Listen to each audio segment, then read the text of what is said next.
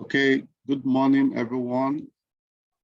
Today is the 3rd of April, 2021, Saturday, and we're having the 20th day of the program.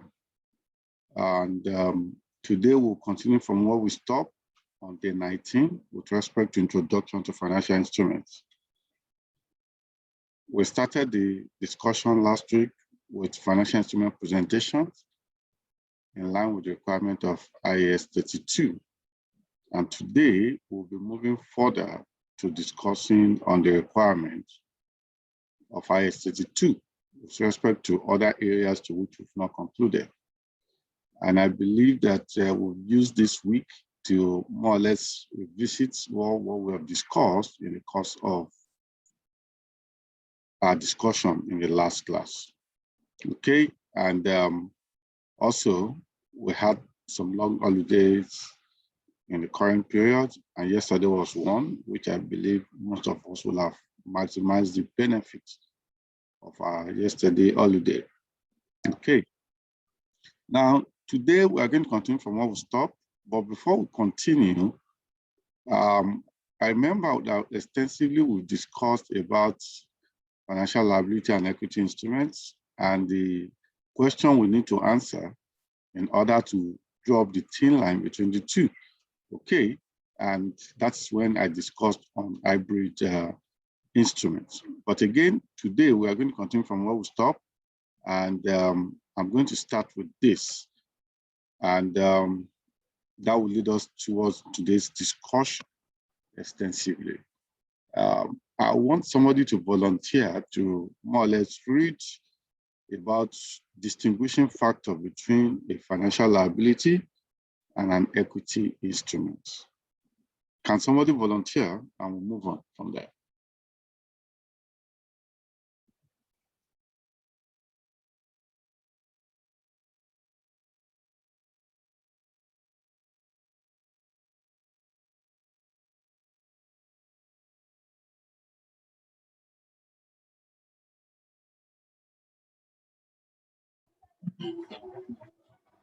Okay. Good morning, everybody. Good morning. I want to volunteer. 2.3, liabilities and equity. Financial instruments must be classified as liabilities or equity. So their substance, not merely to their substance. The critical feature of a financial liability is the contractual obligation to deliver cash or another financial asset. The main thrust of IAS 32 here is that financial instruments should be presented according to their substance, not merely legal form. In particular, entities which issue financial instruments should classify them or their components parts as either financial liabilities or equity. IAS 32, paragraph 16. The classification of a financial instrument as a liability or as equity depends on the following. 1, the substance of the contractual arrangement on initial recognition. 2, the definition of a financial liability and an equity instrument. IAS 32, paragraph 15. How should a financial liability be distinguished from an equity instrument? The critical feature of a liability is an obligation to transfer economic benefits. IAS 32, paragraph 17. Therefore, a financial instrument is a financial liability if there is a contractual obligation on the issuer either to deliver cash or another financial asset to the holder, or to exchange another financial instrument with the holder under potential unfavorable condition to the issuer. IAS 32, paragraph 11. The financial liability exists regardless of the way in which the contractual obligation will be settled. The issuer's ability to satisfy an obligation may be restricted, e.g., the lack of access to foreign currency. But this is irrelevant as it does not remove the issuer's obligation or the holder's rights under the instrument. IS 32, paragraph 19. Where the above critical feature is not met, then the financial instrument is an equity instrument. IS 32 explains that although the holder of an equity instrument may be entitled to a pro rata share of any distributions out of equity, the issuer does not have a contractual obligation to make such a distribution. IS 32, paragraph 17. Although substance and legal form are often consistent with each other, this is not always the case. In particular, a financial instrument may have the legal form of equity, but in substance, it is in fact a liability. Other instruments may combine features of both equity instruments and financial liabilities. IS 32, paragraph 18. IS 32, paragraph 18 gives the example of preference share, which must be redeemed by the issuer for a fixed or determinable amount at a fixed or determinable future date. In such cases, the issuer has an obligation. Therefore, the instrument is a financial liability and should be classified as such. Another example is cumulative irredeemable preference shares. While the issuer does not redeem the preference shares, there is an obligation on the issuer to pay the fixed dividends. If the entity has insufficient retained earnings in a given year, the dividends still must be paid in future years. Again, because the issuer has an obligation, the instrument should be classified as a financial liability. The classification of the financial instrument is made when it is first recognized, and this classification will continue until the financial instrument is removed from the entity statement of financial position.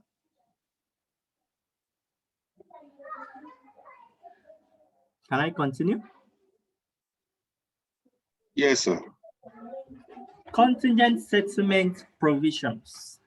An entity may issue a financial instrument where the way in which it is settled depends on A, the occurrence or non-occurrence of uncertain future events, or B, the outcome of uncertain circumstances that are beyond the control of both the holder and the issuer of the instruments. For example, an entity might have to deliver cash instead of issuing entity equity shares. In this situation, it is not immediately clear whether the entity has an equity instrument or a financial liability. Such financial instruments should be classified as financial liabilities unless the possibility of settlement is remote. IS 32, paragraph 25. Settlement options.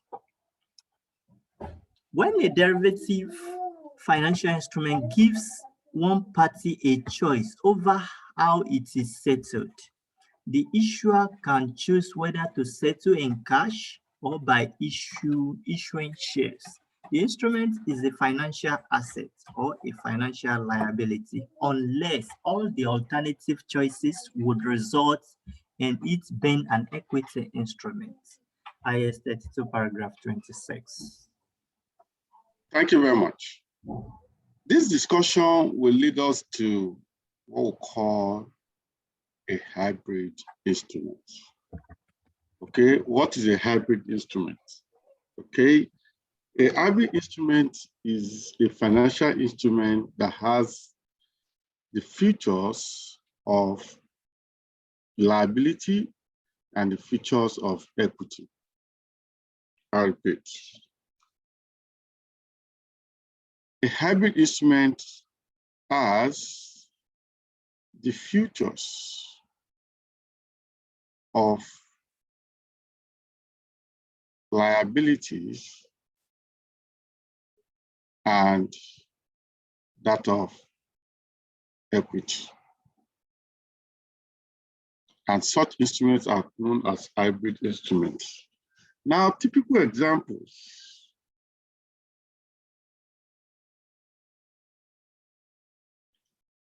are preference shares.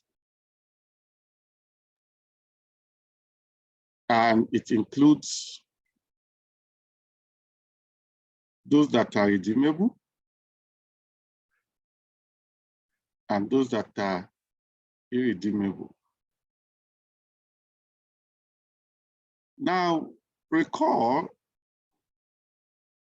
that preference shares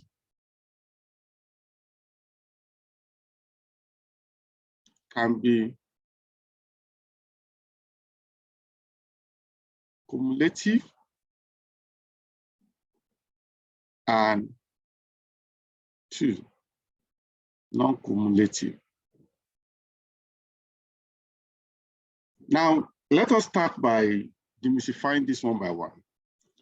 When we say redeemable preference share, what do we refer to? Who will assist me there? When preference share is considered redeemable, what does that mean?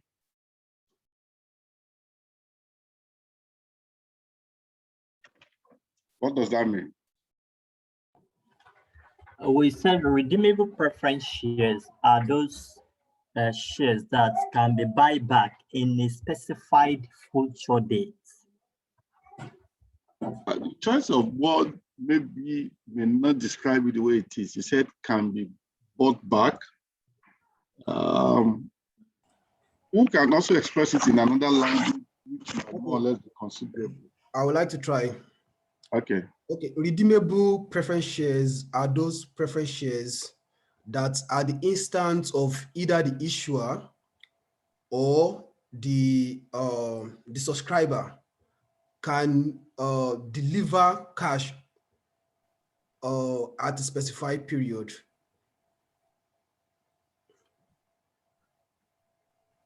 Can be repaid at the instance of the issuer? Yes. Or the holder? Is that what you mean? Yes, that is what I mean. Okay. Now, redeemable means settlement is required. Abi? Yes, sir. Settlement is what? Required. And I think when we were discussing something earlier on, last week, about, we discussed something here with respect to equity instrument, and we said redeemable, and we said equity instrument includes preference shares and deposit, and we asterisk it, Abi? And in the whole process of asterisk, we answer this question to say a hybrid instrument is preference share and deposit for shares. And we said to distinguish between whether it's a financial liability or equity instrument, you need to answer a question. And what is the question? Is settlement what? Required. Now, that is what was read today in order to break it down, which is on this page. But let's break it down further so that we can move on from there. When settlement is required, whether the settlement is required at the instant of the issuer, which is usually if the preference share is defined as redeemable at so date, or at the instance of the holder, if there is an open window to which the holder can choose which of the period he or she wants to redeem, it doesn't matter once it is redeemable, which means settlement is always required once it's redeemable, either at the instance of the issuer or the instance of the holder. And at that point in time, we will classify this entirely as a liability. But we are in a dilemma with redeemable. Why? Because from the perspective of redeemable, if you check what I wrote here earlier, we said preference shares that are example of equity are redeemable. But again, we'll find out that not necessarily all redeemable preference share or irredeemable preference share are equity. Why? Because we need to also consider these two factors. What is a cumulative preference share as opposed to non-cumulative? Who can distinguish?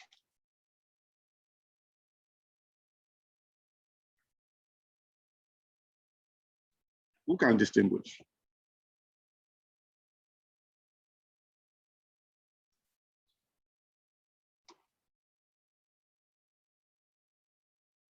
Who can distinguish?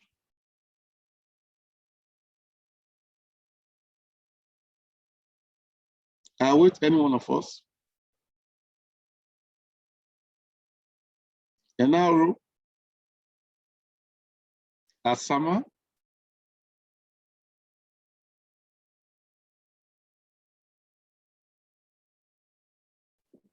No idea, sir. Can I do something? Yes, Good morning. Enaru. Good morning, Mewa. Yeah, So- good morning. So cumulative preference shares, I think it has to do with the interest element, that if interest is not paid, for instance, this year because of lack of interest, then it has to be paid when the interest is available. Interest or dividend? Sorry, dividend. It has to be paid when the company makes enough profit the following year. Can you rephrase your words? Is it interest or dividend? Dividend, when dividend is not paid, because the preference share, dividend has to be paid, giving preference. So if dividend, for instance, if it's 7% preference shares, and this year they are not able to get that dividend this year because of lack of profits, or enough profit was not made, then the following year, once enough profit is made, the dividend that was not paid last year will be paid with the dividend of this year. So the dividend will be accumulated ending when enough profit is available. So if it is, that's for cumulative preference shares.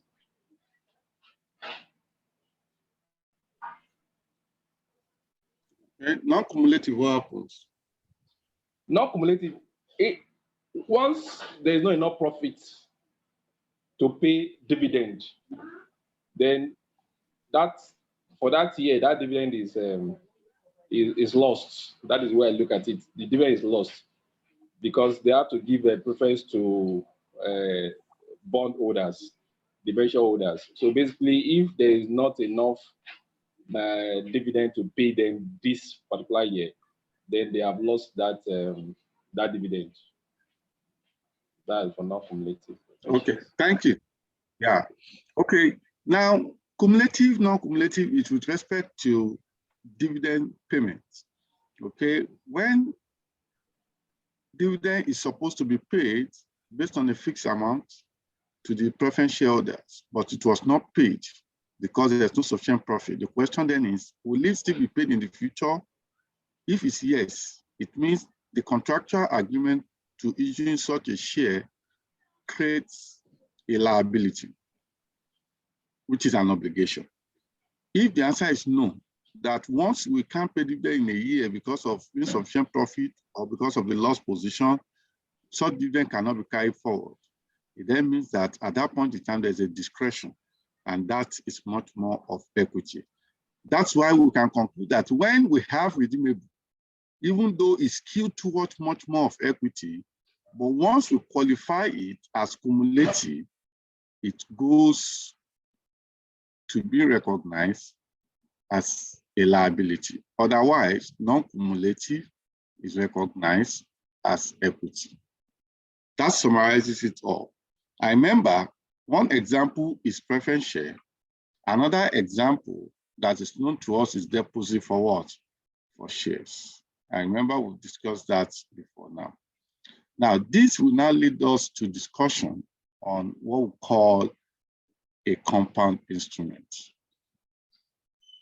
How many of us have heard of compound instrument before?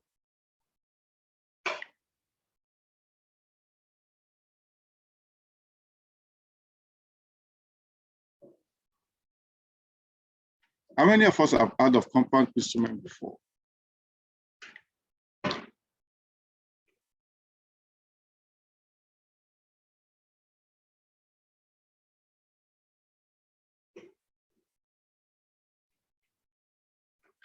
I'm waiting. Miriam Odun, Madam Grace.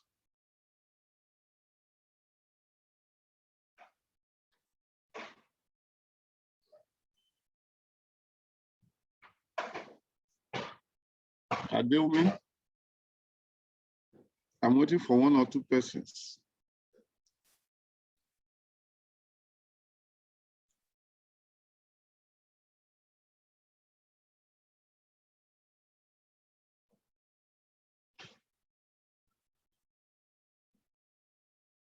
Are we there?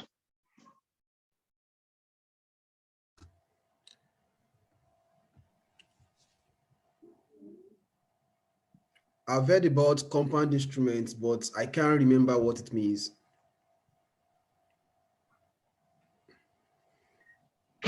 Okay. Okay, now let me break it down. A compound instrument is a financial instrument. As opposed to hybrid, a compound instrument is a financial instrument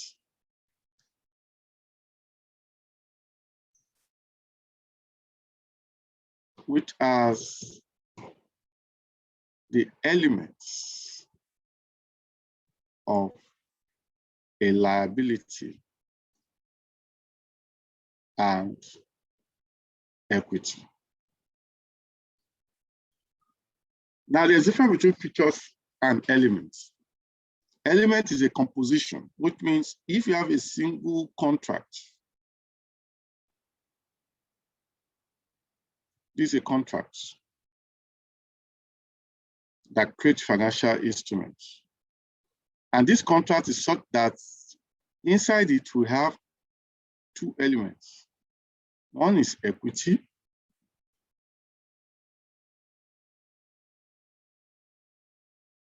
while the other is a liability. When you have such a contract, you call it a compound instrument. Now, example of a compound instrument.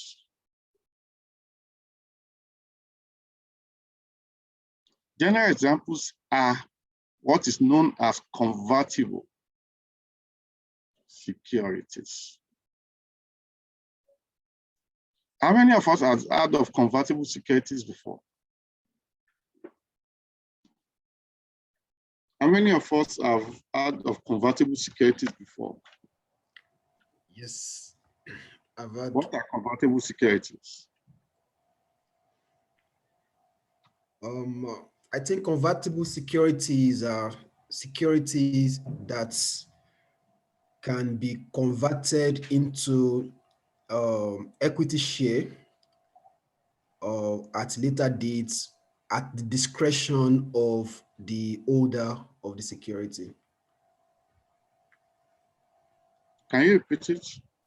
Convertible security are those securities that can be converted into equity share or share capital at the instance of the holder of the security at a specified date.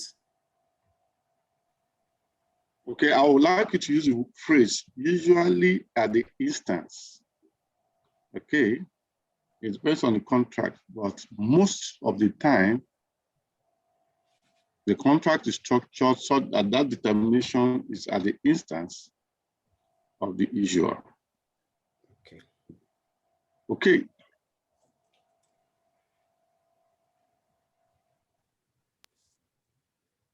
Okay, now that is very good. Now, what are the practical examples of these convertible securities? Convertible securities can include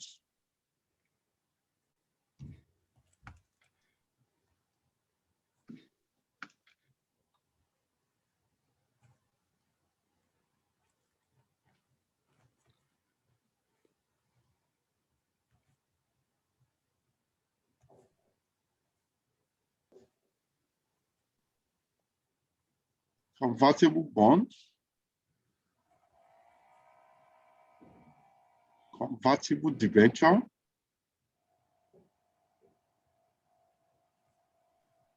convertible loans, and maybe convertible preference shares.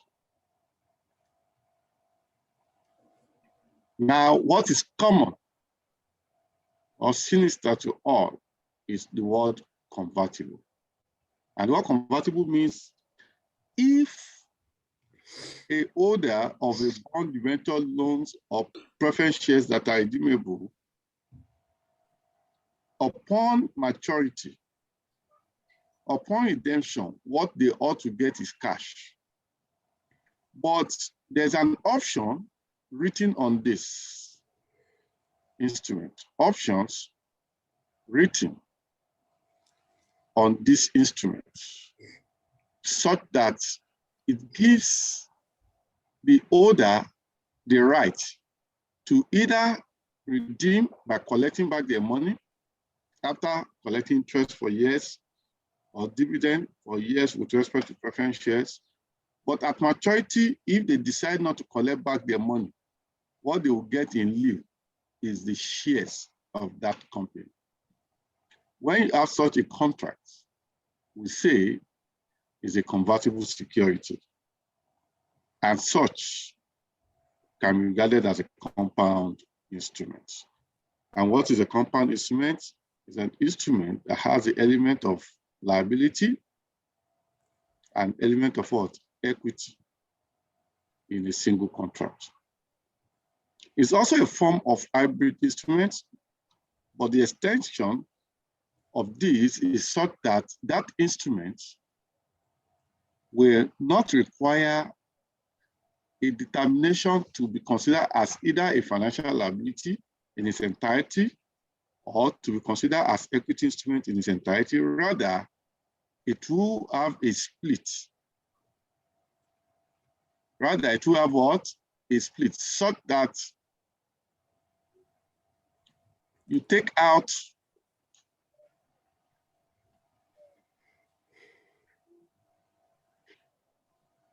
the portion that is equity.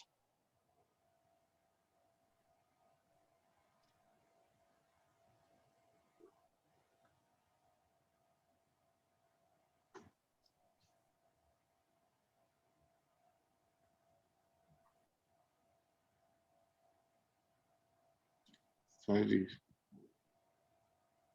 the device is malfunctioning.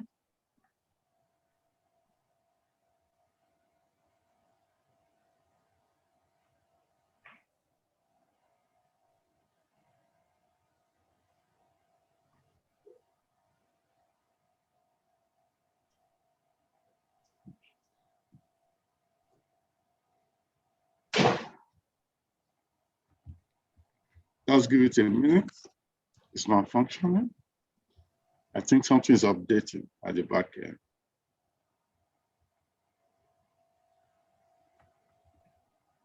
Okay, depending when it comes up, what we're saying is that you have a split where you will take out the equity component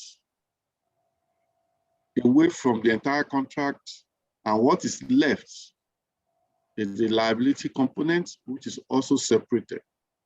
And this will be recognized, a larger chunk of it will be recognized as a financial liability, while the residual portion of it will be recognized as equity instrument. And we're going to more or less discuss this treasury stock approach towards splitting these components into liability components and equity components.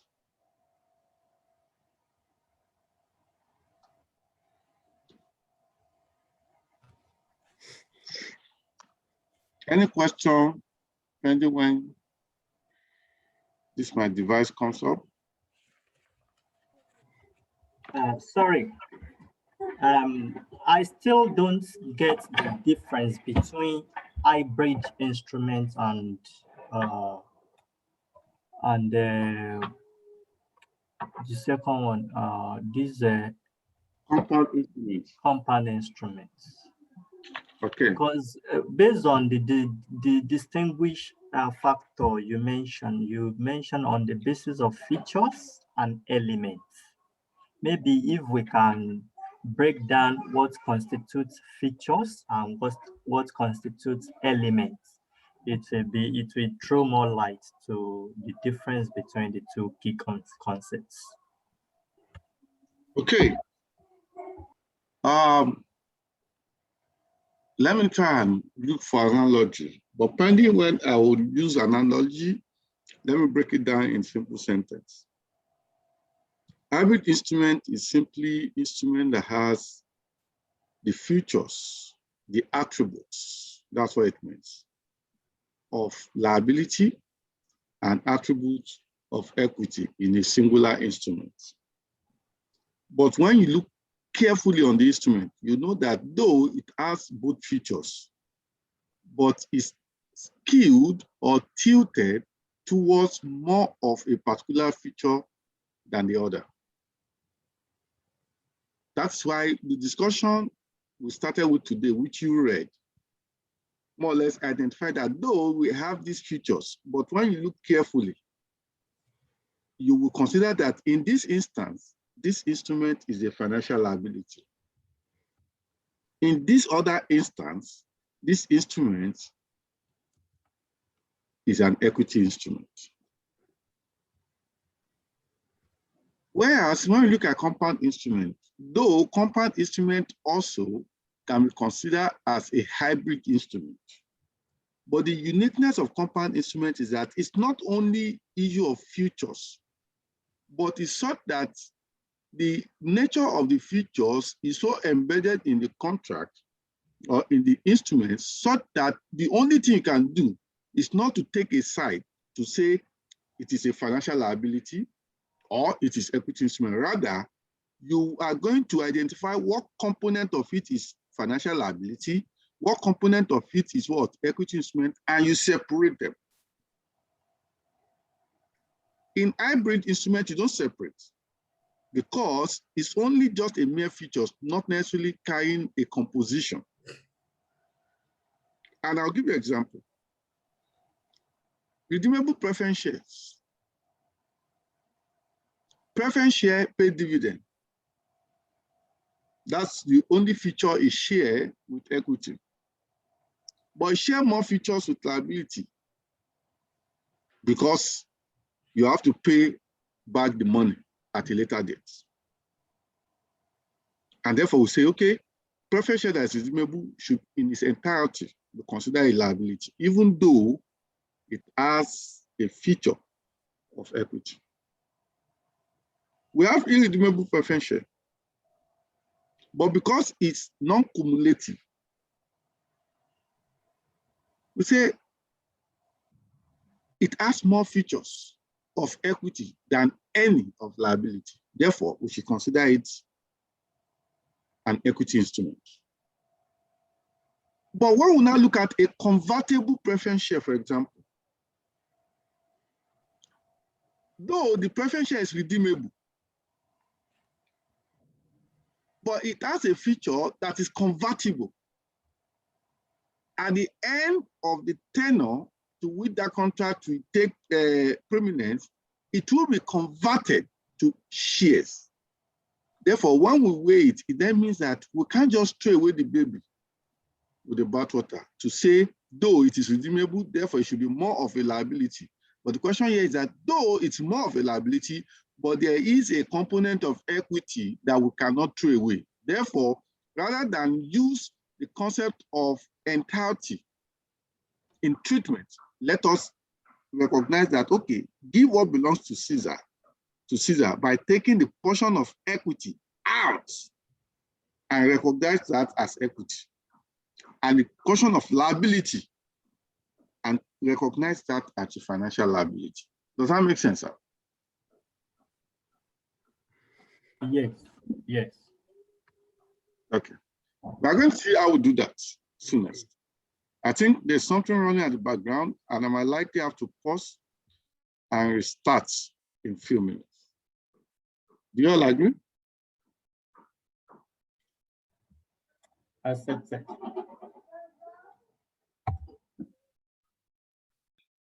Okay, welcome back. Sorry for that glitch. Okay, we are back. And where we stop, we'll try to demystify what a compound instrument is. And let's continue from there. Okay. Now, I gave an example, and I think that did not save. Let me write the examples.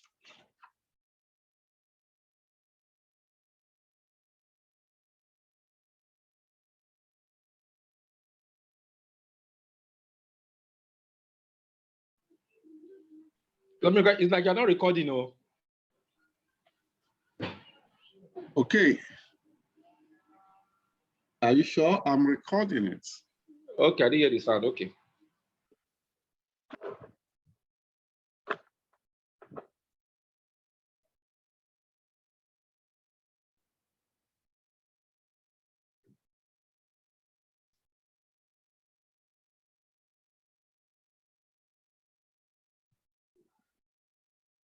Examples of convertible securities, where we stopped last time. We said it could be convertible, bond, it could be convertible, debenture, it could be convertible bank loan or any form of loans, and it could be convertible preference shares. I said what is paramount in all of this are the word convertible, which means upon maturity, the holders usually have the option to either collect back their money in cash, or based on the fact that option is written on this, options written on these instruments, they can get the shares of the company involved. Okay, and I said, what is paramount here is that that singular contract, which has the element of liability and the element of equity, will eventually be splitted in this manner, so that the liability component is determined and the residual, which is the equity component, is ascertained.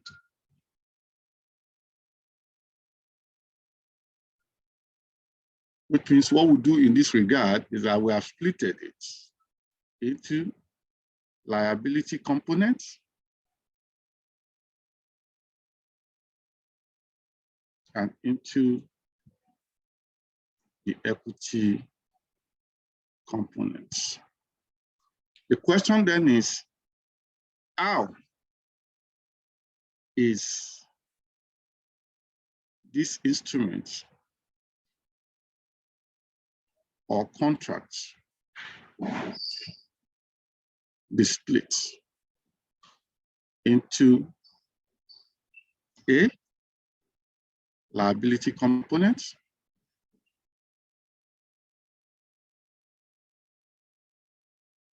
and B, equity components? These are the two questions we need to answer. Now, let me break it down to you. If you issue convertible bond, or sorry, If you issue bond, what entry do you pass? Remember, bond naturally will be considered a financial liability. What account entry will you have passed? Conventionally, you have passed an account entry to say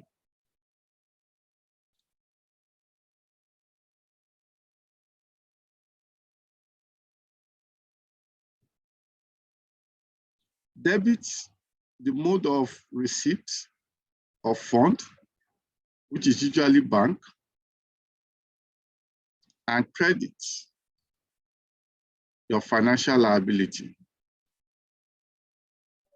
which is your bond. This is what you'll have done. But in this case, you are not only crediting financial liability, you are also going to credit equity, which means there's X and Y that sum up to Z. X plus Y sum up to what? Z, because Z is the actual amount you received with respect to that instrument. Which means if you issue a $1 million bond, naturally you're supposed to debit your bank and credit your bond liability account, which is a financial liability account, with that $1 million. But we are saying that if that bond is convertible, at the end of the day, though you have received $1 million and debited it to your bank, you will credit, probably as determined by what we're going to do next, $950,000 to your liability account, which is your bond liability, and the balance of $50,000 to equity account with respect to the equity components of a convertible bond. How do we do that? How do we end up splitting $1 million into $950,000 and $50,000? Being financial liability is our $950,000 and our equity instrument is our $50,000. How do we come across that? That is what we want to discuss. To do that, we are going to follow, I think, these 4 steps. Okay, and to do that, I'm going to come up with a practical illustration.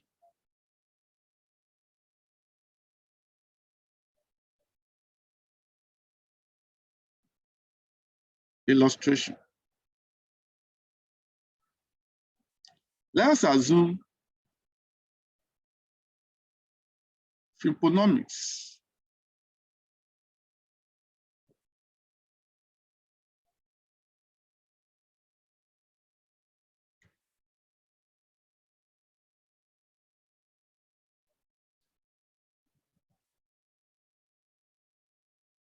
Green Finance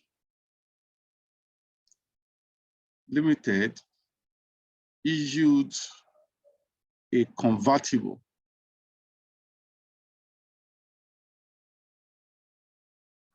bond on 1st of January 2020. Now, the following are the features or attributes of the bond. 1, the face value of the bond is $1 million. 2, the bond is expected to pay coupon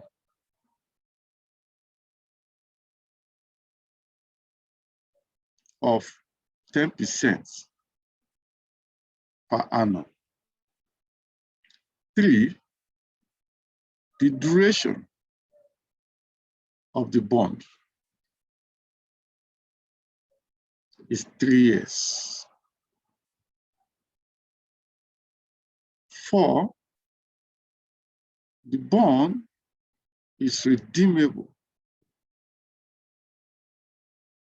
at par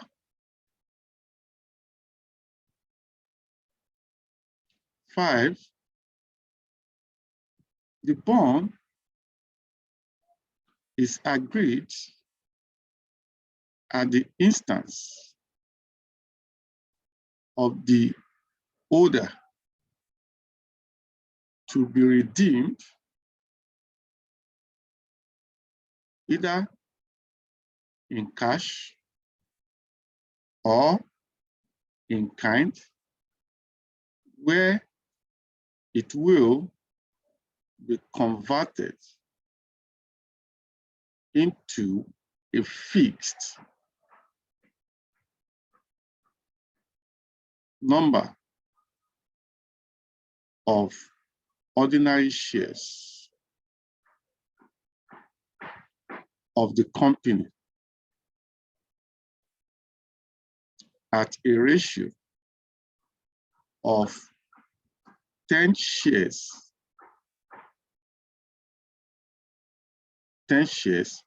for every unit of the bond at maturity.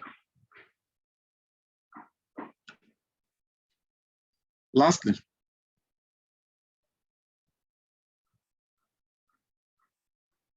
Dynamic Limited is a comparable company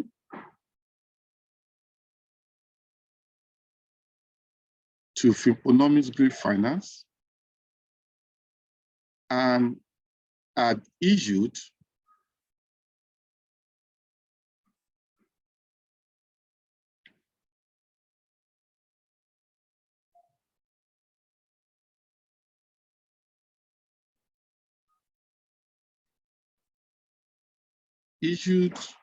a straight bond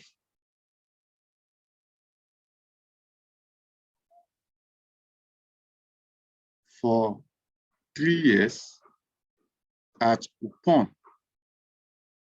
of 12% per annum. These are the features of the bond. Now, I'll repeat again. Fibonacci Green Finance Limited issued a convertible bond on 1st of January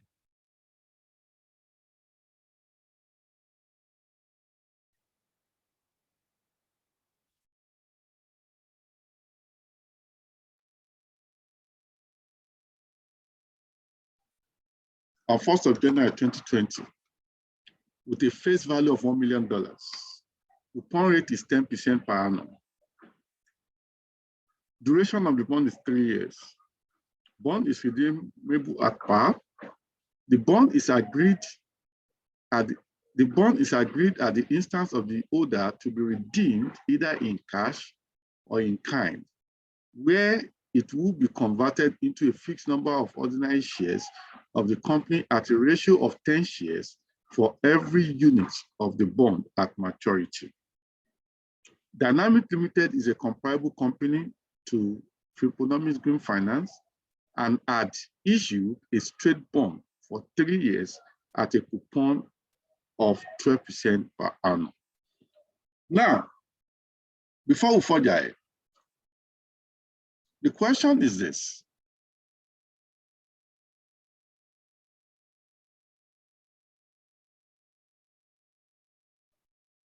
are all compound instruments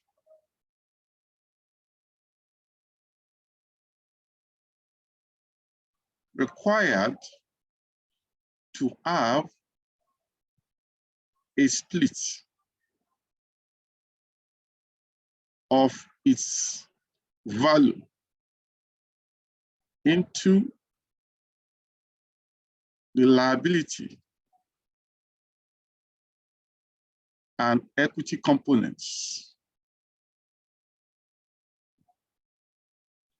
at initial recognition? Is a question. Who can answer that question, or who can attempt to answer that question?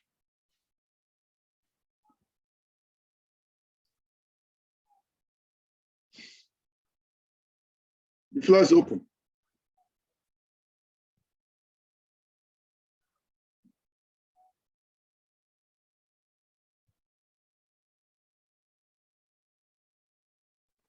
Okay, let me give my, I believe all compound instruments are required to have the split because for a compound interest, it has both elements of equity and liability. So I would think every compound instrument should have a split. Should have the split. I think it should have the split.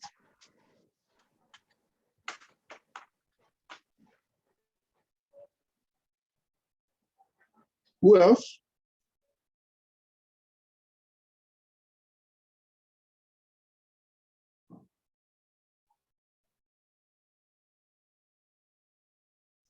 Who else? Okay, yeah, I want to think that not all compound instruments should have a split at initial recognition because we are not certain that the holder of the instrument will eventually elect to convert to shares. So since there is an element of uncertainty, then why should we go ahead and split the instruments at initial recognition? So it's just my way of thinking that uh, not all compound instruments should have a split at initial recognition. I can draw up two things from what you said. One, there's an uncertainty which may exist, and that will limit the intention of the holder to convert into shares. Is that what you mean? Yes, sir. Okay. Can you itemize that uncertainty? What could bring about uncertainty? In what manner? For instance, maybe before the due dates, the share value of the company had reduced drastically, and it is not logical to want to buy into the shares of that company. So if I'm an investor, I will want to I want to be settled by cash rather than converting to shares of a company that is struggling. So, or maybe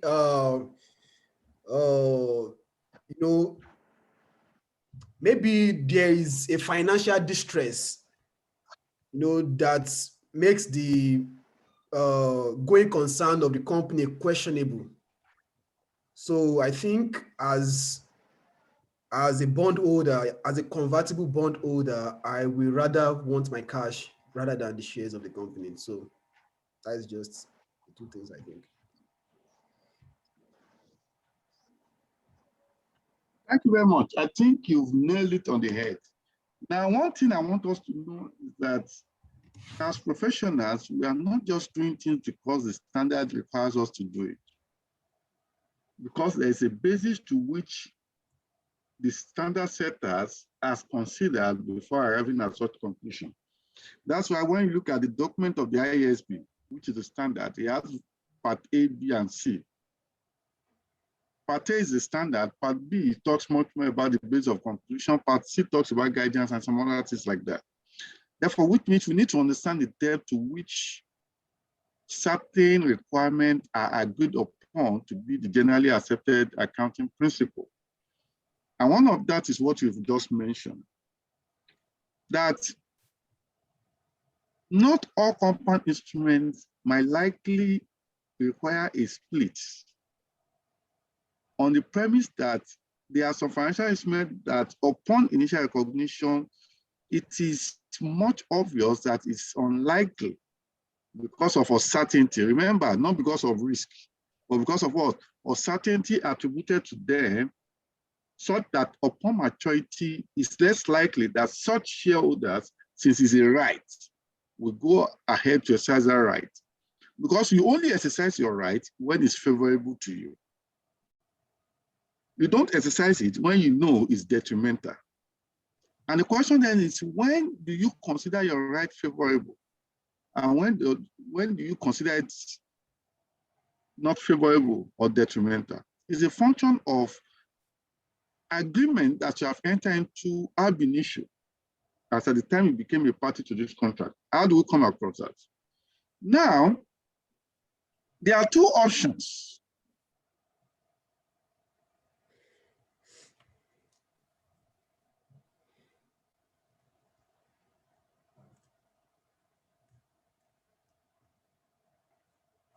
To exercising rights in this case. The first one is fixed number of shares in exchange for a unit of a bond has been agreed ab initio, that is, at the inception.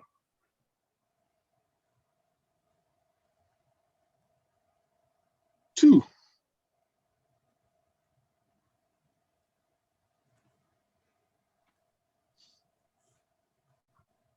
numbers or number of shares has not been agreed in exchange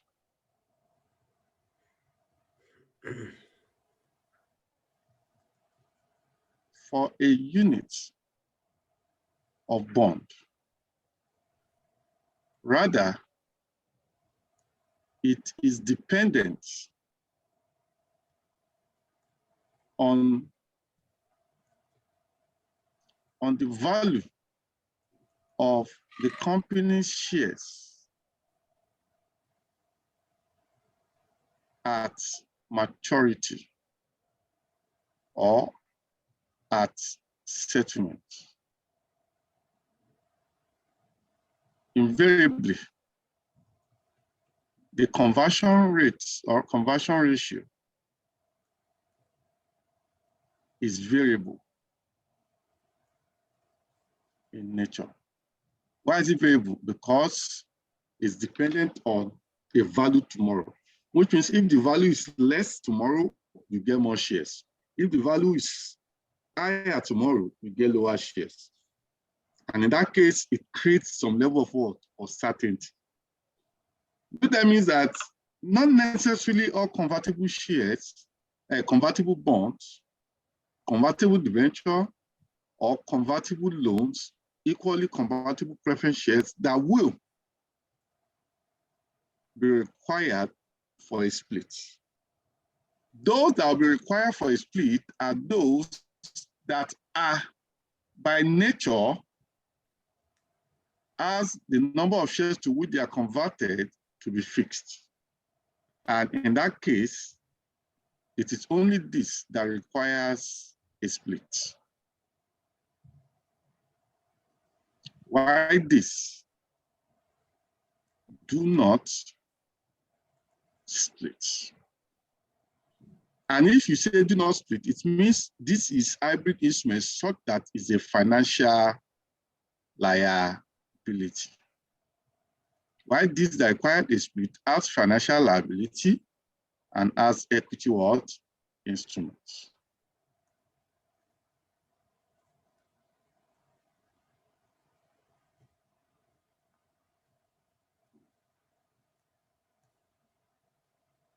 Any question?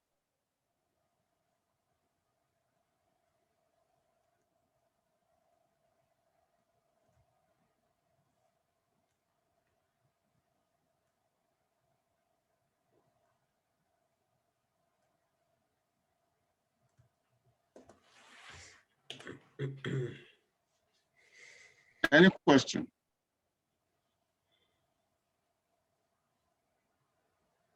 Now, how do we split? Let's look at this question now. Does this question require a split? If you look at this last sentence here, or the second to the last sentence here,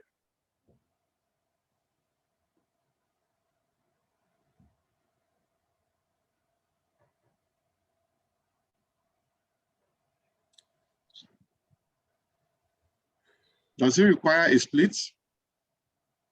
I want somebody to read and tell me whether it requires a split or not. Okay. Yes, sir. It says the bond is agreed at the instance of the holder to be redeemed either in cash or in kind, where it will be converted into a fixed number of ordinary shares of the company at a ratio of 10 shares for every unit of the bond at maturity. So this question requires a split because the number of shares to be converted has already been stated ab initio.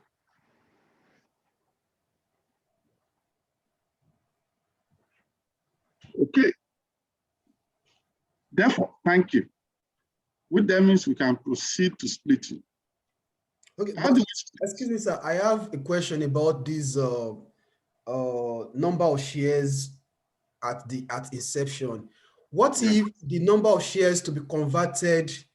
What if the number of shares to be converted for every unit of bond is known at the inception, and yet upon maturity, the bondholder is still not interested in converting them?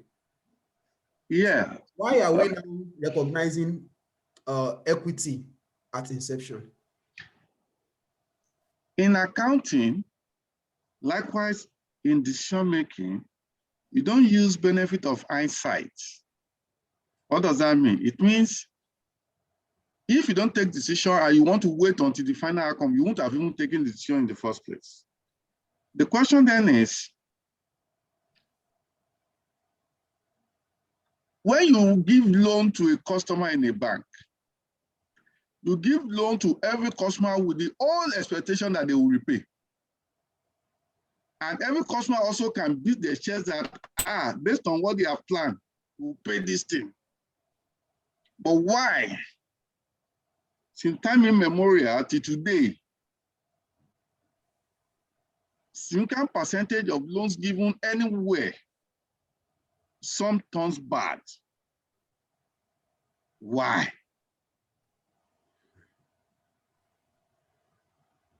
But the question is, if you have a good credit policy, more than often, larger percentage of it will be okay. But certain things that man does not have control over may vary one or two or more. Therefore, the question is, at the inception, it is more likely than not. You know, there's nothing that is certain in this world. How come people go into marriages? And when you see the display in the reception, the display during the honeymoon, it then shocked every one of us 3 months after, 6 months after, 1 year after, 2 years after, 3 years after.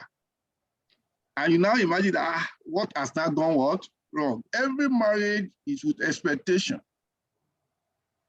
that it will be well all of the time. Is that not? But the question is, we see our marriages, but how many of them? Do you get what I'm saying now? Now, with this respect, let me give you a practical example. Fiponomic shares currently today is trading for 12 naira. But let me say it's trading for 120 naira. Let me see. And somebody said, your bond, your face value of your bond per unit is $1,000 or 1,000 naira, if the case may be. And somebody is saying that for one bond, you get 10 of my shares. and my shares is going for 120 naira. The question is 120 naira times 10 shares will give you what? 1,200 naira, which means instead of you taking option of 1,000 naira cash, you take shares worth 1,200. Now, at the inception, you also expect that this company is a company that has prospects. It's a company that is considered blue chip.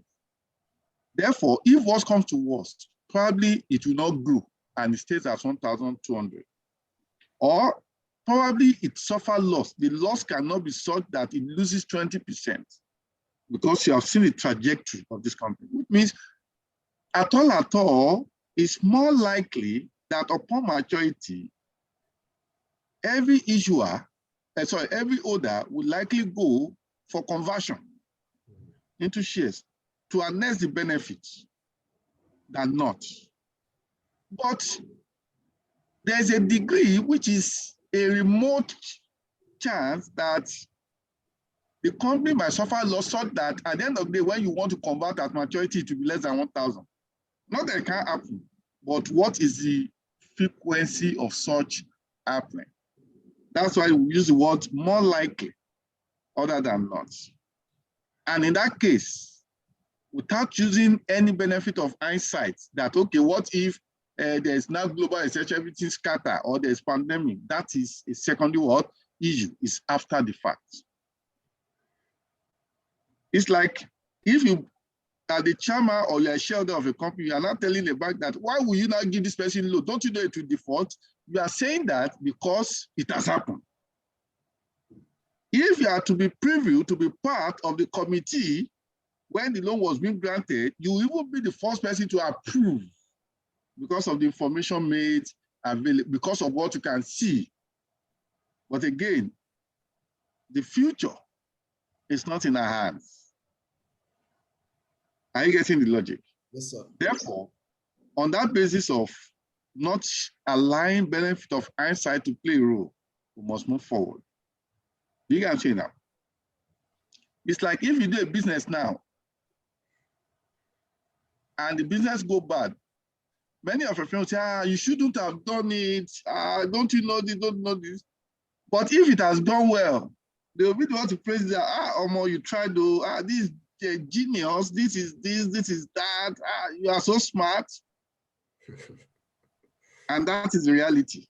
Yeah. Do you get what I'm saying now? Therefore, that is that. Now, the main question now is, how do we split? I'll follow this step in an iterative fashion.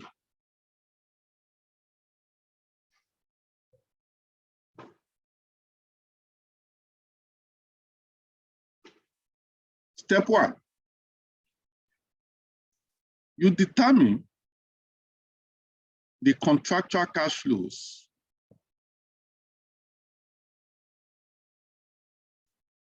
of the convertible bond. What are the contractual cash flows? I'll use timeline.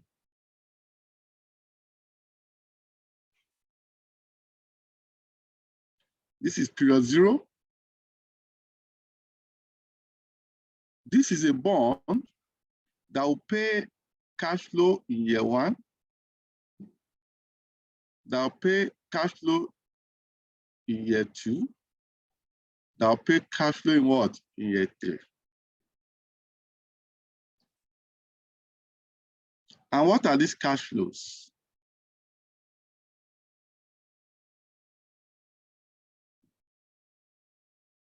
Year 1, because it's a bond, it pays interest only. And what is the interest? If you go back, coupon rate is the same thing as interest rate. It's paying interest of 10% per annum, given that it's an annual interest payment bond. While some bonds can be payable every 6 months. Interest can be payable every 6 months. But in this case, interest is 10% times the face value. which is $100,000. In year 2, is interest only,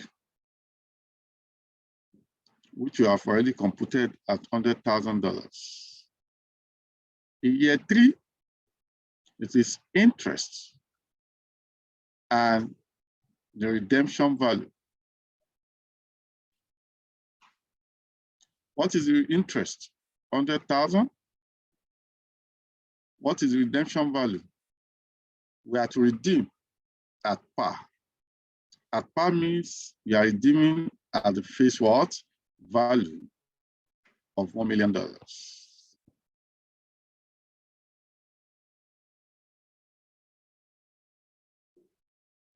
Invariably, that is $1.1 million. Now that is step 1. The contractual what? Cash flow. Step 2 is to identify a comparable bond.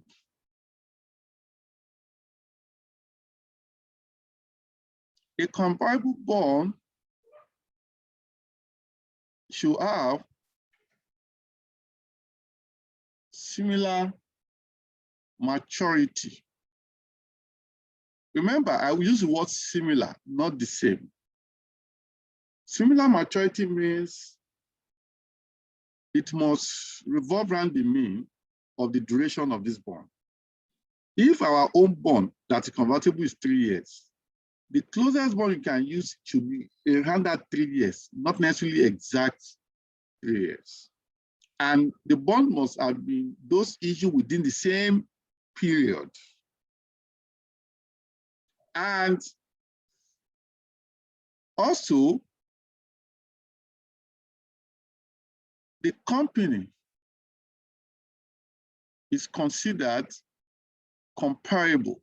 The company is considered comparable means they have some level of the same degree of business risks up to the level of financial leverage, which means you are comparing apple with apple. Today, if you are to compare banks, I'll say GTB and Zenith are comparable. Do you get what I'm saying now? But I can't compare GTB with Unity. Therefore, they are not on the same pedestrian, whether in asset base, in turnover, in anything, they are not comparable. Which then means that I'm trying to explain what the issue of comparability means in this case. Now, identify a comparable bond which is not a convertible bond. What it means is that such a bond is a straight bond. A straight bond is a bond that you don't convert. That you don't what? Convert into shares. Upon maturity, you get your money and that closes the business, which is a normal bond.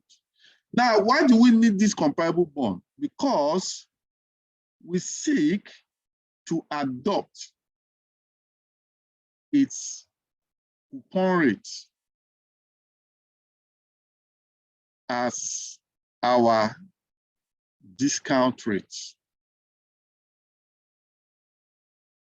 Coupon rate as our what? Discount rate. Now, if you look at this information, they give us something here.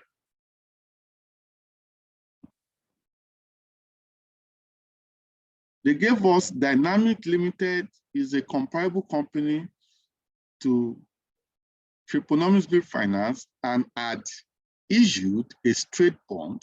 The word straight means it's not convertible for 3 years, which is similar, and for a coupon of what? 12%. Now, who can tell me why we are making use of the coupon rate of a non-convertible bond as our discount rate? Why can't we pick market interest rates? Why can't we pick coupon rate for similar bond that is equally convertible? Why?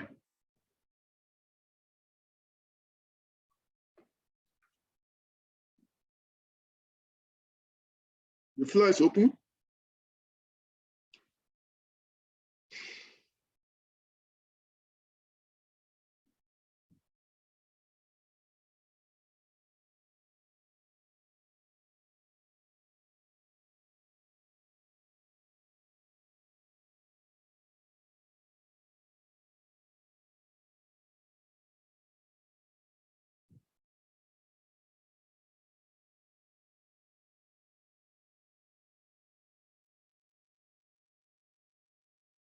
Who can answer?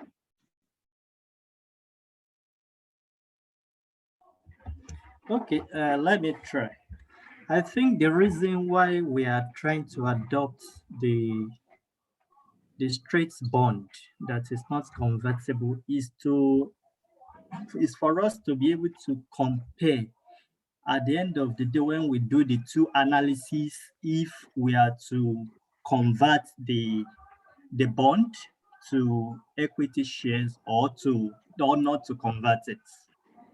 I assume that is the reason why we are trying to use the coupon and the bond that is not convertible.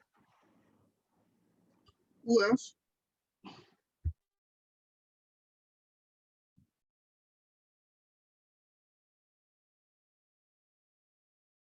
Who else?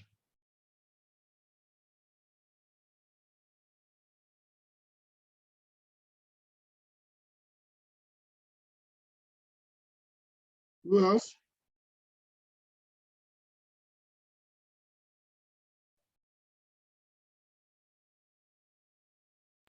Okay, I will just say something. I'm not sure if what I'm going to say is correct, but I think it has to do more with objectivity or so, because straight bond, the holder of straight bond already knows that he's going to collect cash from the investment. Why that of convertible bond, there's still a kind of maybe I'm going to convert or I'm not going to convert. So I think using the coupon rate of straight bond reflects the I don't even know how to put it, but I think it has to do with objectivity rather than being subjective. Okay. Now let me explain. Now the issue is this. The first thing is we needed a market rate of interest as a discount. But the question is, which market rate of interest is most appropriate? That's a question mark. And the closer aspect to it is for us to make use of a comparable bond where we find ourselves in a similar situation, but what is different or unique is that that comparable bond by its feature is not convertible. And if it's not convertible, what then will be the implication? The implication is that, okay, before I talk about the implication, let me give you a scenario. Without any bias, first, we must take away bias. If you have GTB and you have Zenith, and they are to issue bonds at the same time for the same duration, am I making sense? And they are going to issue it for the same coupon rate. Let me say 10%. But GTB will issue a straight bond, a bond that's not convertible. Zenith will issue a convertible bond. Which of the bond, assuming they are mutually exclusive, and you only have limited capital to invest, which of the bond will you invest in? And why?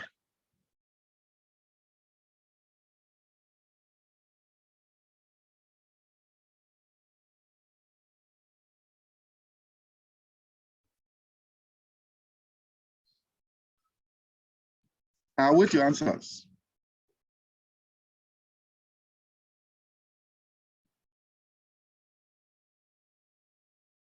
Which of the bond will you invest in and why? Okay. Since the two banks, they all have prospects, of growth and appreciation in their share value, but I would rather invest in Zenith Bank, that I know that by the time I'm converting to shares, I will, it's more likely that I will be at advantage because maybe the share value would have risen or something. So I will invest in Zenith Bank instead of GTB that is issuing a straight bond that all I can get at the end of the day is the cash.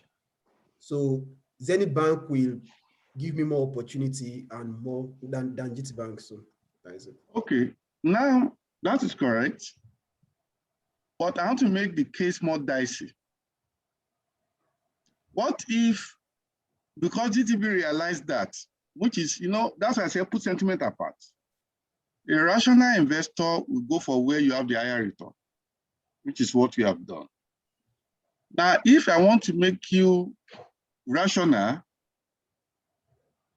and irrational, if that can be accepted, GTB now decided to say, okay, I'll give you 12%. And Zenith Bank will stick to 10%. Which one will you go for? Okay. The thing is that I will go for GTB because I know that it is certain that I will get the 12%. You understand? While it is uncertain, I mean, there's still an element of uncertainty with that of Zenith Bank, because what I'm speculating that the value of the shares will rise, or maybe it will be at a particular level that will benefit me. What if it doesn't happen? What if there's a crash or something? So I will go for what I can see that yes, I will get this, it's certain, than what is uncertain. So I'll go for okay. Let me give Nuruddin opportunity. I think you wanted to speak. Which one will you go for based on the second scenario? Honestly, it depends on the objective I want to achieve. If for the 3 years time, I actually speculated that I need to cash out to make an investment, another investment different from investing in bonds, I will go for GT Bank as well because of the objective I have at the initial period of the investment. Okay, Akin following, what will you go for?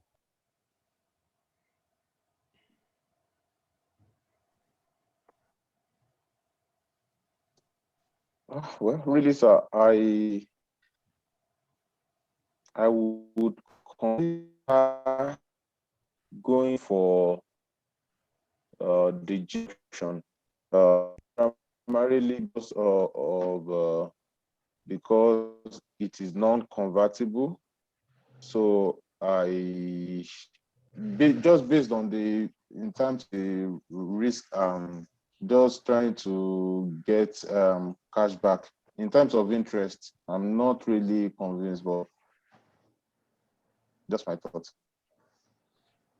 Okay, now let me make you realize something. Shagun. One man's food is another man's poison. And that's why our appetites differ.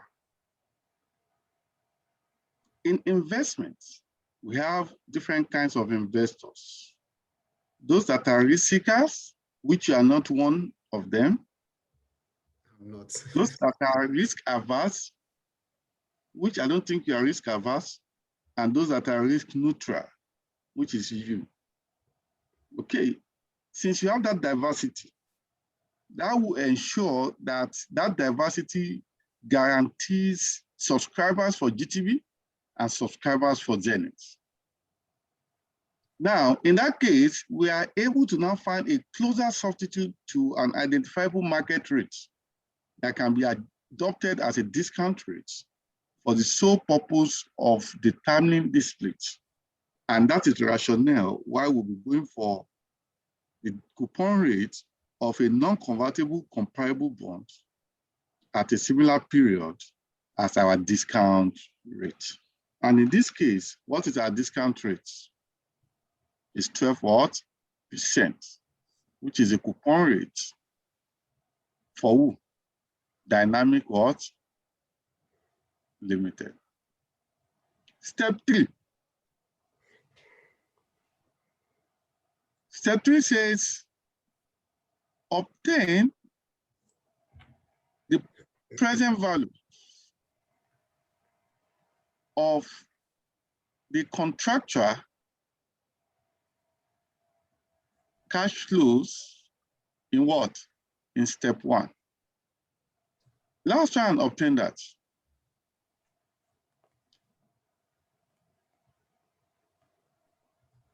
Year 1, 2, and what? 3.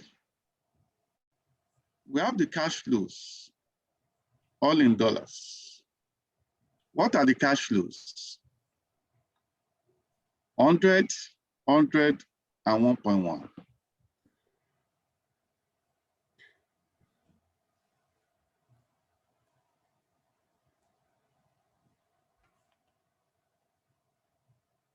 The next question is, we'll find the present value by obtaining the discount what? Factor, which is on the basis of 12 what? %. Remember, the discount factor at period N is 1 plus R raised to power minus N, or 1 over what? 1 plus R raised to power N. If you do that and use your calculators, what will I get?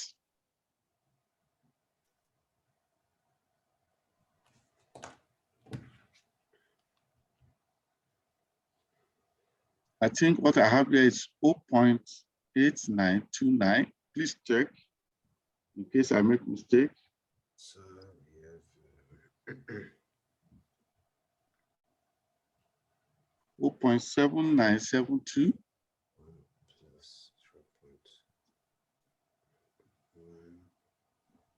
and 0.7118.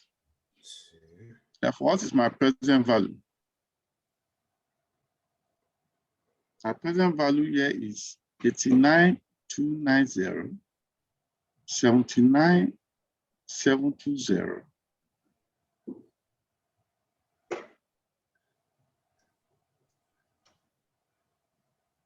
789,800. All things being what? Equal.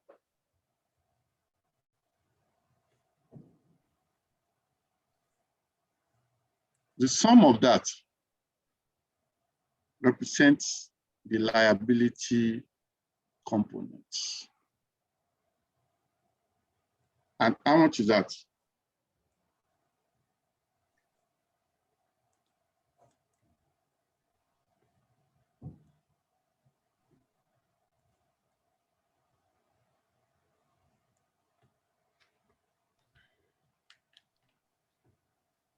That is it.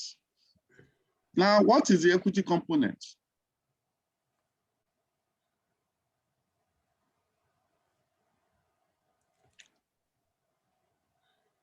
Step 4. To determine the equity component,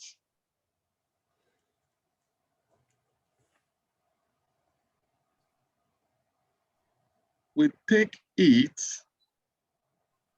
in line with the definition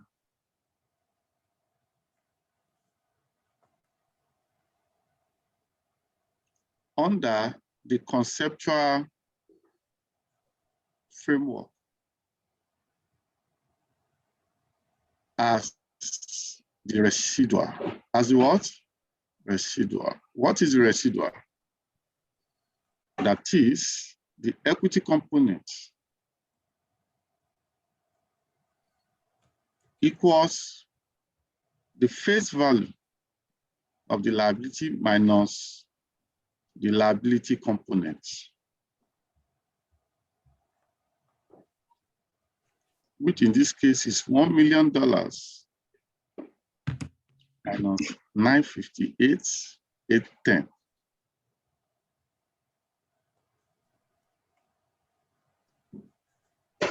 Which in this case is 41,190. Is that correct?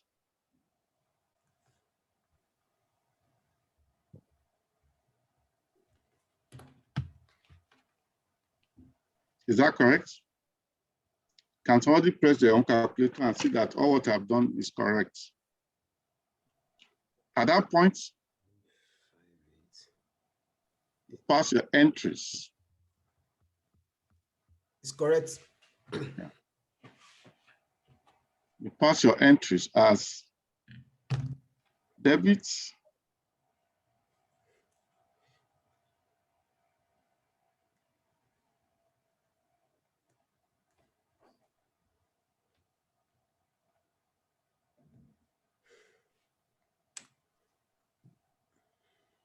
bank with $1 million,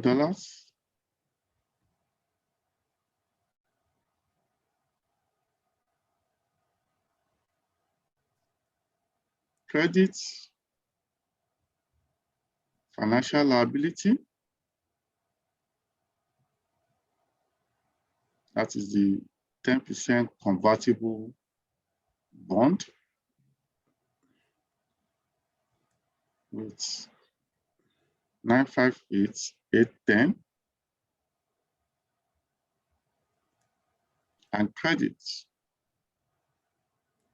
the residual to equity as equity components of a 10% convertible bond, which in this case is 41,190. That brings us to the end of that. Does that make sense? Yes, sir. That makes much sense.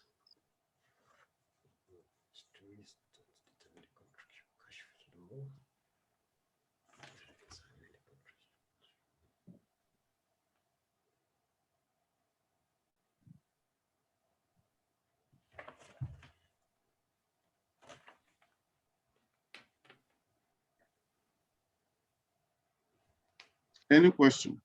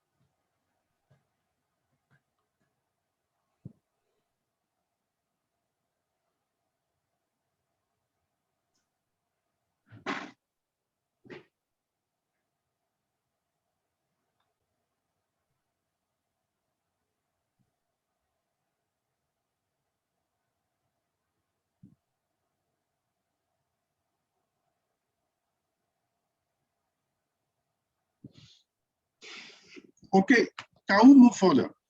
Now, this same thing we did, we can do it in Excel.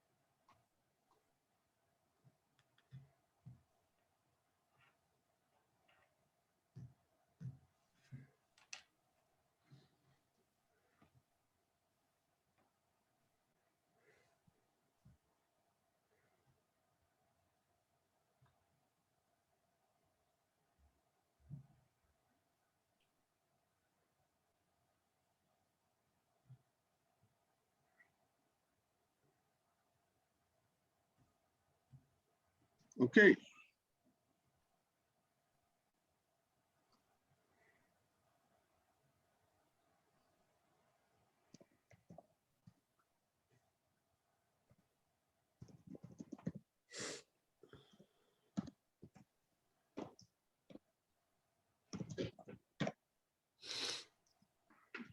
I can create my input, face value, coupon rate, redemption value. What else? Duration. What else? What information do we have? Coupon rate of straight bond. Okay. Conversion ratio.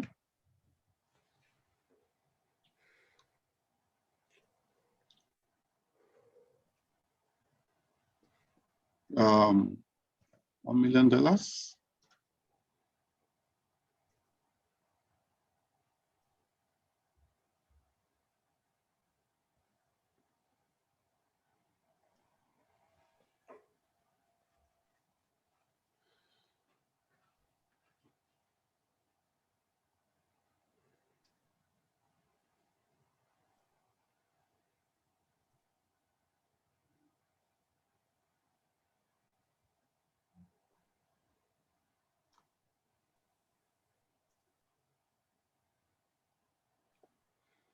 Coupon rate 10%.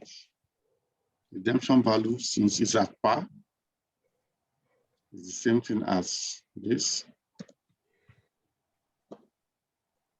At par. Duration, yes. Yes.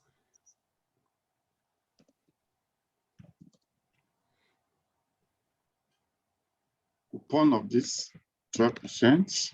Conversion ratio 10 shares per unit of convertible bond.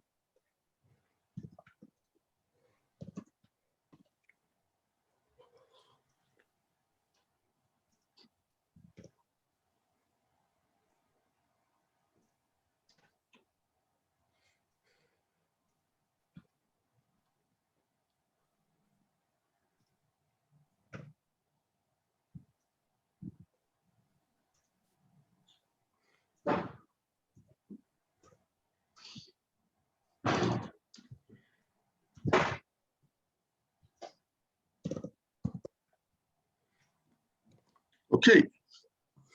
Now we said our contractual cash flows.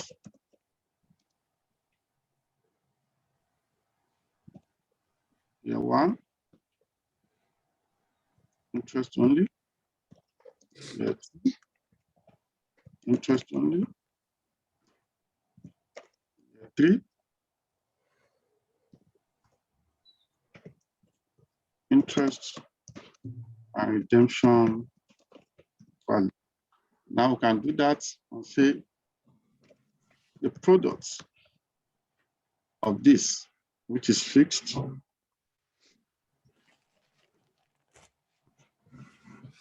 and the face value, which is also what? Fixed. Will give me this in dollars.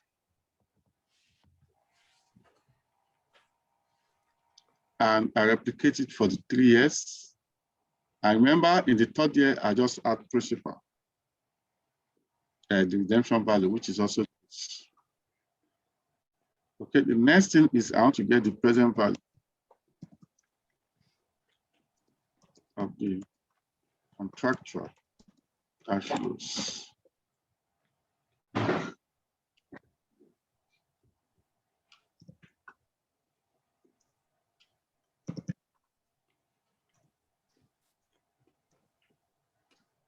Okay.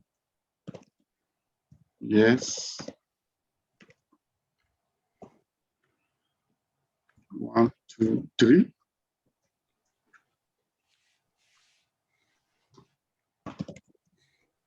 Cash flows.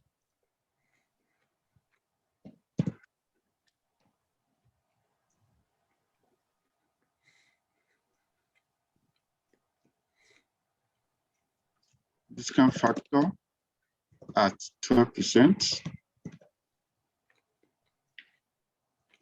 I can just say 1 plus R. What is my R?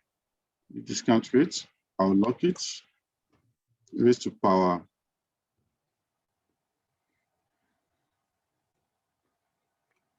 minus this year's.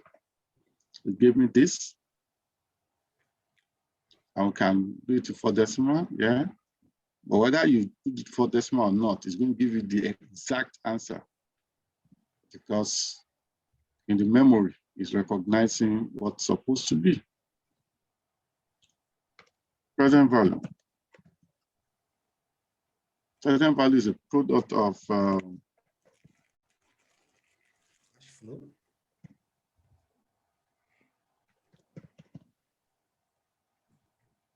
the discount rate and the contractual cash.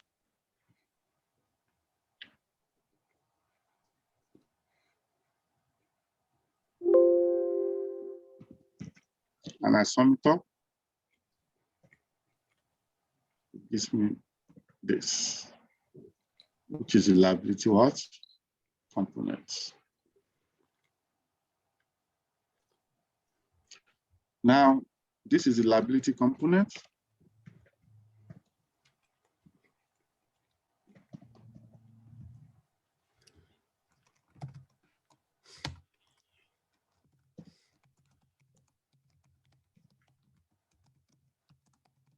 Now, remember the face value is this.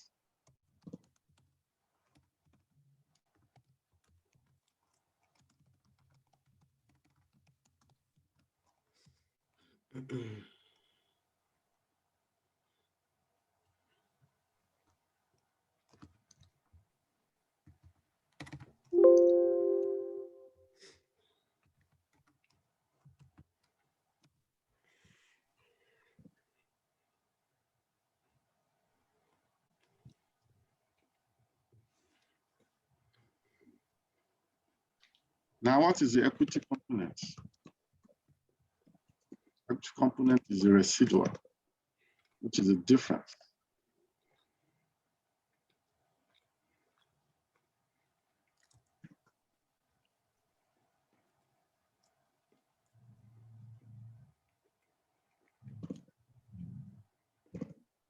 And what's the difference between this and this?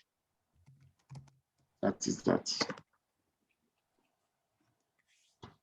Now you can see what this gives you is the exact answer.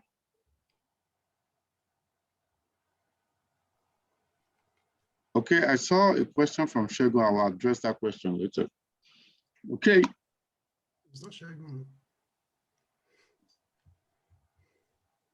Okay. This is the position.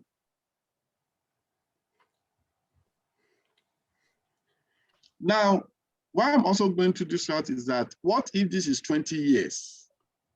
What if it is 30 years? Therefore, rather than use this approach, I can use a secondary approach by saying my cash flow, I'll say 1 to 3 years.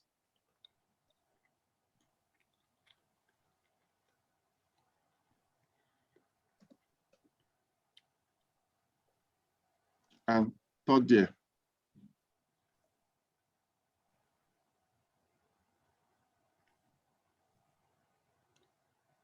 Now 1 to 3 years, interest only.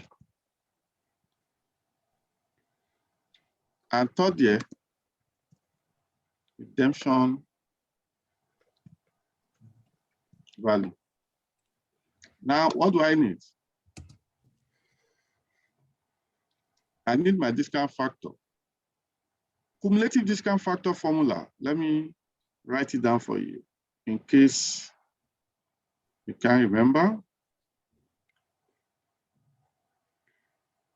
Cumulative discount factor. Note.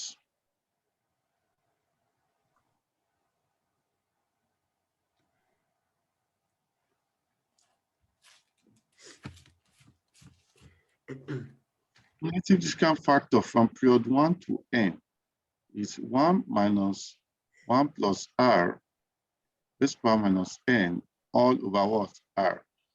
Is synonymous to the formula of a present value of ordinary annuity. If you take away the annuity payment out of it, you get the cumulative discount factor. Okay.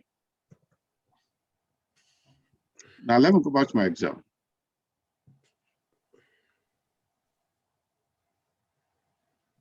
Therefore, my cumulative discount factor is open bracket 1 minus open bracket 1 plus r. What is my r? 12%, all raised to power minus the duration. Okay, I can fix it as a single point and everything as a single equation, all divided by r to give my discount factor, a cumulative discount factor. And already I know my discount factor for year 3 is just to compute it directly, raised to power minus n. Okay, on that premise, what is my interest only? 100 in each year. And what is my redemption value? At the end of the day, I have my residual. What is my face value? My face value is this.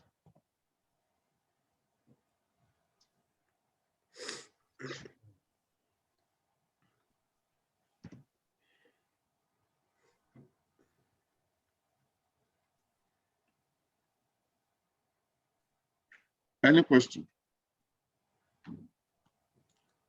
Yeah, there's a question from Miriam. Okay, let me start with my own question. Please, sir, in reality, where or how do you find a comparable company to use? Okay, I think that's what you're going to answer. I didn't say that first, okay? Okay, you go to the following sources, okay? You go to sources of market,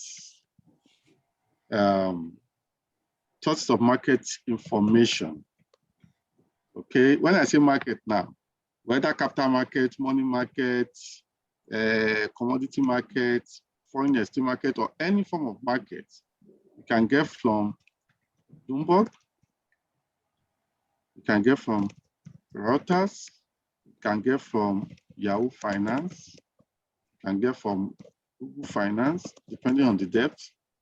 Okay, some are subscribed, it's not open source. You can get for S&P Market Intelligence, which costs money. In my company, we subscribe to that, and it costs a lot. You can get all information on the platter of gold.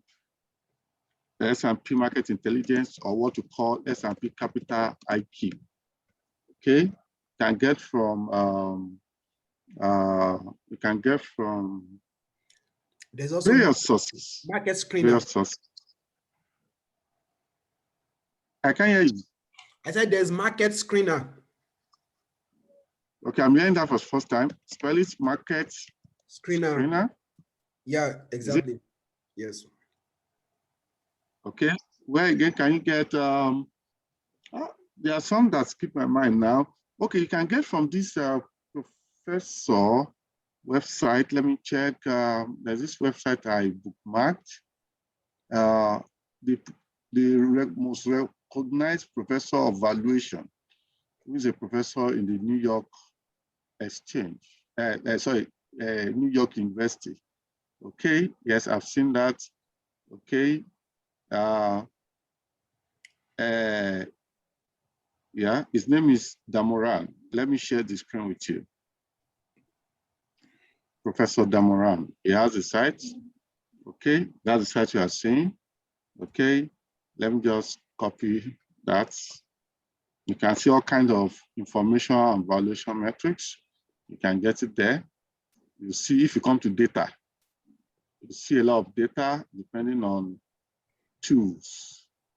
You understand? You can see data, archive data, big data, and all sort of things. Okay. Let me take you off from there. Let me just copy the stuff for you guys.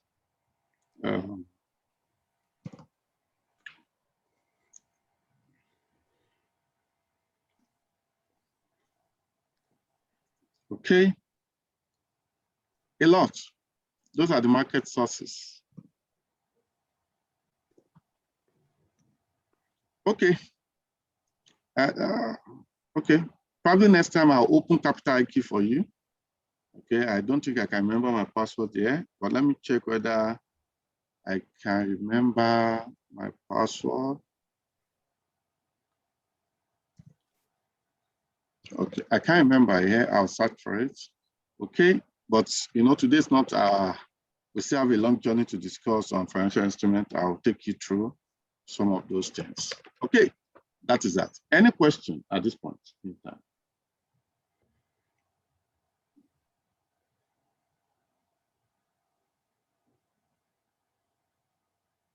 Any question?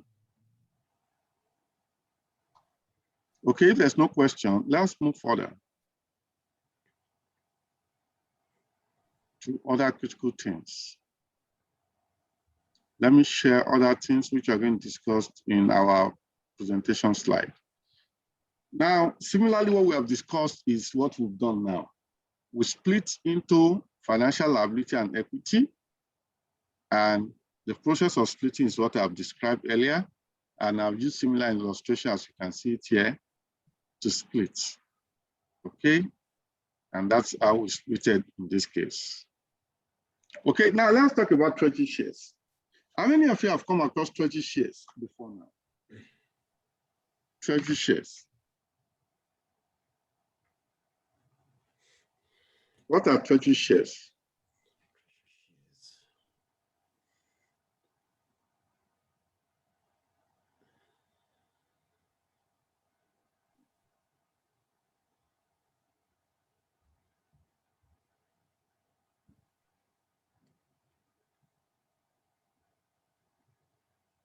I'm waiting. An arrow.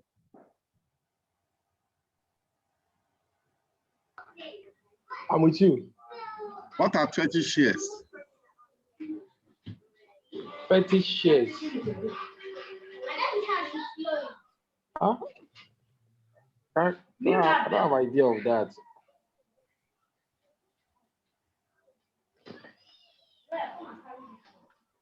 Okay, Madam Grace.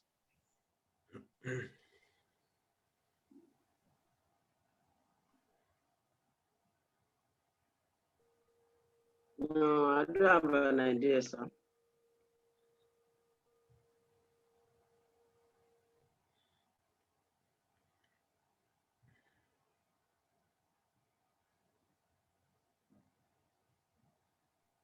Madam Grace? I've spoken, sir. I don't have an idea. No head on. Marian, are you there?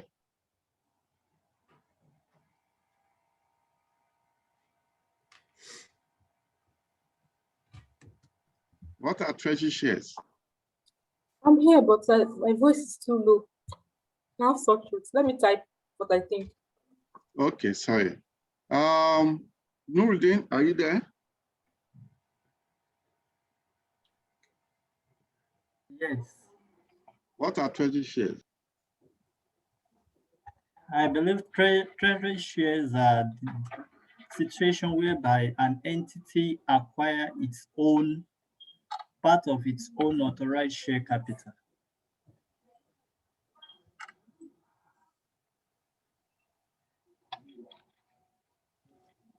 Okay, you got it right. Yeah, when a company buy back its shares, we call such shares treasury shares. Now, can we reason it out in one way or the other? Why a company will buy back its shares? What objective do you tend to achieve? Because for every decision, there's an objective behind it. Can we think it through and make some contributions? Okay, can I just say something on that? Why companies tend to buy their shares? I don't know if you are with me. Yes. Okay, sometimes companies, the major shareholders may think that they have the share is overly diluted. So buying it back may resolve that issue of dilution of shares, in order to increase the value of the shares, in the attempt to increase the value of the shares. So that's what. Then on that too, if a company is very I think very liquid is a way of trying to. I think it's a way of reducing liquidity. Just buy back its shares and increase the value of its market. I think that is just what I've realized over a couple of. That is my own understanding. Okay. Yeah, you have mentioned one of the critical things why companies buy their shares. Okay. What other things can we point out to?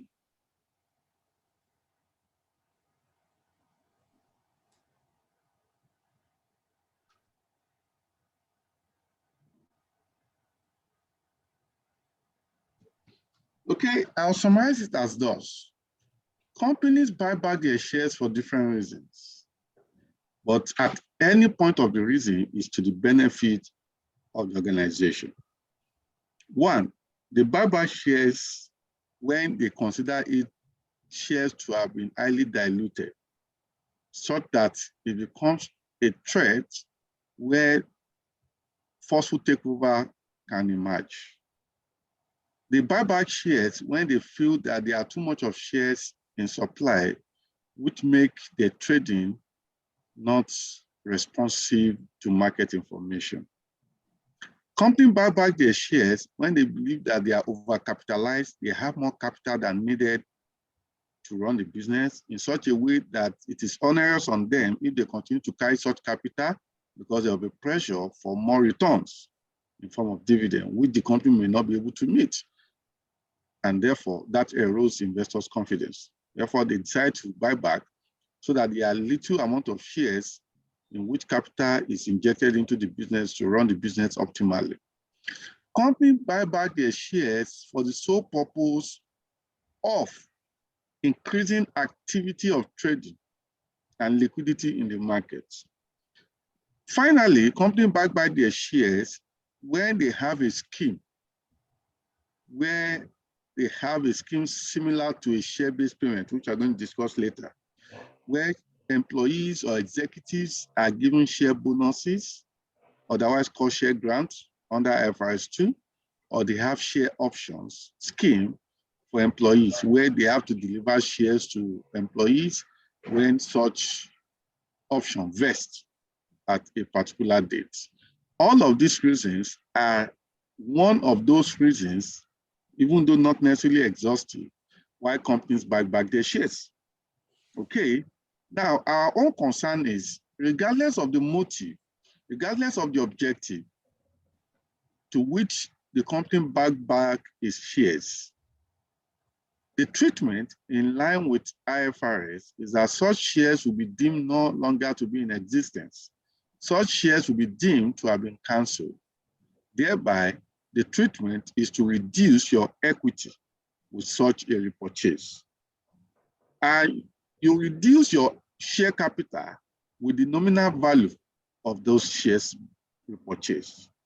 And any excess over the nominal value will be used to reduce your share premium. And where share premium is not sufficient enough to reduce or to absorb such differential, the difference outstanding will be charged to any other appropriate reserve or retained earnings. And that's just the treatment for treasury shares, which means at every point in time you buy back your shares, you treat it as a cancellation of shares. And you use it to reduce your equity in totality and through the various components of equity. Nominal value is charged to share premium, to share capital. The excess over the nominal price, which is the market premium, is charged to share premium.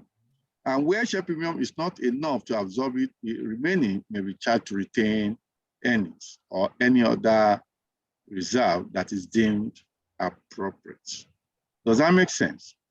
And what that also comes with is that for the purpose of payment of dividend and for the purpose of determining earnings per share in line with IAS 33, such shares will no longer be deemed to be outstanding.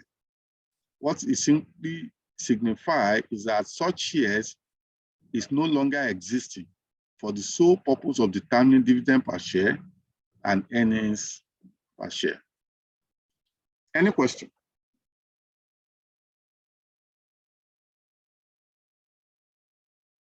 Any question?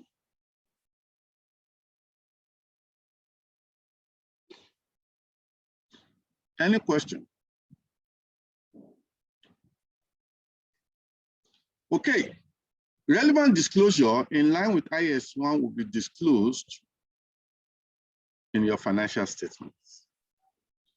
Now, the next aspect is to discuss about, regardless of the nature of a financial instrument, how do we treat the associated interest, whether interest expense or interest income? How do we treat dividend, either dividend paid or dividend received? And how do we treat any form of realized? I repeat, how do we treat any form of what? Realized. I qualify it. Any form of realized gains and losses attributable to financial instruments. And I'll break it down for you.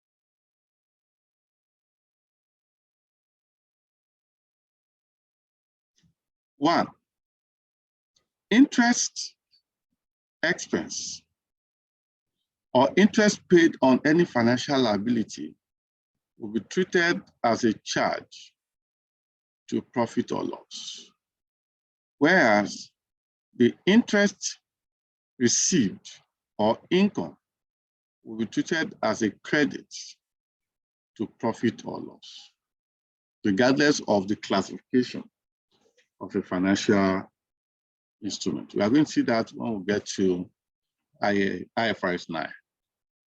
Thirdly, dividend received will be treated as a credit to profit or loss, while dividend paid will never be treated as an expense because it's discretionary. Rather, it will be treated as a distribution to owners of equity. And in that case, it's not an expense, except for dividend paid on preference shares, except for dividend paid on preference shares classified as financial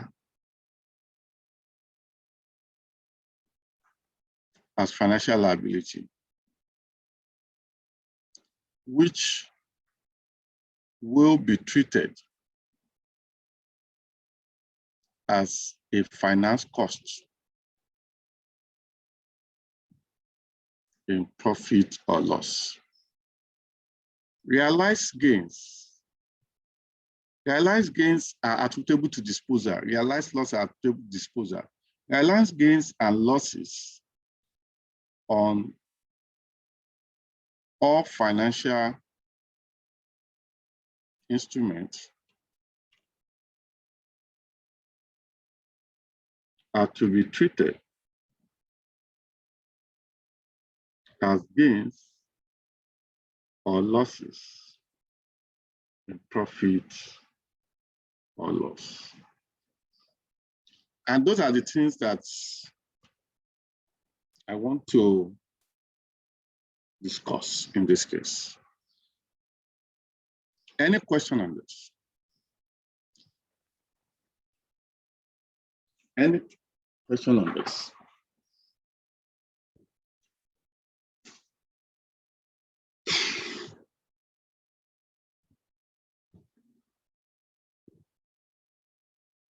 Any question on this?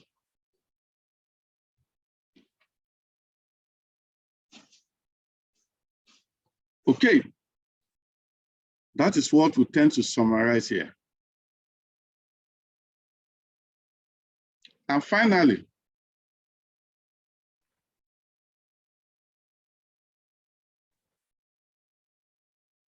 we talk about issue of offsets. Now, who can tell me what do we mean by offsetting in accounting or in financial reporting, as the case may be? When we say offset or offsetting, what does that mean? And why do you offset?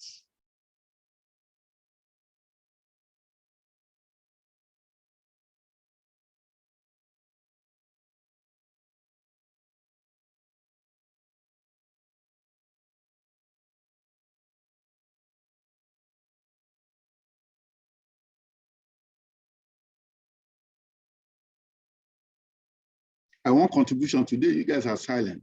Are you still mourning the death of Christ? Yesterday was Good Friday. Yesterday I didn't eat. But since I don't want to have us, I've started eating this morning because it's so painful that we lost the Christ. But again, we'll convert there on Monday, Easter Monday. And after our program, we'll go and meet him at the Galilee to receive him back. I'm waiting for you. Donka, are you there?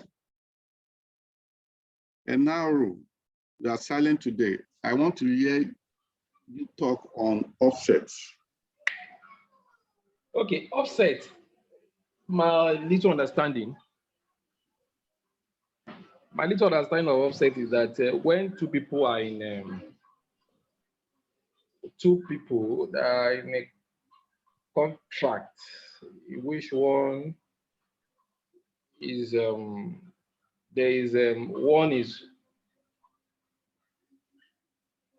one person is how will I put it? The contract, somebody is owing the other person. Mr. A is owing Mr. B. Mr. B. I think I just missed it there, but I know that before payment is made, you offset the expenses. I don't know. I'm sorry. I wanted to do something, but I just missed it.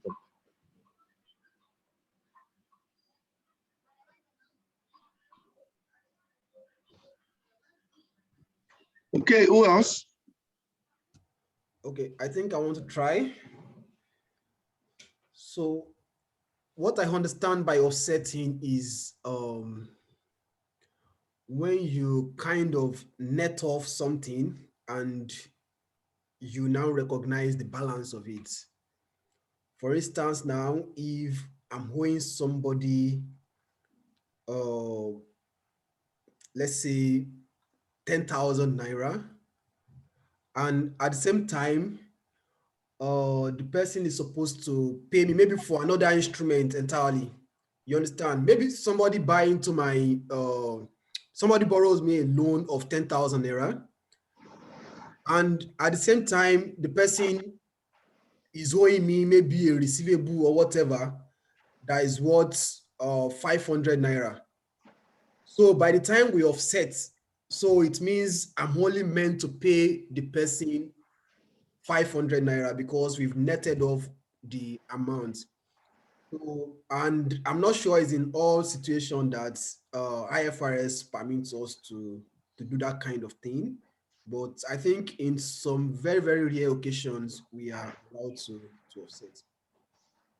Okay, now offsetting means netting off liabilities against assets and reporting the net position, whether as a liability or as an asset. That's what it means.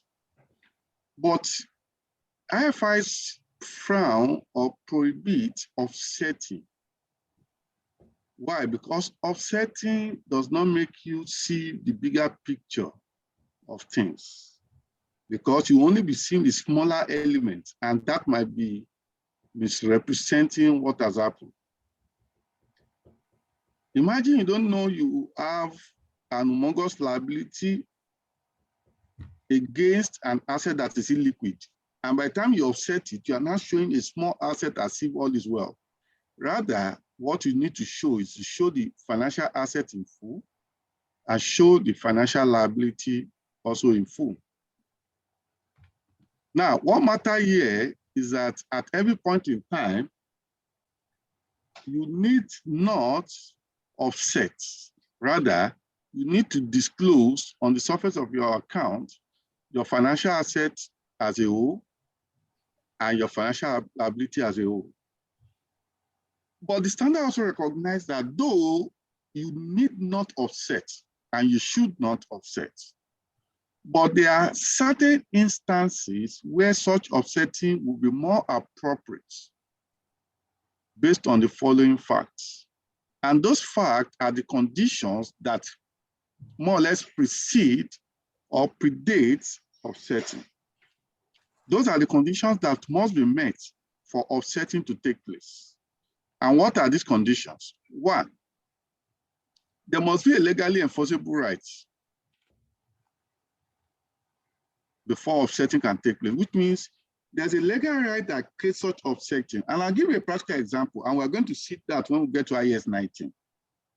IAS 19 deals with employee benefits. We'll be talking of benefit of employee other than benefit in the course of service, which means we'll be talking extensively on post-employment benefits, similarly to pension, gratuity, and post-life insurance, and etc. Now, for a defined benefit obligation, you have a planned asset that backs it up, but you don't disclose planned assets in your books separately from your planned obligation. What you disclose is the net of it. Why? It's because there's a legally enforceable right.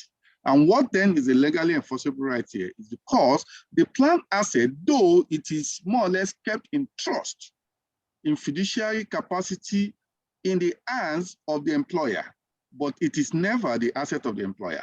But it is solely an asset maintained for the employee with respect to the defined obligation. And therefore, such should never be disclosed as part of the asset of the employer. Rather, it should be netted off with the planned obligation and report the net of the obligation or the net of the planned asset in your books. And we're going to see that. That's why you find out that pick any financial statement, you are not going to see planned assets shown under the asset column and planned liability shown separately. No, what is shown is the net after these two have been offset. The same thing also happens to some level of financial instruments. But two conditions must always go hand in hand. Not only when there's a legally enforceable right, but the second critical factor is that even though there's a legally enforceable right, there must be evidence that by the nature of this legally enforceable right and the contracting between parties involved, the liabilities can only be settled with the realization of that asset. Let me give you an example. If I borrow money from bank and it is time for me to pay, I won't tell bank that I have to sell my investment before I can pay. That therefore, if I find it difficult to sell my investment, I won't be able to pay. That is not because they are two mutually exclusive events. But for planned assets, if employees retire and they have to enjoy gratuity or a lump sum pension, they can be settled with the company's cash flow until the company is able to realize that planned asset, which will be used to settle those that have retired or resigned and they are entitled to it. Therefore, in that instance, that is why offsetting may take place. But in any other instance, you can't offset, especially when it comes to derivative. People say, if you have derivatives, some result in a gain, and you thereby recognize a derivative asset. Some resulted in a loss, and you thereby recognize derivative liability. Why are we showing it separately in the balance sheet? Why can't we offset it and show the net of derivative, whether as an asset or a liability? But the answer is that no. Most of those derivatives are done even for the ones that are for offsetting the earlier derivative written, because they are not written in such a way that there's a legally enforceable right that one will be used to offset the other. And the assessment of the other will be based on realization of the other. Therefore, such offsetting will never be allowed. And that's why, to a greater extent and degree, offsetting of a financial asset against financial liability is not permitted in financial reporting, except where two conditions are fully met. One, there's a legally enforceable right to offset, and the intention to settle, net or both, will be done simultaneously, thereby realizing the asset first to settle the what? The liability, or deliver that particular asset as a settlement of the liability on an instantaneous basis. Any other question?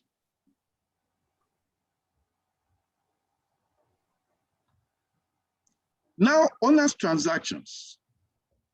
Owners' transactions are otherwise known as transaction with owners of equity or transaction within equity. And when you go to statement of changes in equity, the third section there is where it's the section that captures transaction within equity. And what does that mean?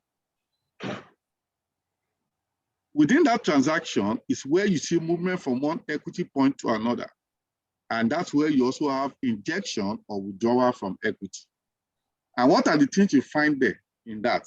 I will list them for you here. Let me go back to our notes.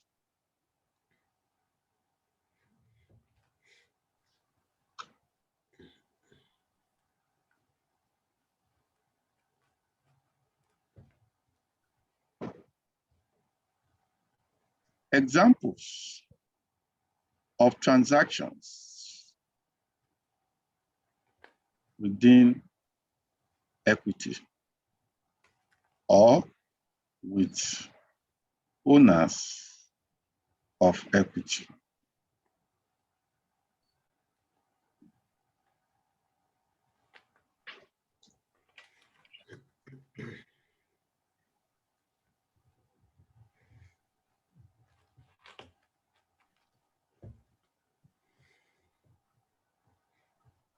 One, when you have situation of additional paid-in capital, when you inject more funds into the business, when you repurchase company shares, when you incur transaction costs in issue of shares or in repurchasing shares, all of such are not expense. They are treated as reduction of equity. When you pay dividend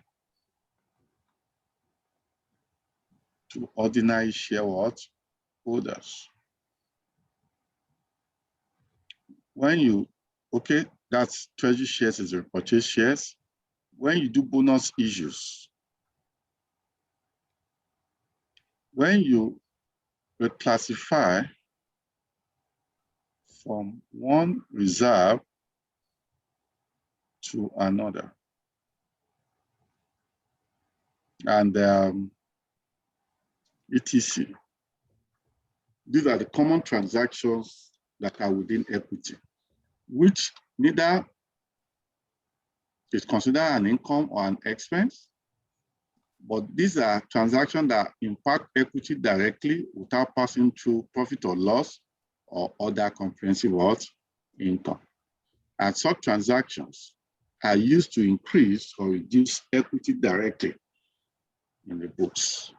And these are considered owners' transactions. Any other question? Okay, I think at this point, we might conclude that we have successfully discussed the provision of IAS 32 with respect to financial instrument presentation. Any other question before we take a break and we convey in 10 minutes time? Sorry, I want to know how we treat owners' transactions. How we treat it is that we treat them within equity, which means they are not expense, neither are they income, but they are transactions that affect equity directly. Because before now, what we know is that equity is only affected by items that passes to profit or loss and other comprehensive income. But we are not saying that there are some transactions which does not pass to profit or loss, neither does it pass to other comprehensive income, but they do affect equity directly. Okay, so what that means is that an equity item will be debited and another equity item will be credited. Not necessarily. If you pay the new capital, asset that will be debited, item that will be debited is a cash or bank, which is not an equity item. But item that is credited is equity, which is the share capital or a share premium. Okay. Whereas some, it can be one equity to another equity. Okay, sir. If you pay dividend, retained earnings will be debited, but cash will be credited. Therefore, it's not necessary. But we are saying that the impact of it on equity, whether two-legged or one leg, affect equity without passing to profit or loss or passing through to other comprehensive income. Okay.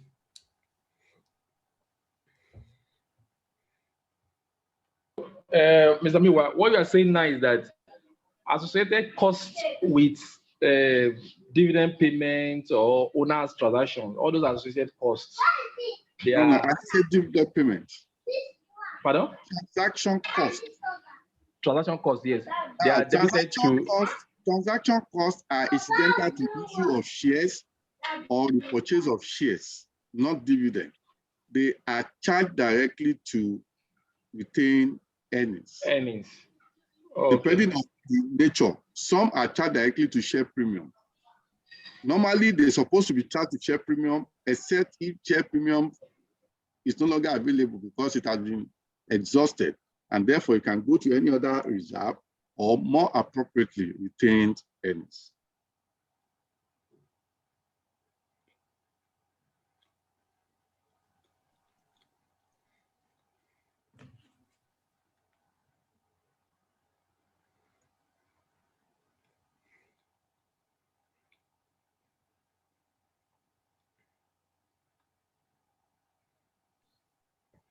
Okay, we'll take a break and we'll reconstitute in 10 minutes time.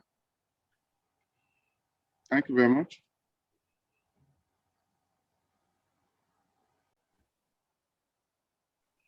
Okay, welcome back. We'll continue from where we stopped, and now we'll be discussing extensively with respect to Ifrs 9. But before we go into Ifrs 9, we need to reiterate our understanding of what IAS 39 is. If you recall, what you are seeing on your screen depicts the grouping or the classification to which financial assets and liabilities are shown in IAS 32. Okay, and to refresh our memories, you'll recall that under IAS 39, our financial assets can be classified into 4 buckets or categories, as the case may be. The first bucket there is fair value to profit or loss. The second bucket there is available for sale, which is also measured at fair value. Okay, and to be specific there, I can more or less consider that as available for sale, which also is measured at fair value.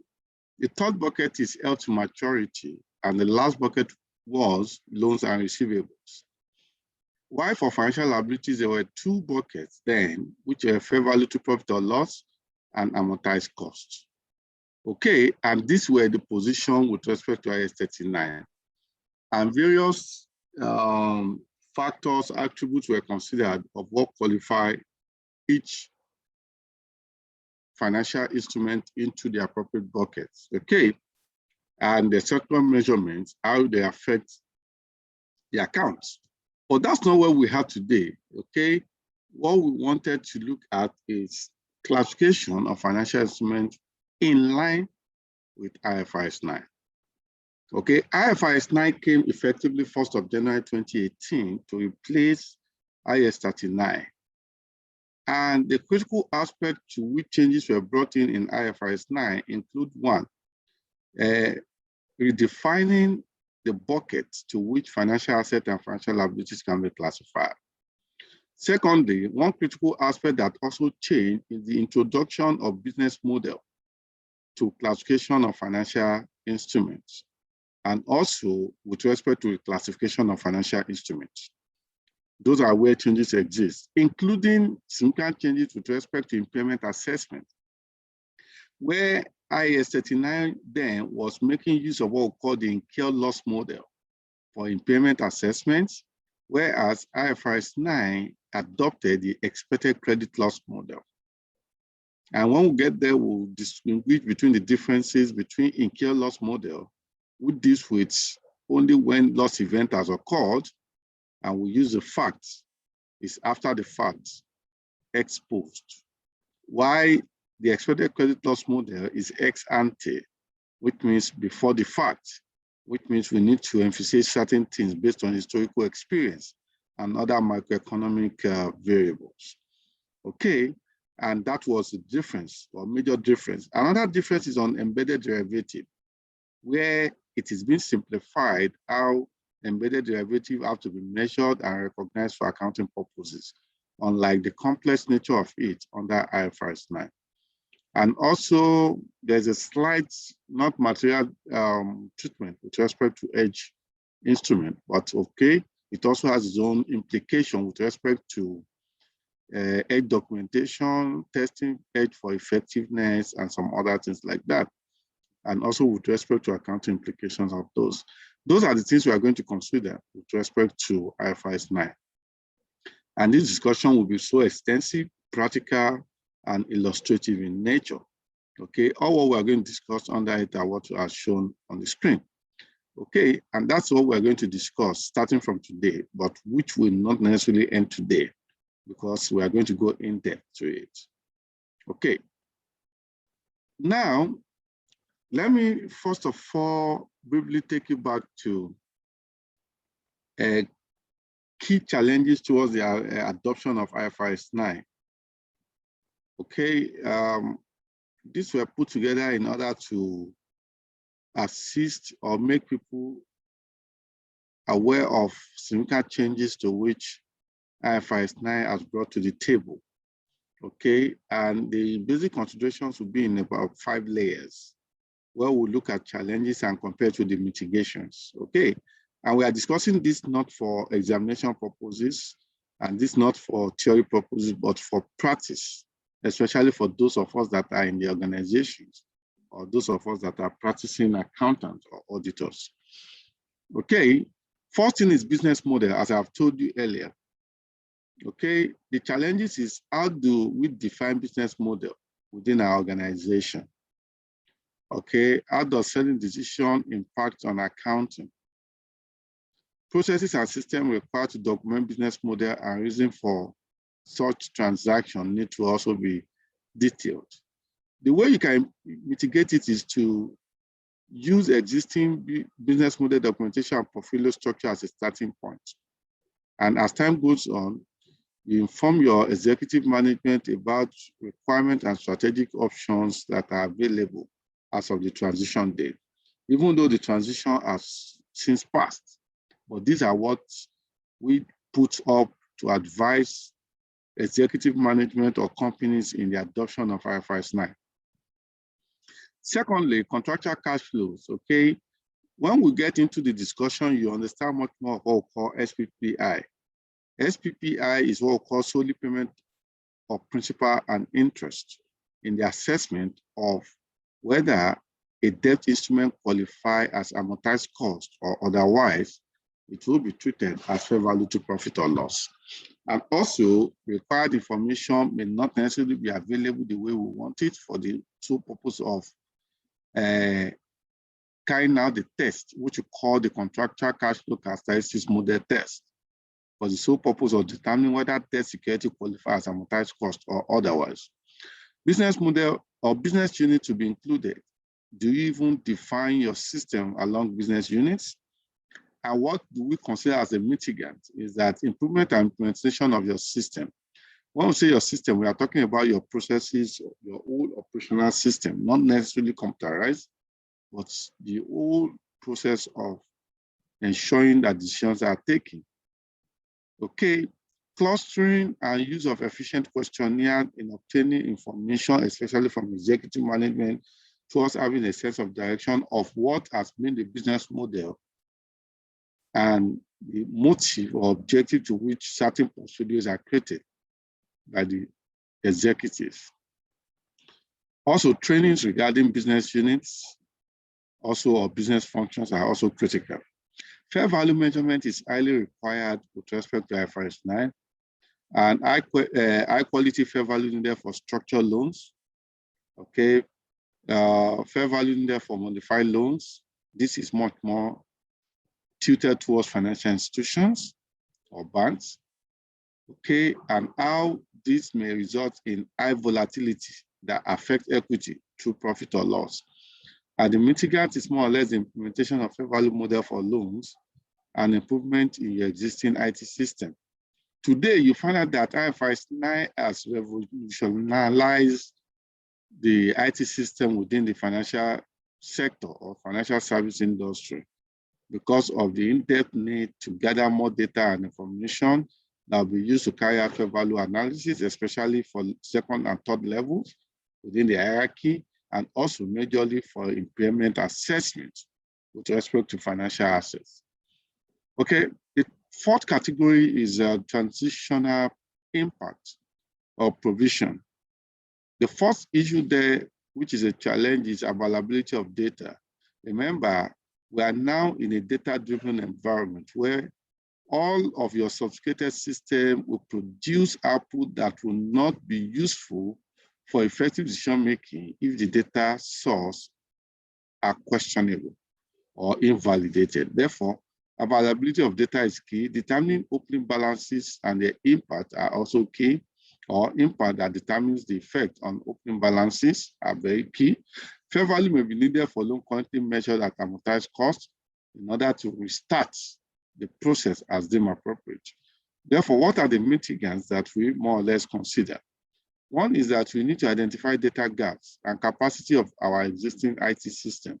And that's why you find out that many banks invested massively between 2017, 18, and 19 towards ensuring that the system are up to date in order to more or less fast track this implementation. And also various simulation tools to identify and quantify impact are equally taken into consideration, where scenario analysis were being carried out, sensitivity analysis were being carried out.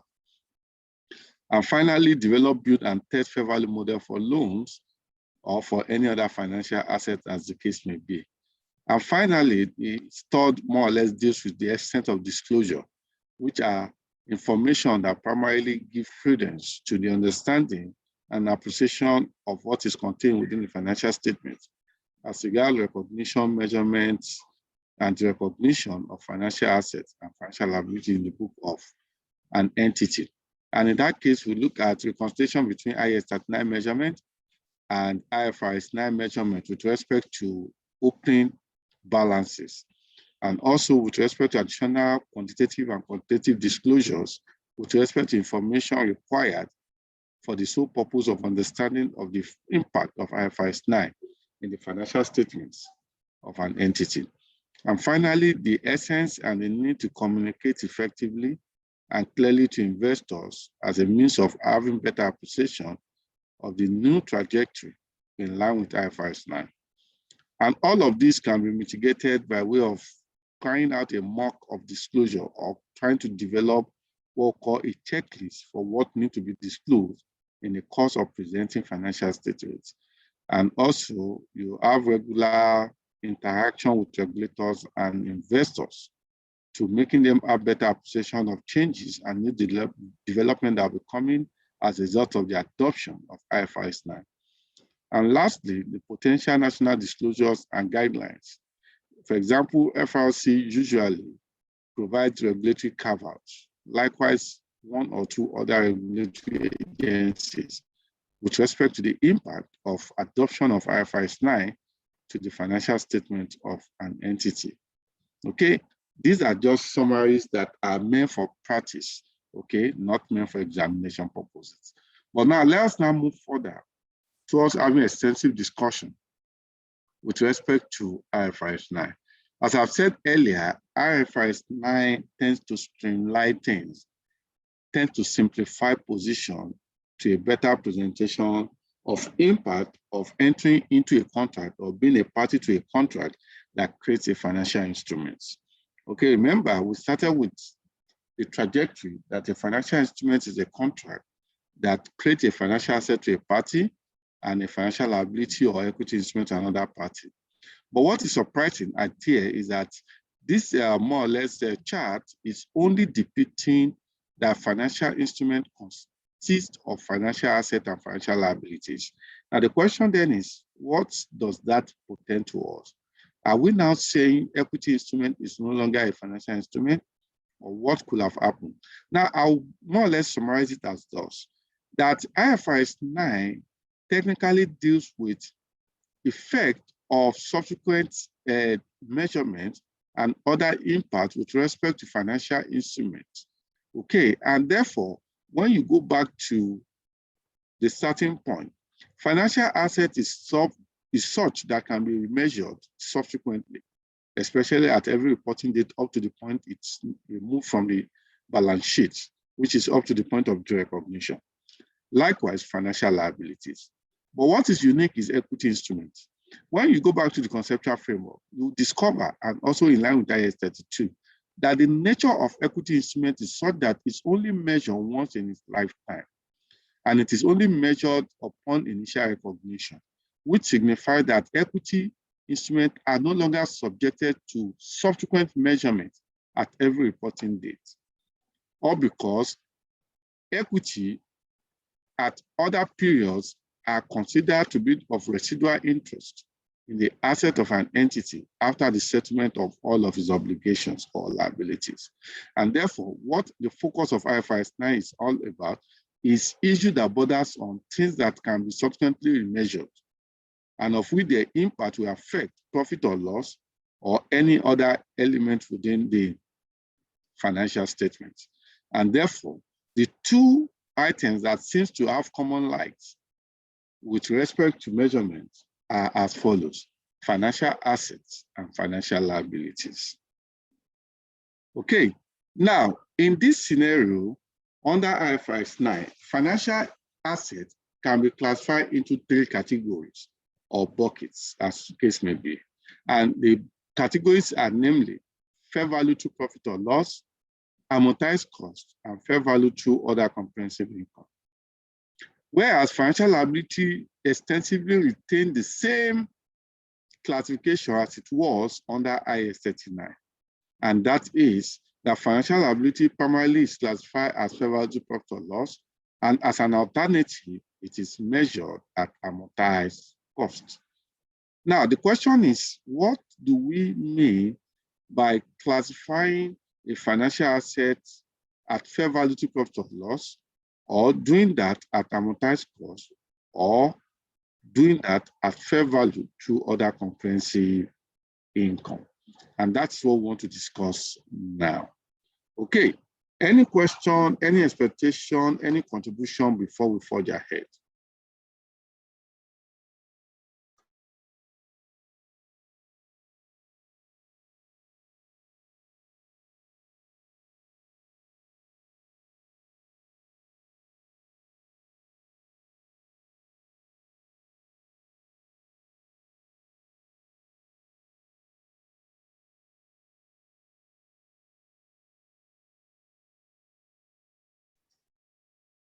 The floor is open. I'm here to hear anybody. Please remember, our contributions are very, very important. This is more or less a practice session and a practical and illustrative section. Therefore, it's key for us to have better appreciation of our understanding. So my expectation of this session, I mean, of the whole IFRS 9 financial instrument routine, is that at the end of everything, like, I want to come out as an authority when it comes to financial instruments, when I discuss with my colleagues at work and in whatever way. So that is my expectation of this course. Okay, thank you.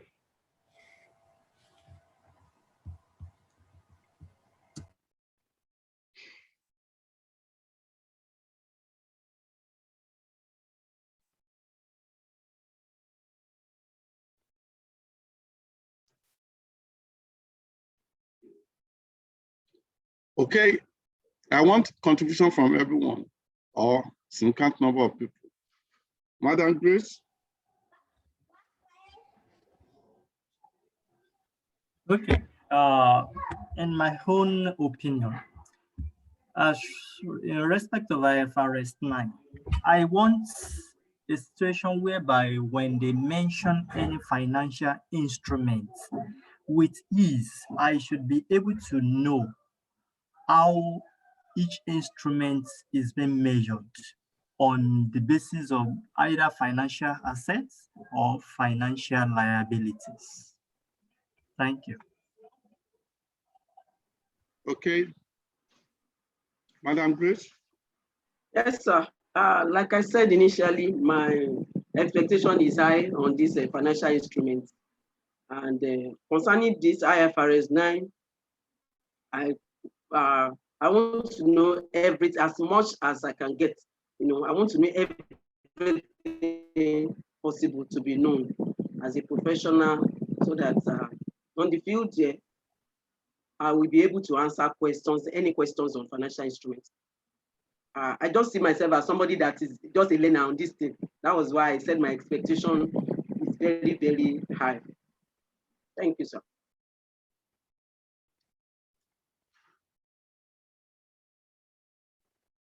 Following.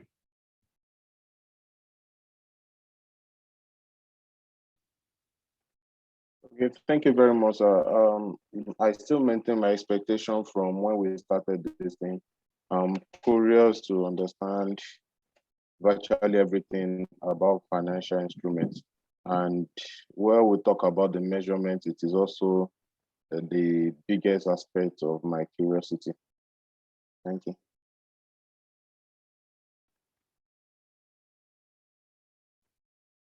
Enaro. Okay, financial instrument, I'm not very vast at it. I just have this little understanding of it. So I will expect to have a very good understanding of it. I really appreciate that.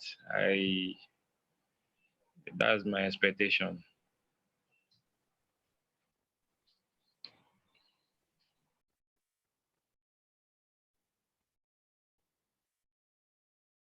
Deumi. Adeumi.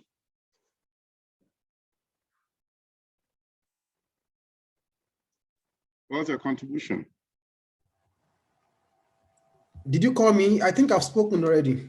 Okay. Marian, are you there?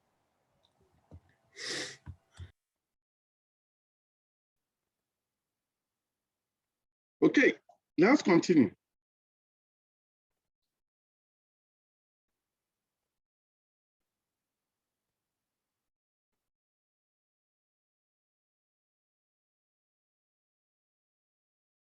Okay, let's pick it one by one.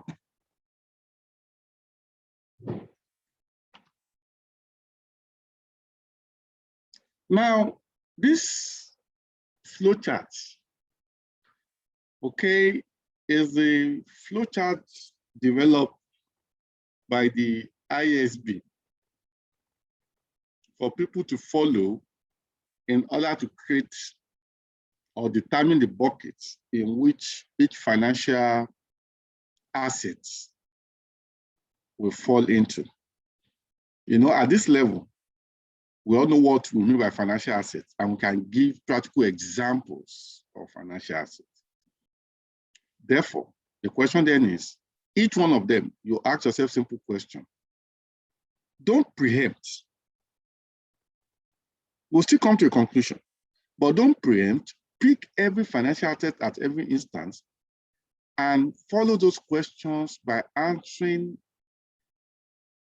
based on a binary option of simple yes or no. And that simple yes or no will take you directly to the point of destination. And let's pick it one by one. The first thing is this. You don't even bother to seek categorization when something does not even meet the definition of a financial asset under IFRS 9. Which means every standard has a scope. No standard is scopeless. It has a limit. It's addressing.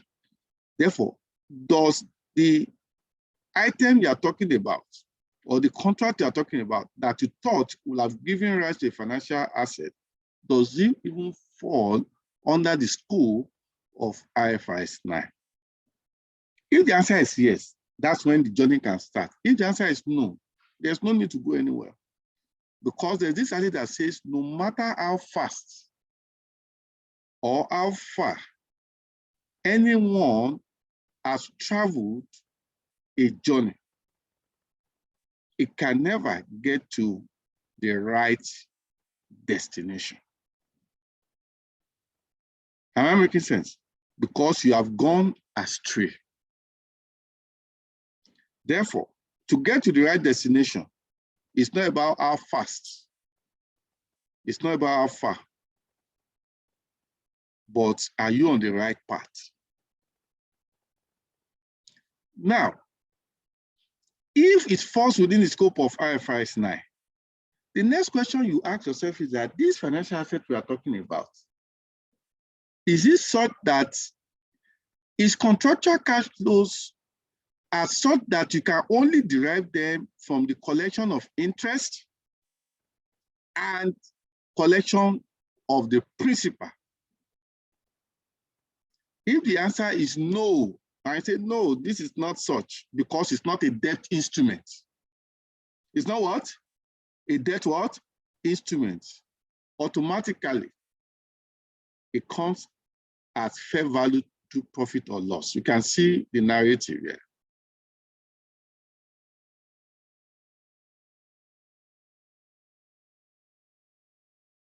Secondly, and what this simply says in summary is that all equity investments, I repeat, all equity what? Investments will be measured at fair value to profit or what? Or loss. But there's an asterisk here. This asterisk means that there's an exception. There's what? An exception. But for now, before we discuss on the exception, take it from me that all equity investments will fail this test by answering no, because they are not of interest and what? Principal. Therefore, all equity investment primarily should be classified as fair value to profit or loss. Secondly, if the answer has been yes to the question which says, are the contractual cash flow solely of principal and interest? And I said yes. It means it's a debt instrument, it's a debt security. But the next question is that, okay, based on your model, your business model, is it such that these instruments are held to collect, which means your model, your business model is that you designate them as a portfolio that you are to collect contractual cash flows only throughout the life without an intention to do otherwise? If the answer is no, you cross to this borderline. But if the answer is what? Yes, automatically it's supposed to come to amortized cost. But there's an option at origination that the standard provides. And I will explain that later. And what is the option? The option is fair value option. That is, even though primarily it's supposed to have been measured at amortized cost, but because of one reason or the other, which includes not to mismatch a financial asset with a financial liability, therefore, you have more or less designated at initial recognition to measure at fair value to profit or loss, which is why you said yes here. But if you say, no, I'm not taking that option, even though it exists, it then means that your no means yes, if you have to measure it at amortized cost. But don't forget, apart from yes here, we can equally say no. The word no means that though we need to collect the contractual cash flow, but where the opportunity arises, we can equally sell prior to maturity to make capital appreciation. And in that case, if we say, yes, we can make capital appreciation, we have the option here. But if we say no, we don't intend to sell in this regard, therefore, we measure them at fair value to profit or loss.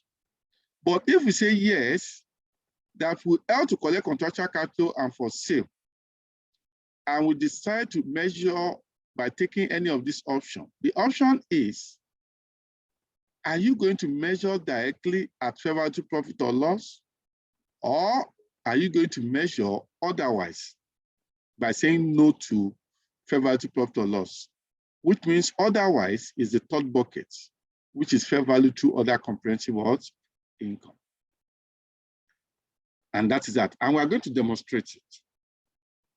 Now, this exception here with the asterisk is that even though all equity instruments are supposed to be measured at fair value to profit or loss, but there's an option such that such can be measured at fair value through OCI.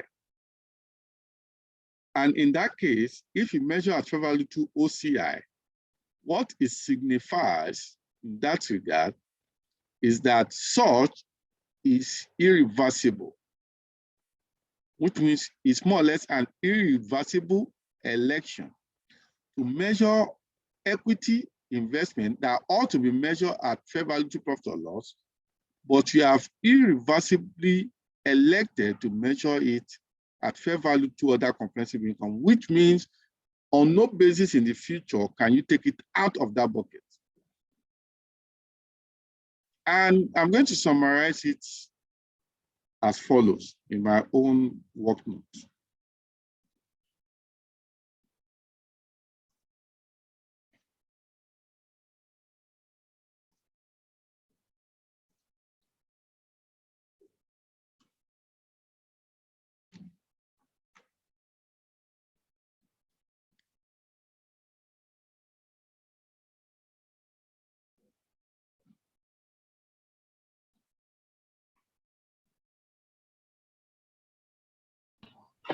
Okay, Muriwa, sorry, can I just answer this question?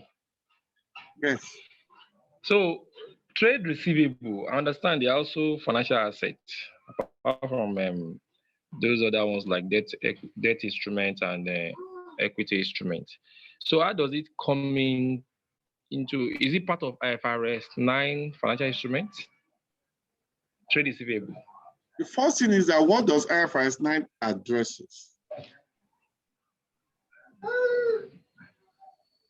What does IFRS 9 addresses? It addresses all financial assets and financial liability. And the question is, liabilities. A financial asset? Yes. That answer is a financial asset.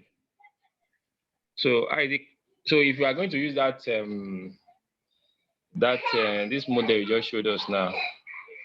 Number one is the financial. There's a model you showed us. Yes. So we look first. The first question we ask ourselves is it going? Are we going to earn interest on it and all those things? The question is obviously no. Why is it no? Because trade receivable, we don't earn interest on trade receivable. Is just a contract, and the value can. Okay, I what don't do know you that. get? What do you get from trade receivable? We get cash. You pay. You get back your principal amount. Yes, yes. Therefore, what are we saying now? Is it on all debt instruments you collect interest? No. Which means it's either you collect interest and principal or you collect principal alone, especially for discount instruments. Okay. Okay, thank you. Okay.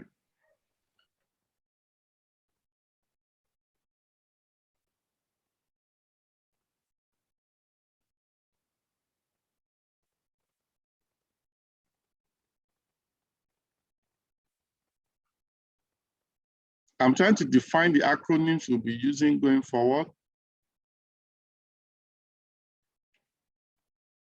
Okay. This is it. Now, let me try to now break it down to say where we have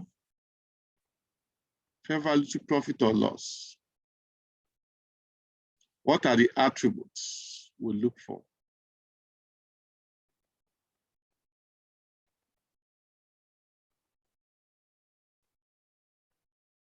The financial assets that can come under this category, we have the following attributes. One,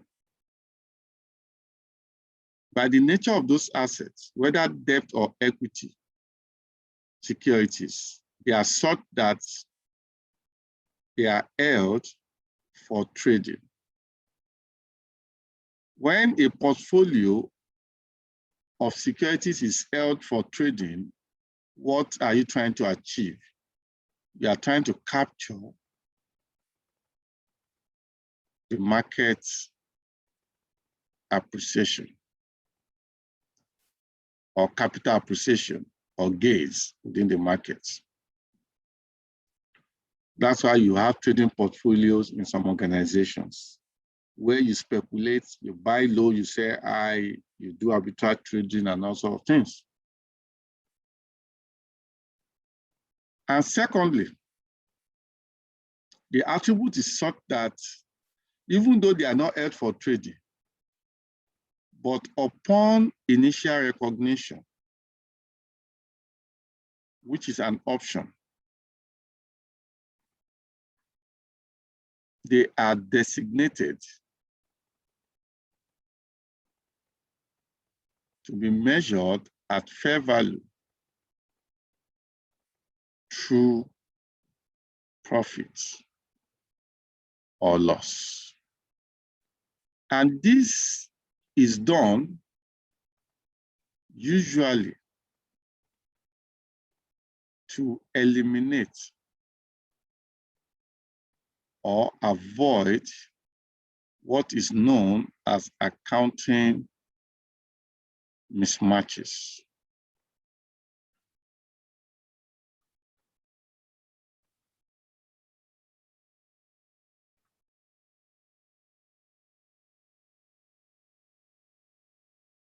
Who can tell me what we mean by accounting mismatches? When does accounting mismatch take place?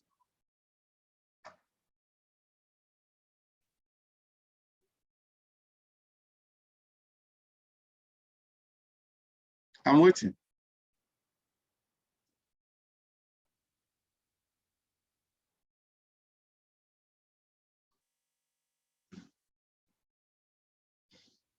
I'm waiting, please let us contribute.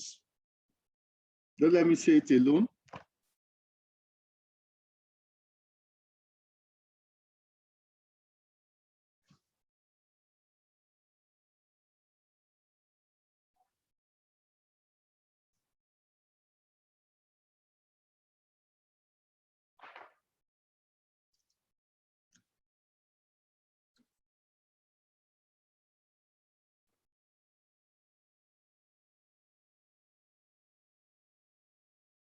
Accounting mismatches.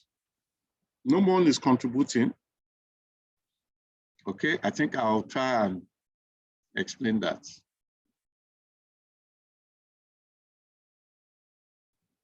Now, when we talk about accounting mismatch, what we are talking about is this. Let me pick practical illustration. How many of you know insurance companies? The business of insurance. Okay.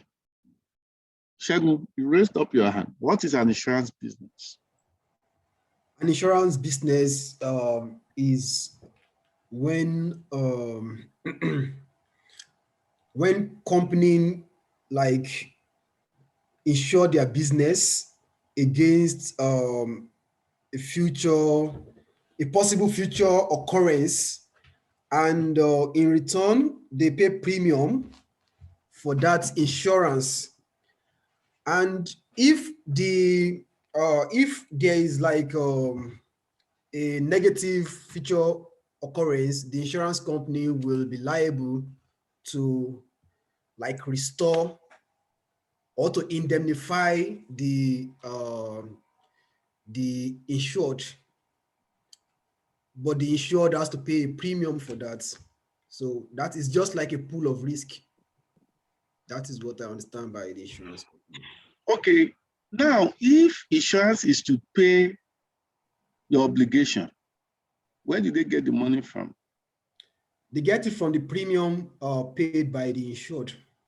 And who told you the collection of the premium is sufficient enough to pay the obligation when it crystallizes? I also know that the cumulative premium are always invested. And in what?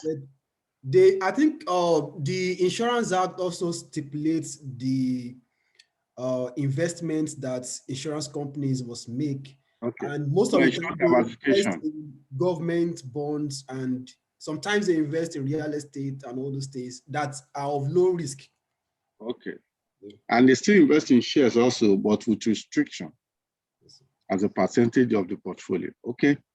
Now the question then is this. Insurance liabilities, which are liabilities against the insured or in favor of the insured, primarily are measured at fair value.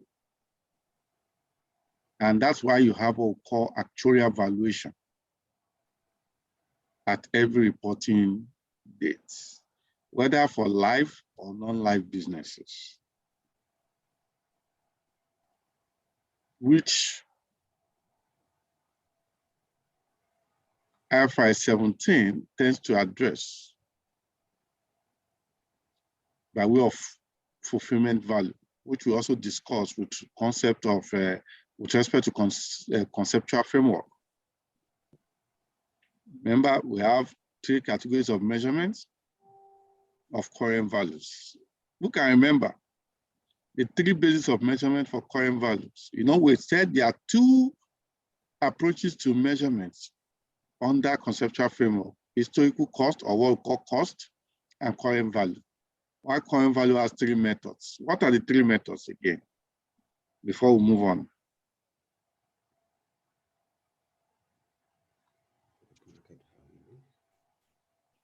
Can we recall? Should I give a price for who can recall? And the price is that for the amount that will be due for the person that can recall will be a burden that will be shared equally to those that cannot recall.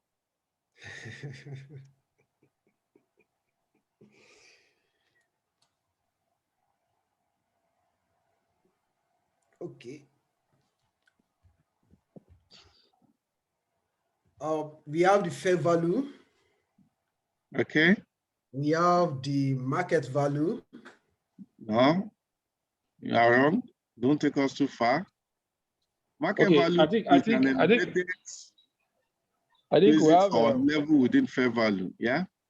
I think we have fair value, we have value in use, then we have the current cost.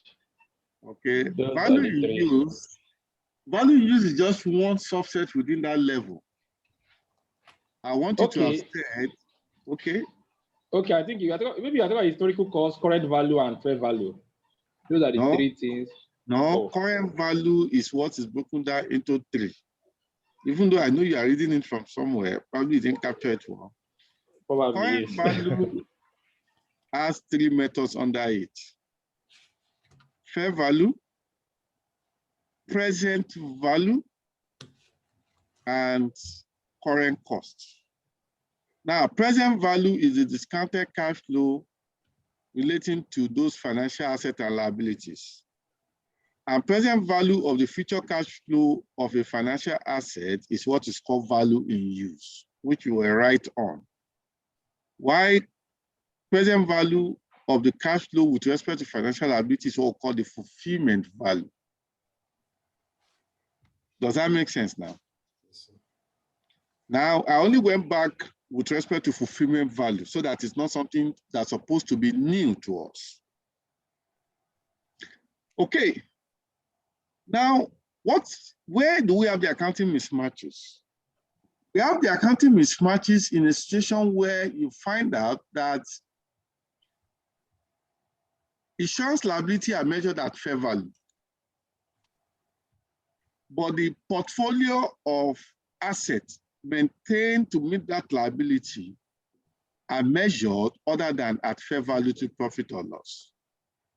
Therefore, that creates a volatility in the earnings of an insurance company, which distort the true financial performance of such an entity. And therefore, to limit such distortion or insistent volatility, that is where such insurance company had an option to designate such a financial asset that primarily will have been carried at amortized costs, such as government bonds, such as investment in real estate or REITs, which is real estate investment trust, or any other form of debt security, rather than carry them at amortized costs, because they are not held for trading purposes. You are giving such an allowance for the sole purpose of eliminating accounting mismatches to carry them at fair value or to measure them at fair value to profit or loss. Who can give me another practical example of industry that may fall into this category? It's staying on our faces. It's something that affects us the more into our future. Banks now, that should be banks now. Not banks, not banks. I think it should be the pension fund administration. God bless you. God bless you. God bless you. Pension funds.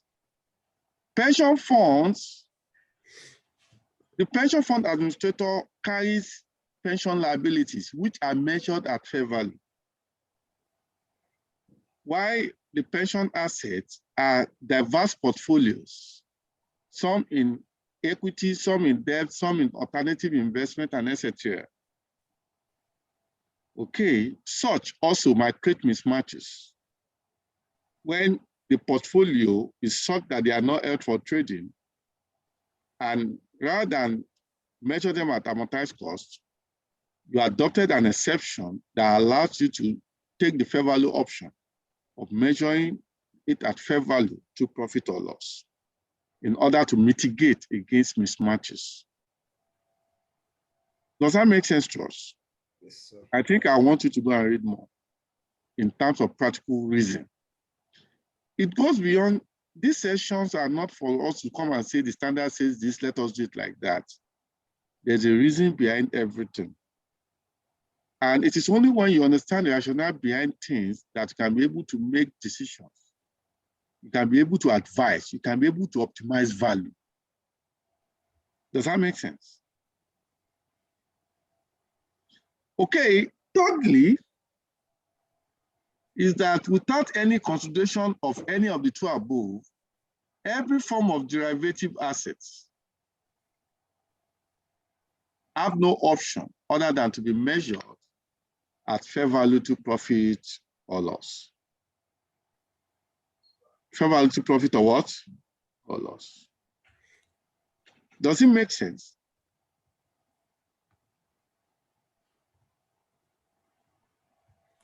Now, let us move to amortized costs.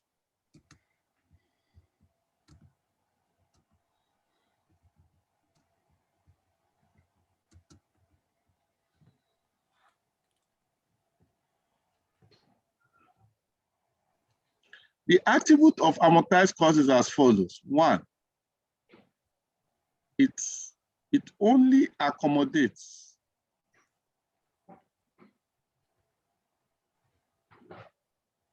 debt securities. What are debt securities? These are securities with contractual cash flows, which is interest and or principal.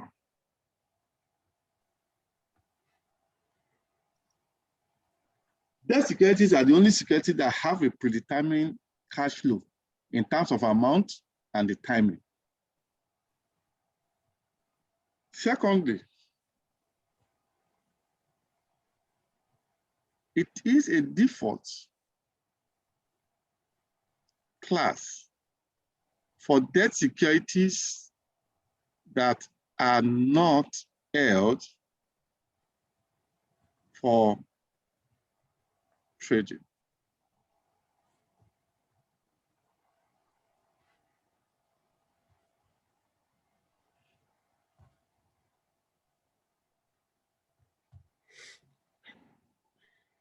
And thirdly, it accommodates financial assets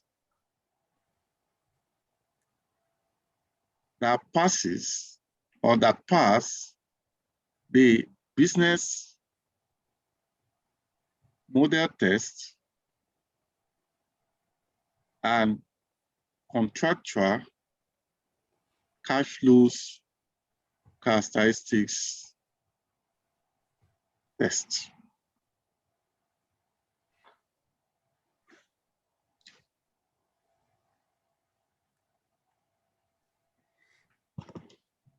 Which means invariably by default,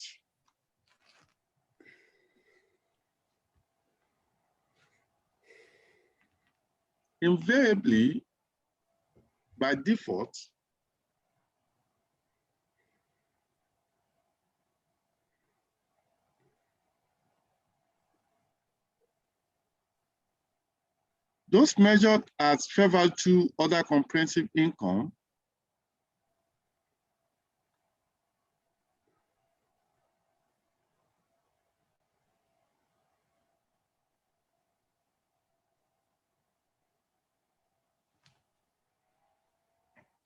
are those that one cannot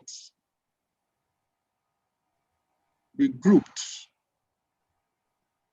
either as at fair value to profit or loss or amortized cost, or those equity investments that an entity has elected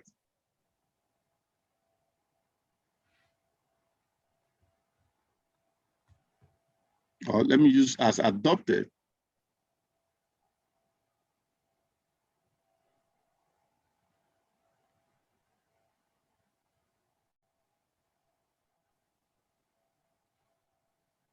by way of an irreversible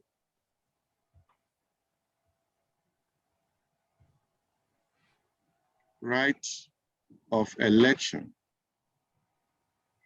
to be measured at fair value through OCI, which such right cannot be reversed no matter the condition in the future.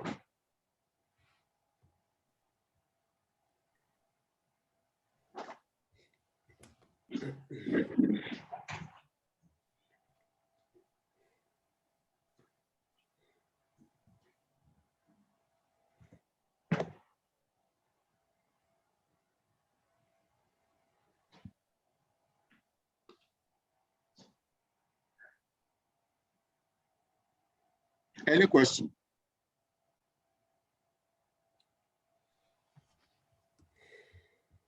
Before we move forward.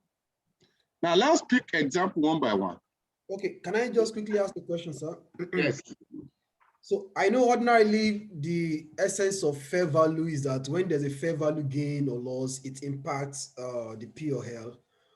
But in what way, I mean, for what reason will a company want to bury its fair value loss or gain in OCI rather than taking it through P or L? Okay.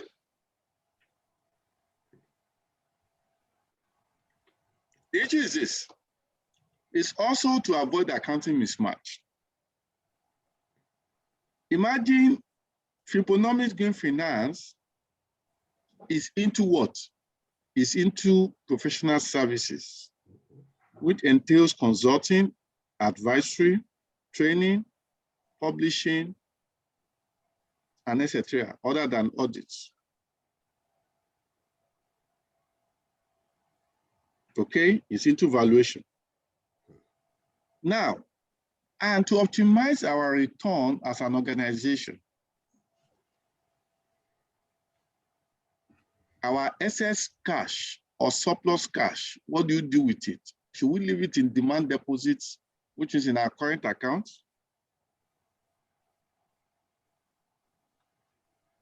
The answer is what? No, because from our knowledge of financial management,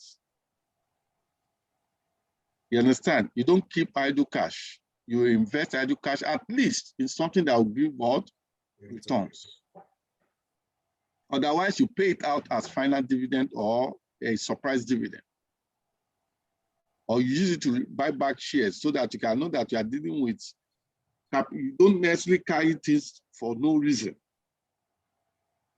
But in order not to return the money to shareholders, in order not to distribute everything as dividend, in order to grow further in the future, we try to reinvest it. Because our operation is such that there's no need to reinvest. What would I reinvest it in? Infrastructure we have, everything we have. Therefore, would I just say, okay, let us go and build a property for office again? You know, the way of investing it is to go into the capital market and put it on market securities. Unfortunately, the decision the board took is to invest it in equity. I will invest it in GTB Bank shares, Zenith Bank shares, Dangote, Cement, Flour Mills, Cadbury, Nestle, Total, Nigeria PLC, and all sorts of things. And these are equity investments that are impacted by market volatilities. The question then is, if I've done so poorly as a company in a year, but that investment has done so massively well, but such investments are not held for trading. The objective is that such investments are for future appreciation, getting return from dividend, and when we have liquidity issue or need to distribute cash or anything, we can realize such investment. Therefore, how will I now allow the fair value gain or loss to be distorting my account when my performance is to be measured? Because when you want to measure my performance, you are not going to measure it from the perspective of the investment portfolio, because that's not my primary objective. You measure me based on my performance with respect to advisory services I deliver, the training I deliver, and all sorts of things, and see whether I'm maximizing that resources to generate returns. Why will you crucify me for the essence of trying to take market opportunities where we invested in equity for the surplus cash, and in a year, I've done very well in providing services which has earned returns, profits for us, But unfortunately, because of the market crash, fair value losses impact erode all my losses so that I'm not seen as non-performing person. Would that be normal? No. Therefore, because I'm not holding it for investment, for trading purposes, for speculative purposes, this is a future realization of an investment. And therefore, why will I allow that to distort? Why can't I be given an option to say, okay, let me take it away from the volatilities that might affect my earnings so that it depicts a wrong picture of what my performance is. And therefore, rather than show it to profit or loss, I take it to OCI. But the question is this: once I've taken that option, no condition in this world subsequently might make me reverse it. You know why? Because if not, people will use it to manipulate. The time is not favorable, they'll say they are taking right of election.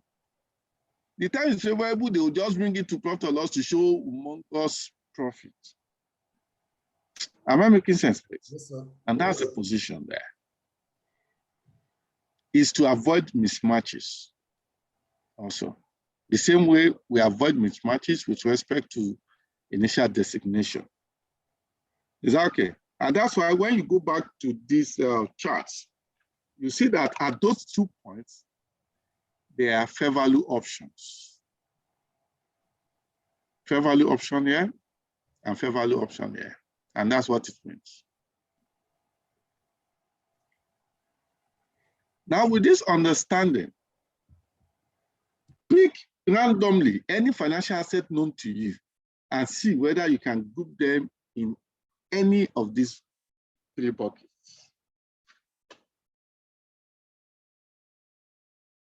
Now, let me put it back to an arrow. Where will you put receivables?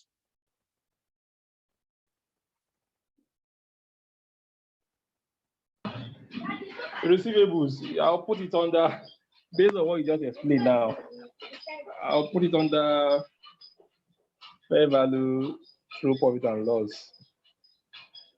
How true is that? Why? Because receivables impact my business. So no, it's not about my business. Business. Is receivable held for trading? Is it a tradable instrument? No, it's not a tradable instrument. Okay, can it be designated as fair value to profit or loss at initial recognition to avoid accounting mismatch? What are you mismatching in your receivable? And thirdly, is it a derivative? No, it's not a derivative. Therefore, what basis have you now used out of these 3 items I've listed? I think I'll use the basis of held for trading. That's why I've asked you a question. Are receivables held for trading? Are they tradable instruments? And what then is receivable? You sell goods to your customer and you're expecting money. Therefore, how do you now hold it for trading? Oh, that is wrong. That one is wrong. Okay, so it's fair value. Okay. Yeah. Okay. You didn't get the understanding well. Let me put it up to any other person.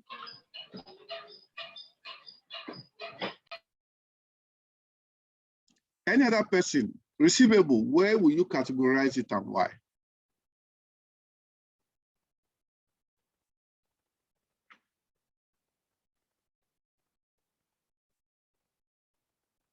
I'm waiting. Nuruddin, Asama, Madam Grace, and the likes.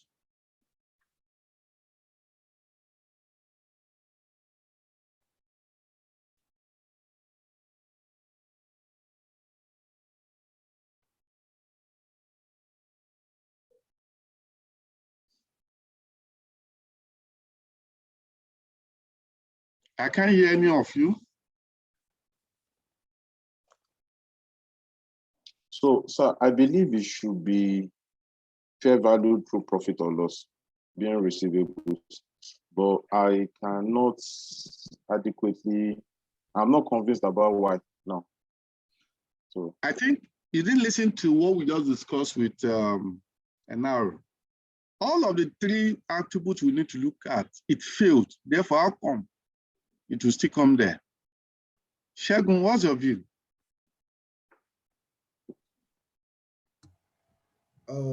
Be measured through OCI because I didn't get it. I didn't get what you said. fair value through other comprehensive income. How? Yeah, because they cannot be classified as fair value through profit or loss, and at the same time, they cannot be classified as amortized cost. Why can't they be classified as amortized costs? Let me put this to you. First, is receivable a debt security? No, is a financial asset. A financial asset can be grouped into three things extensively: equity securities, debt securities, and derivative securities. Therefore, Okay. which one is it? Receivable is a debt security. Why is it a debt security? Because it has a contractual cash flow. Yes. So Contractual cash flow entails you said, interest and or principal. Therefore, at least if the receivable doesn't have interest, it has principal. And yeah, again, I will shock you that there are some receivables that have interest, depending on the duration or credit periods. Continue. okay, there's something you said here that it accommodates financial assets that pass the business model test and contractual cash flow test. So Now, what is the business model test? What is the contractual characteristic cash flow model test? that is based on whether the asset is held to receive cash, held to collect cash, or held for resale or something like that. Hold to sell and something like that. I've forgotten. There's nothing like something like that. Hmm? Okay, I think I'll go with amortized cost. The receivable should be classified through amortized cost. Maybe you might be correct, but I'm still not satisfied because I don't want you to take it as like, okay, I take it like that. I want you to be able to justify the position you have taken correctly.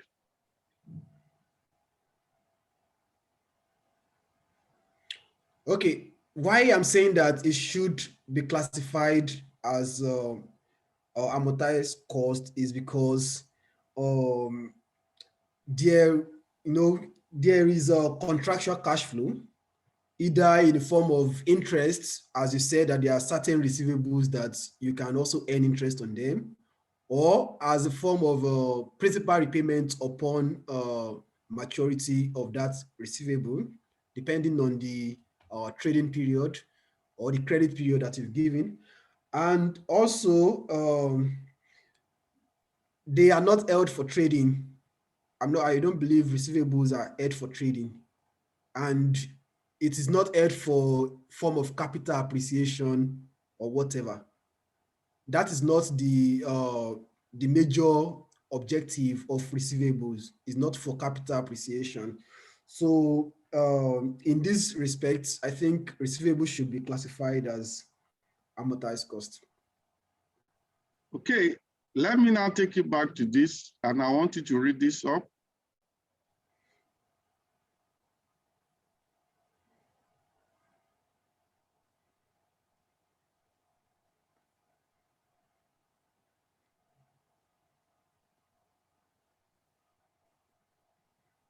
Okay, I want you to read this.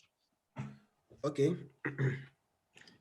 The IFRS 9 classification is made on the basis of both the entity's business model for managing the financial assets and the contractual cash flow characteristics of the financial assets. Business model test. IFRS now introduces a business model test that requires an entity to assess whether its business objective for a debt instrument is to collect the contractual cash flows of the instrument as opposed to realizing its fair value change from sale prior to its contractual maturity. Note the following key points. The assessment of a business model is not made at an individual financial instrument level. The assessment is based on how key management personnel actually manage the business rather than management intentions for specific financial assets. An entity may have more than one business model for managing its financial assets, and the classification be determined need not be determined at the reporting entity level. For example, it may have one portfolio of investment that it manages with the objective of collecting contractual cash flows, and another portfolio of investment held with the objective of trading to realize changes in fair value. It would be appropriate for entities like this to carry out the assessment for classification purposes at portfolio level rather than at entity level. Although the objective of an entity's business model may be to hold financial assets in order to collect contractual cash flows, the entity need not hold all of those assets until maturity. Thus, an entity's business model can be to hold financial assets to collect contractual cash flows even when sales of financial assets occur. Financial assets classification, amortized cost. A financial asset is classified as amortized, as measured at amortized cost, where the objective of the business model within which the asset is held is to hold assets in order to collect contractual cash flows. And the contractual terms of the financial asset give rise on specified dates to cash flows that are solely payments of principal and interest on the principal outstanding. Financial asset classification, fair value through other comprehensive income. A financial asset must be classified and measured at fair value through other comprehensive income unless the asset is designated at fair value through profit or loss under the fair value option. It is if it meets the following criteria. The financial asset is held within a business model whose objective is achieved by both collecting contractual cash flows and selling financial assets. The contractual terms of the financial asset give rise on specified date to cash flows that are solely payments of principal and interest on the principal amounts outstanding.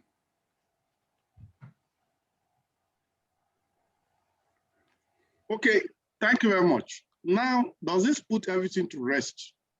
Why receivable is at amortized cost?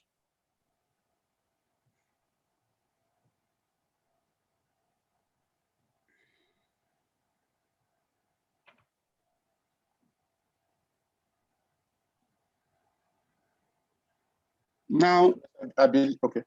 I believe it is clear why it's amortized cost. If since receivables will not satisfy fair value at profit or loss. and there's nothing to mismatch that will make you to classify or take reversible election to measure it as fair value to OCI. Okay, all what you have said so far is what I've summarized on these two slides here. I remember accounting mismatch is a key word there to such an election, which is also considered irrevocable. Okay. Now we'll come to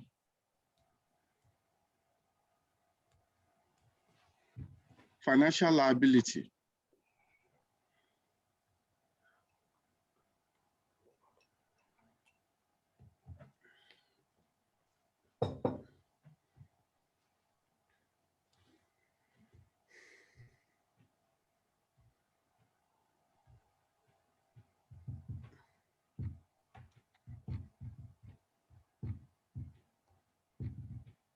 Now, financial liabilities, if you go back here, has two buckets. But by default,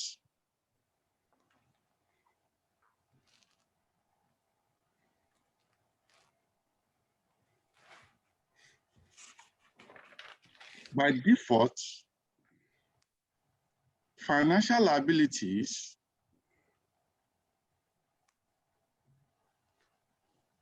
are to be measured at initial recognition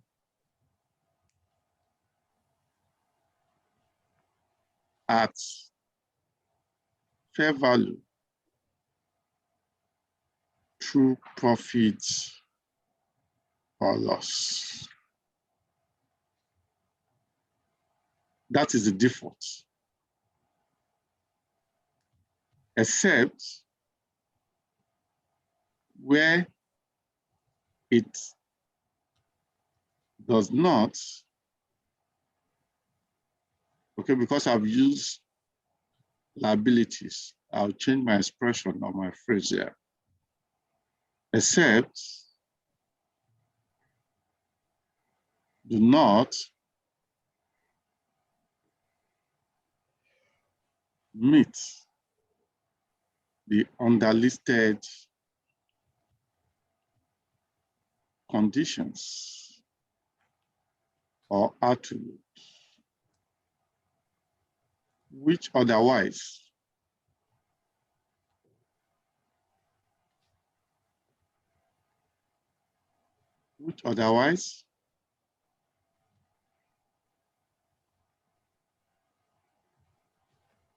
will be measured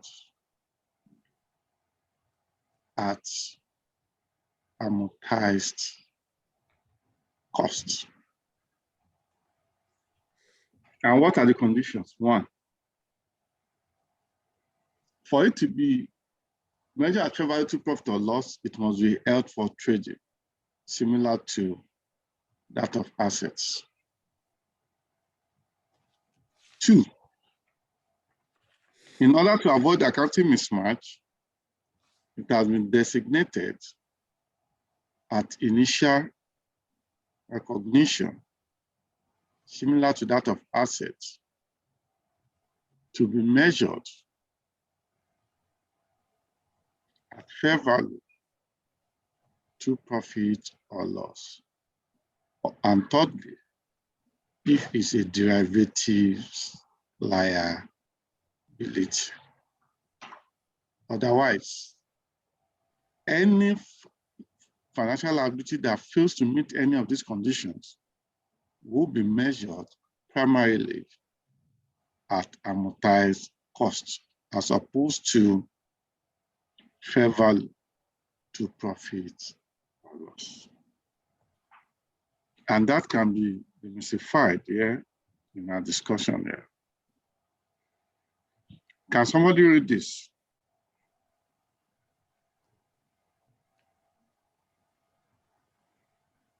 Akin Folarin.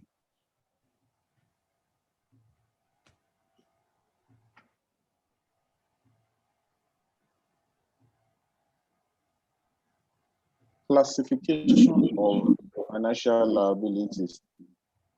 On recognition, IFRS 9 requires that financial assets are classified as measured at either fair value through profit or loss, or B, financial liabilities at amortized cost. A financial liability is classified at fair value through profit or loss if it is held for trading, or B, upon initial recognition, it is designated at fair value through profit or loss. This is permitted when it results in more relevant information because, one, it eliminates or significantly reduces a measurement or recognition inconsistency, that is accounting mismatch, or two, it is a group of financial liabilities or financial assets and liabilities, and its performance is evaluated on a fair value basis in accordance with a documented risk management or investment strategy. Note now, derivatives are always measured at fair value through profit or loss.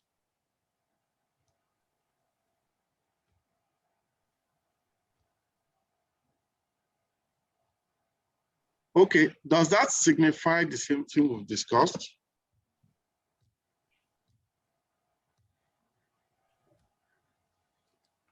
Hello? Yes, sir. Okay, now let me tell you something. At what point do you even recognize that you have a financial instrument? Whether it's a financial asset, whether it's a financial liability, whether it's equity instrument, at what point? Who can remind us?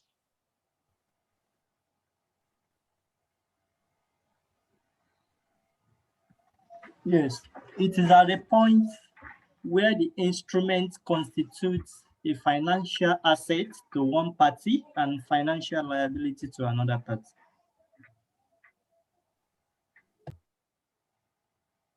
Can another person contribute from any other perspective?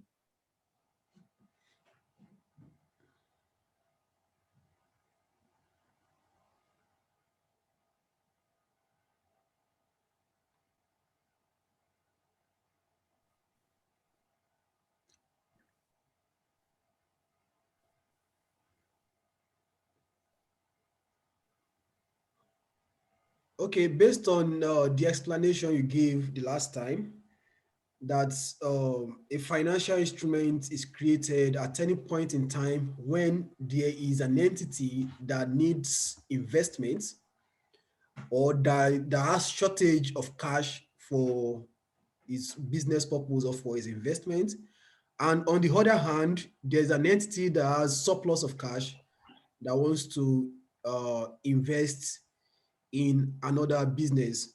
So the entity with surplus of cash will, okay, a financial instrument is created in this instance in which the entity with surplus of cash uh, has a financial asset, and that with a deficit of cash as a financial liability.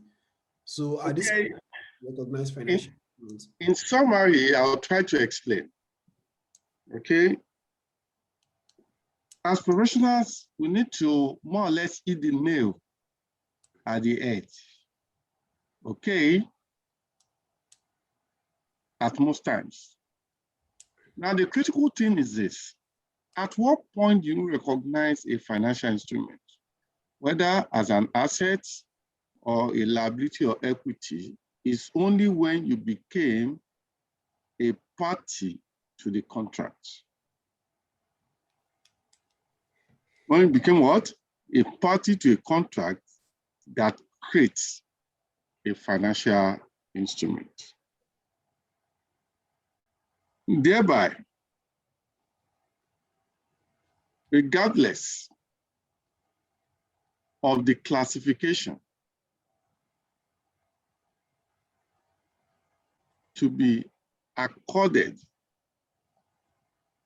or given to a financial instrument,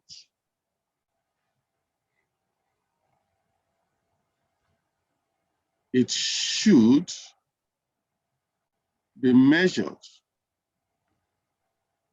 at initial recognition at fair value. At what? At fair value. Which means all financial assets, whether financial assets, financial liabilities, or financial what, or equity instruments, all of them, at the first point of you becoming a party to them, and at the point of you recording them in your balance sheets, you must measure them in a manner not other than at fair value. And that is a general notion I want us to take away from here. Now, that will now lead us to the two bases of measurements of financial instruments.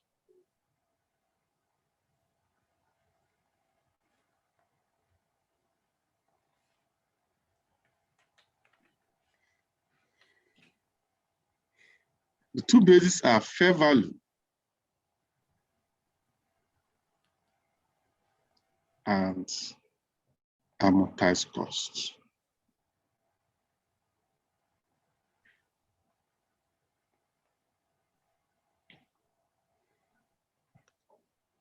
Now, we are going to discuss these two and end the session for today. Before on Monday, when we convey,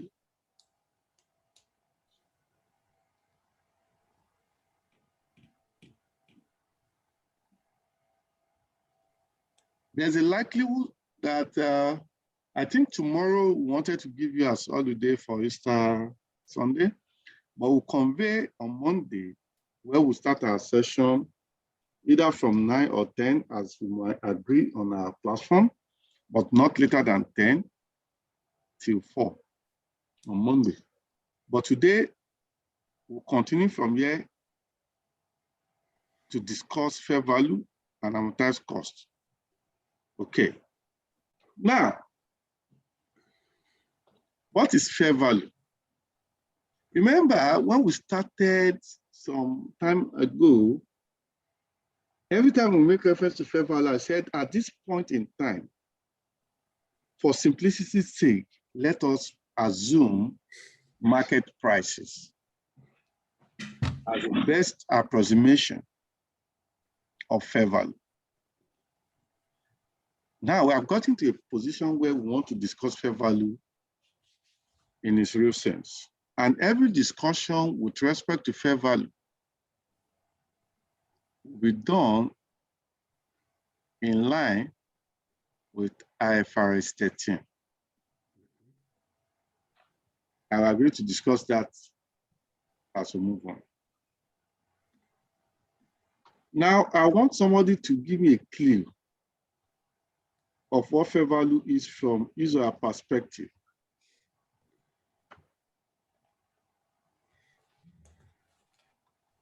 What is the understanding of fair value?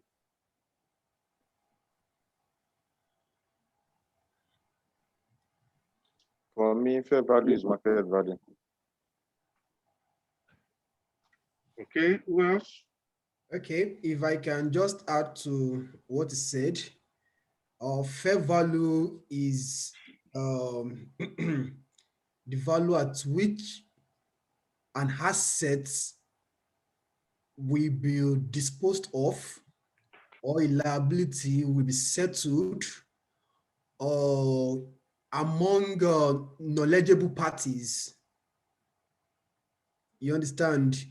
The amount that somebody with knowledge of the asset will want to buy it in the market.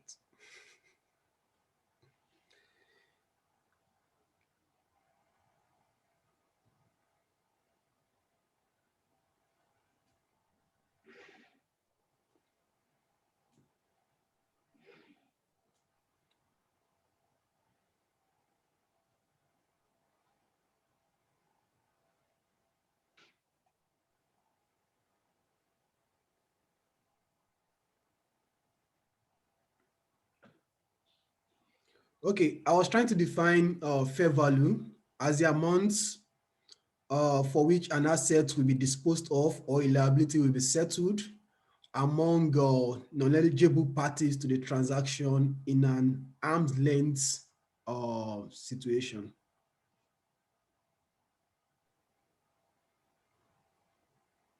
Okay, thank you. Who else?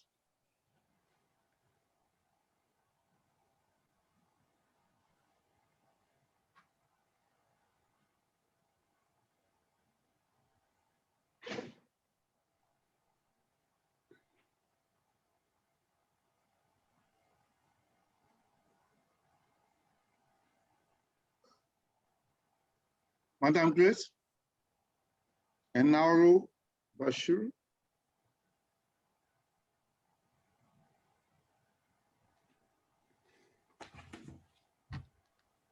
Mr. Shekun is correct, sir.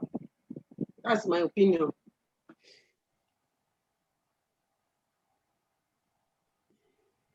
Enaro? No, I think Chago is right. He has mentioned knowledgeable persons, arm's length, and everything. So I think it's right. It's not that.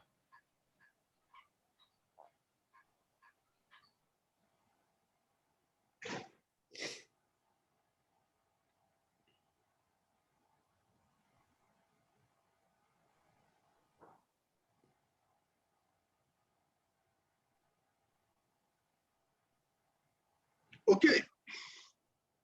Now, from these pictures, you can start to see what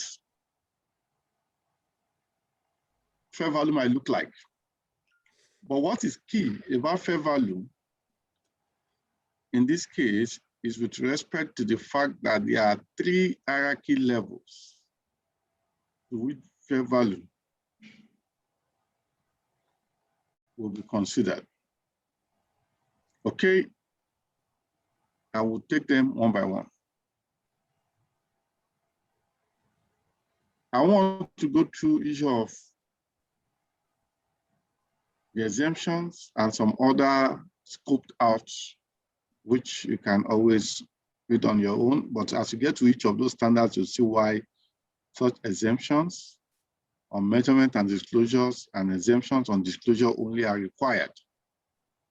Okay, probably I want somebody to check me, can read this so that people can be, their consciousness can be there, look at it before we move into the main discussion. Okay. Can you read up this? IFRS 13, fair value measurement. IFRS 13 applies when another IFRS requires or permits fair value measurements, both initial and subsequent, or disclosures about fair value measurements, except as detailed below. Exceptions from both measurement and disclosure requirements. Share-based payment transactions within the scope of IFRS 2, share-based payments. Leasing transactions within the scope of IAS 17, leases. Measurements that have some similarities to fair value but are not fair value, such as net realizable value in IAS 2 inventories, value in use in IAS 36 impairment of assets. Exemptions from disclosure requirements only. Plan assets measured at fair value in accordance with IAS 19 employee benefits. Retirement benefit plan investments measured at fair value in accordance with IAS 26, accounting and reporting by retirement benefit plan. Assets for which recoverable amount is fair value less cost of disposal in accordance with IAS 36.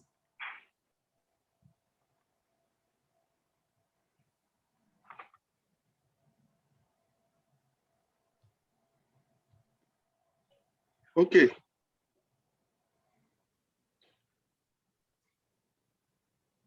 Now, when we talk about fair value, we are talking about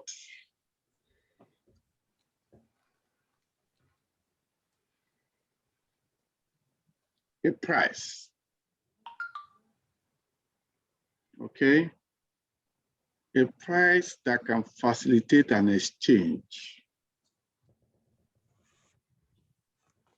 okay? A price in which an asset can be bought or sold, and likewise liability. But with reference to IFRS 13, the definition of fair value is restricted only to what we call an exit price. Only to what we call what? An exit price.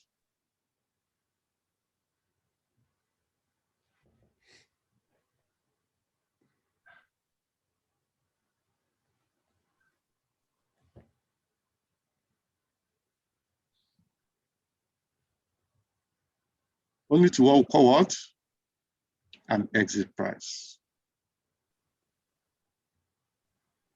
As it in this.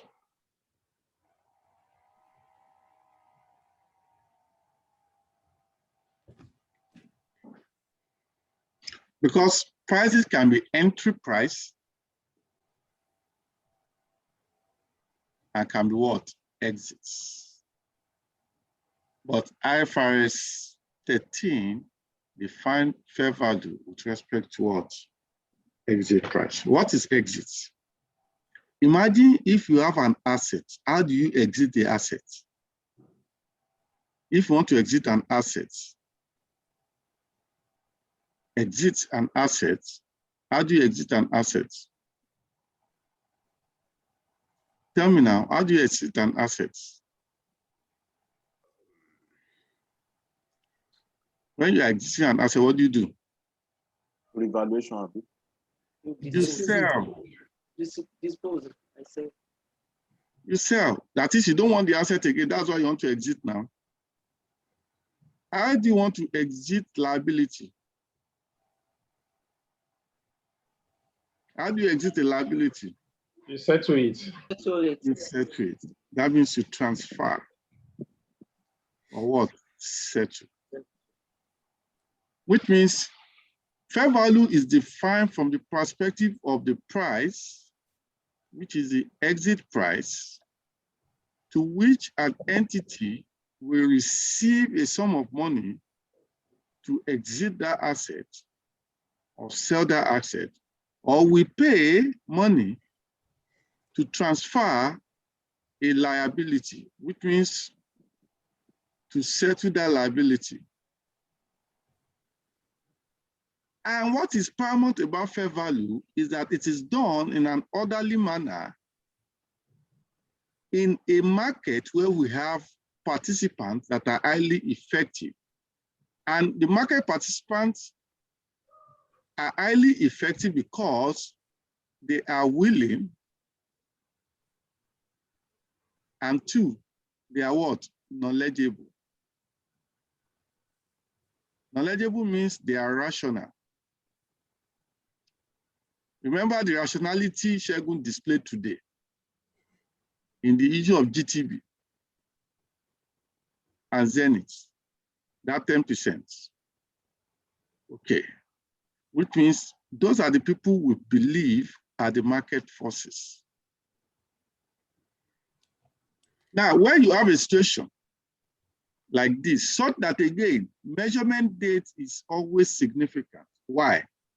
Because you know that fair value price today is not the same thing, or usually not the same with the fair value price tomorrow.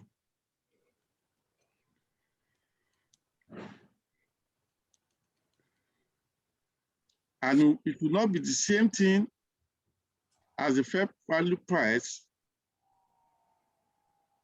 yesterday. Which then means that measurement date is key in determining what fair value is. Because, for example, if the price of Dangote's cement was 250 naira on the 30th of December, and on the 31st of December, it is 210. Will you say because 250 is better for you, you pick 250, and your reporting date is 31st of what? December 2020. Which price are you going to pick from the same capital market? It's 210. 210. Even though it's just less than 24 hours. The question then is, measurement date is also key because there must be a point to which fair value is determined. Now, what are the key variables to identify what truly a fair value is? Is first, the price. Second, is it an asset or a liability? Third, the transaction that gave rise to it. And fourth, how was it measured and at what date? And that is what we have put here. For the price, we said the price is determined at measurement date under current market condition, which is tilted towards the exit price. This is regardless of whether that price is directly observable or estimated using valuation techniques. This will take us through the hierarchy levels Level 1, level 2, and what? Level what? 3. Secondly, what is the nature of the asset or liabilities considered, so that you consider the specifics of those assets and liabilities with respect to attributes, such as 1, the asset condition and its location. And when we're talking about fair value, we are not restricting it to financial instruments. Now, it could be physical instruments or physical assets. It could be financial assets or liabilities. And possible if there's any restriction on their sales. Transaction. It's also expected to know whether the transaction took place in a principal market or in the most advantageous market. What is the difference? A principal market occurs when we can say significantly that this is only where the asset or liabilities is majorly, greatly bought and sold. For example, if we have an asset that can be traded in 2 markets or are traded in 2 markets, and this asset is such that 80% of the time, or 80% of the market is in market A, and 20% is in market B. Automatically, market A becomes the principal market. And the price in market A, where greatly, that is where it is traded, is where we are going to consider for the purpose of determining a fair value, not where it is insignificantly traded. Because fair value by way of market price is where we have the active market. But we can find ourselves in a conundrum where 2 markets is such that you can't say one is a principal market.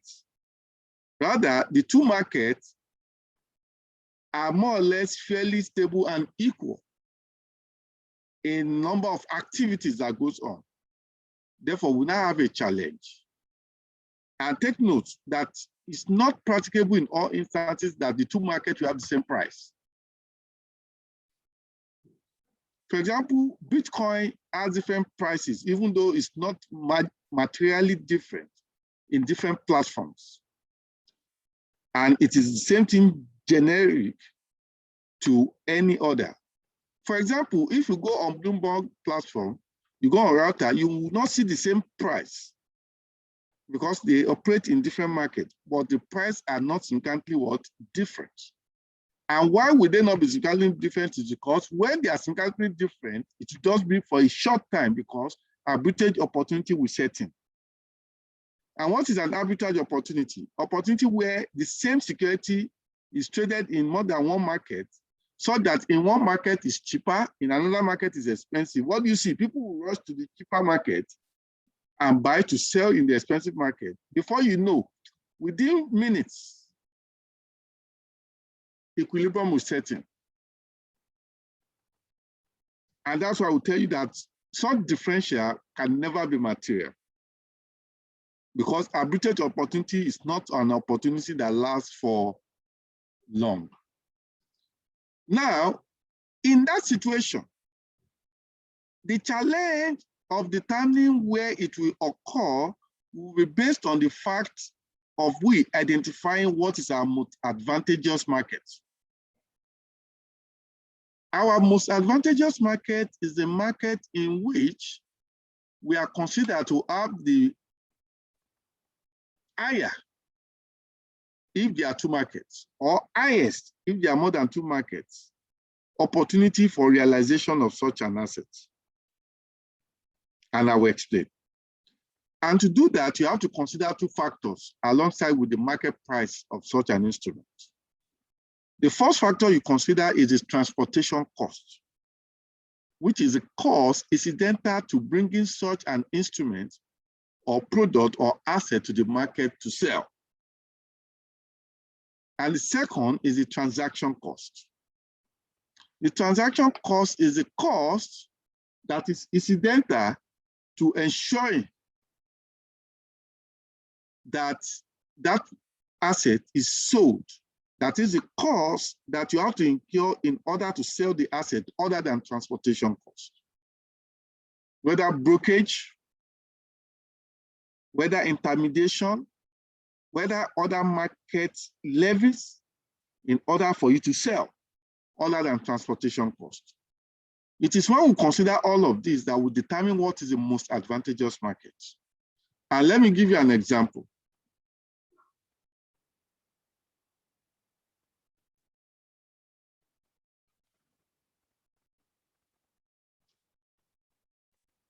Scenario 1.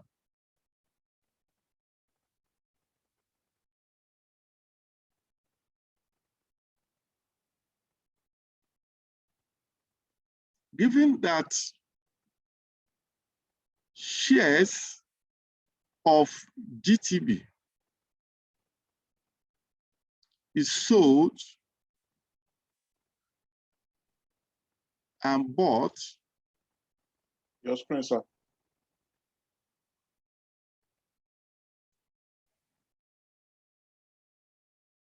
Thank you. Is sold and bought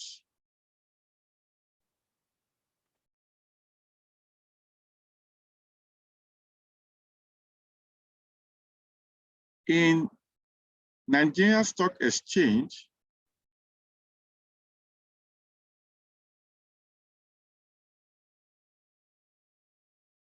NSE and FMDQ OTC exchange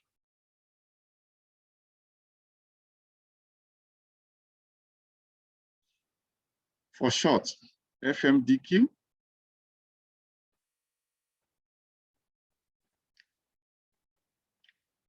currently, most volumes of GTB shares are traded in NSE within the range of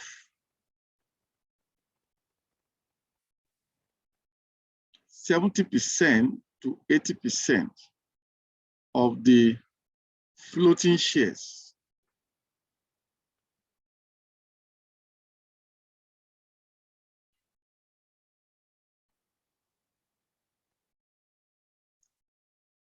What is the fair value of GTB shares, given that its shares currently trade as thus, as at 31st December 2020. A, in NSE at 32 naira 10 kobo.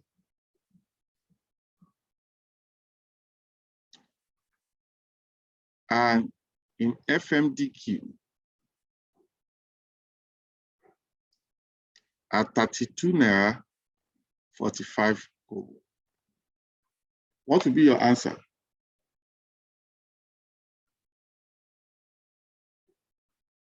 Who will answer this?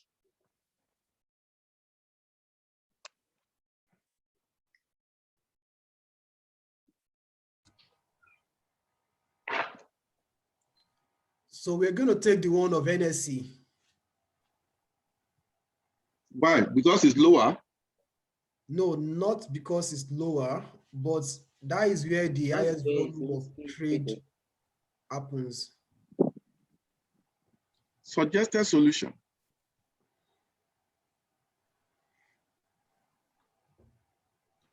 Since the greater portion of GTB shares are actively traded or exchanged in NSE, then that will be its principal markets. Thereby, the market price of 10 kobo will be its fair value for the purpose of measurement as at the reporting what? Date, 31st December 2020. That is how to determine a primary market or principal market. What will be the decision if we are in scenario B?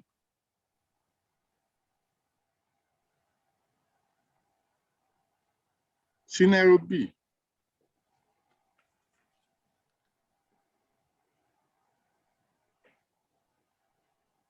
GTB bank shares are equitably traded actively in NSE and FMDQ as shown in the activity trend. The following information are available as at the year end, 31st December 2020, NSE, FMDQ.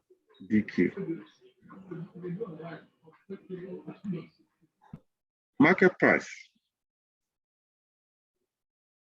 of GTB shares, 32 naira 80 kobo, 33 naira 5 kobo.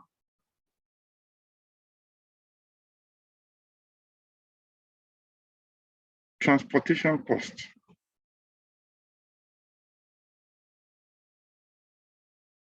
1 naira 8 kobo, 1 naira 15 kobo. Transaction cost,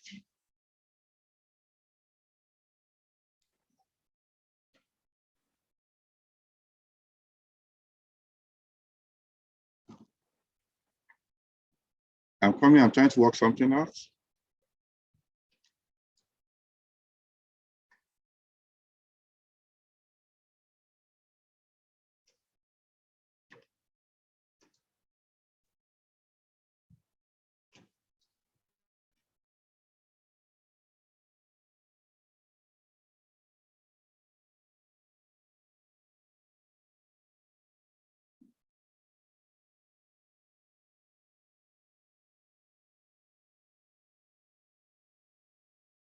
One naira 18 kobo.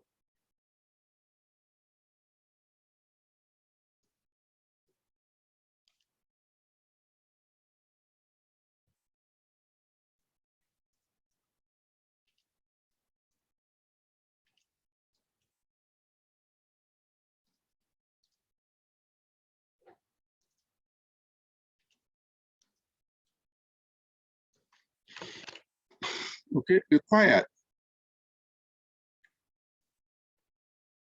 1. Which market is the most advantageous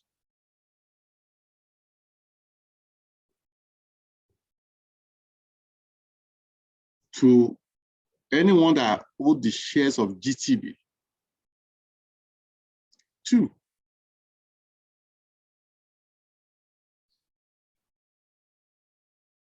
Justify why.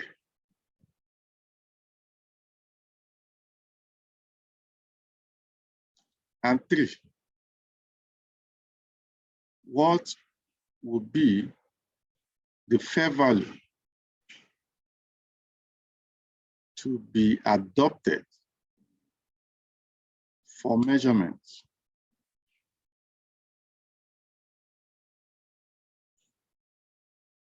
under IFRS 13 as at 31st December 2020.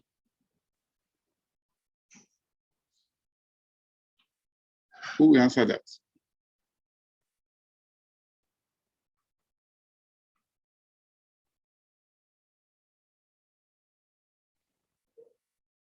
Who want to attempt?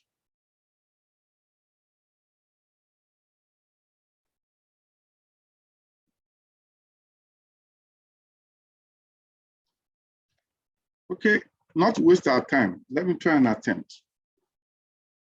What I'll do,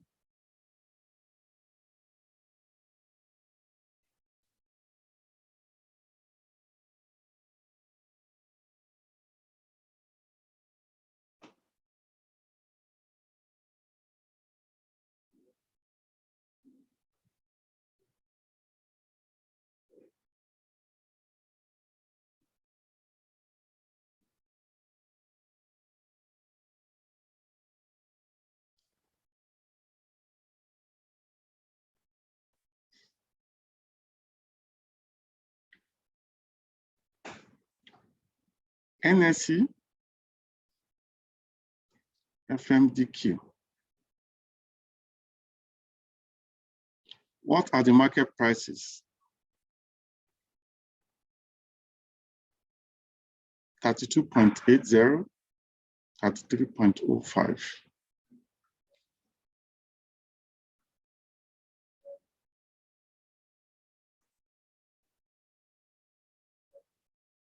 You less one, transportation cost.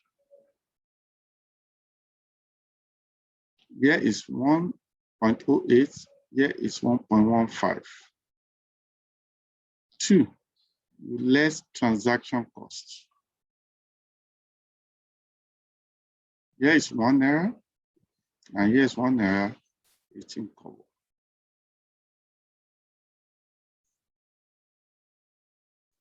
$30.72. Wait, I need to check something in order not to, I'm coming. I want you to achieve a particular result. Now, when you are setting questions, you have an objective at heart. And you need to check whether the objective is achieved.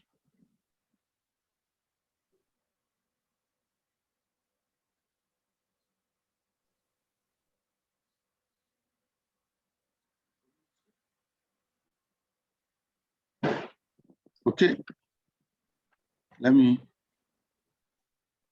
change this to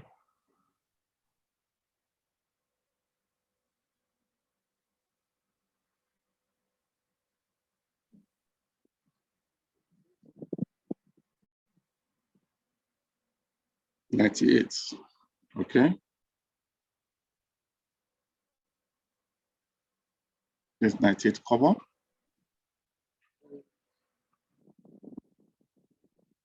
Okay. Can we sum it up? Or find the difference? 32.8 minus 1.08 minus 0.98. 30.74 74.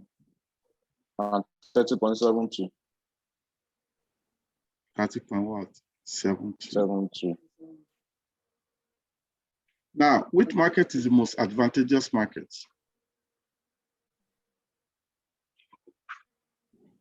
The most advantageous market is where you have the higher, which in this case is what? NSE.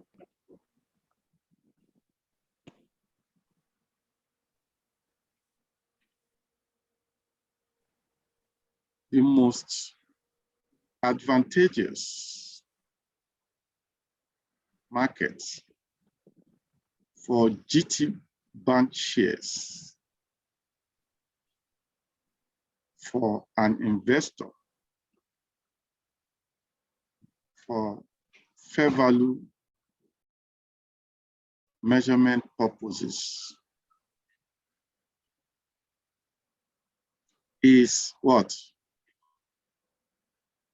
Is NSC. Why? Because it is the market that provides the higher net market what? Value after consideration of transportation and what? Transaction what? Costs. Now, somebody is telling me that transportation costs, how does it come up in securities? If you are talking of physical assets, yes, we understand in securities. How many of you understand Bitcoin trading, or how many of you are into Bitcoin here? You'll find out that Bitcoin has different platforms, which you can send from one platform to another. Okay, and there are costs in some level of peering. Even when you do P2P, peer-to-peer, there are charges. Those are what we call transaction costs for moving from one market to other or for moving into a market. Transaction cost is now execution cost, which is different from transportation cost. Now, the third one is, I want somebody to answer this. As at the reporting date, what the fair value of GT Bank shares is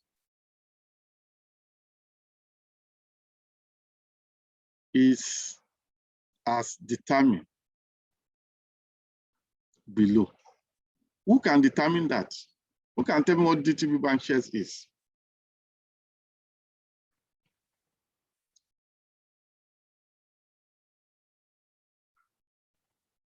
Who can tell me what GTB Bank shares is?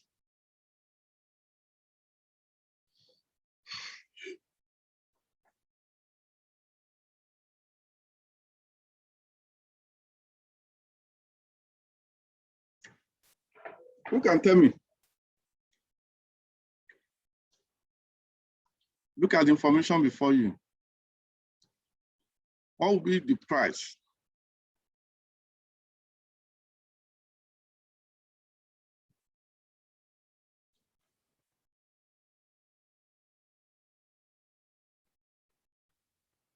It will be the market price at NSC minus the transaction cost at NSC, which is 32 naira, not dollar now.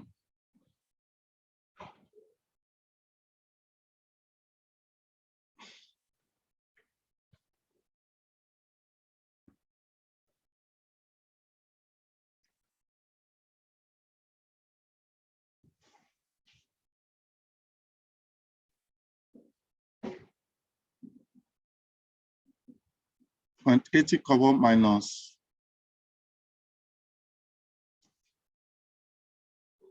1.08.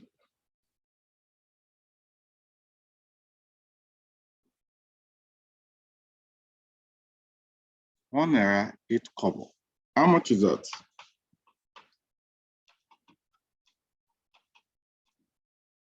That's 31 naira 72 kobo. Who can tell me why we never consider transaction cost in determining the fair value? Why, in determining most advantageous market, we consider transaction and transportation. But in considering the fair value, after determining our most advantageous, we only deducted transportation cost, not transaction. I'm taking a transaction. Transportation. transportation costs. Who can tell me why?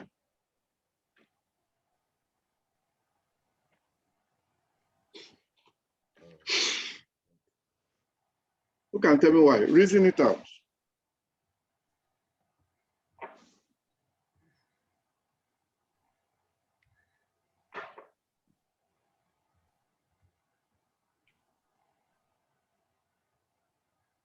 Okay. The reason being that transaction cost is treated differently based on the categories of financial assets classification and financial liabilities classification. And that will be the next level to which we'll get to, where we want to discuss measurement and subsequent effect of that. Okay. Any questions so far?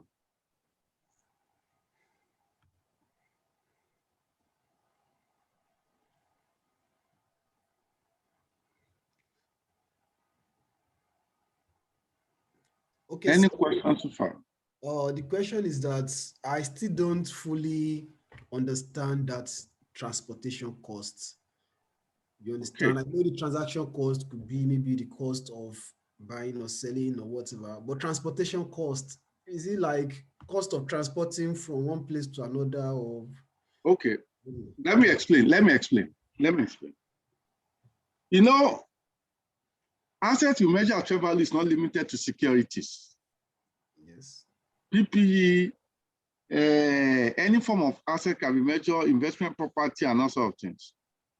Okay, transportation costs are costs you incur in bringing an asset to the market, which is at the point to which it can be sold.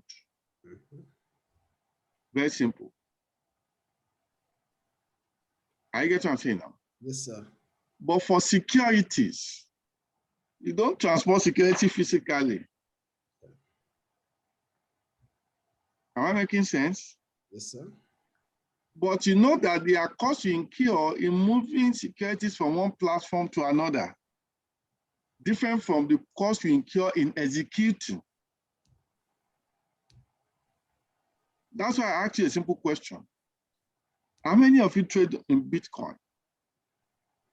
You know, you can trade Bitcoin on Luno, and you are trading on Binance, and you are trading on other platforms.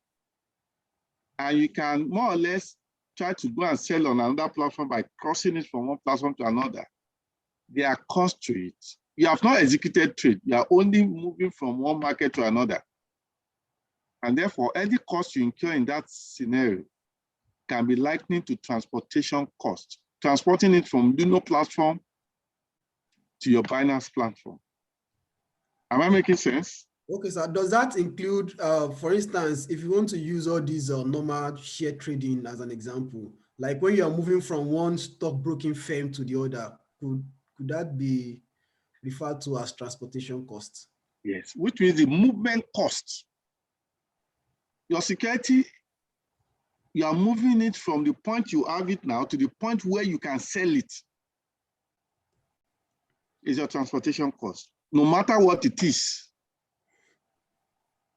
Why transaction cost is execution cost. That is, when you now sell it to somebody else, brokers will collect a percentage. The market will charge you a levy. Those ones are transaction costs for you to sell. But to move from the point it is to sell, you know, it's possible you don't incur transportation costs if you sell where it already exists, which means your transportation cost will be zero.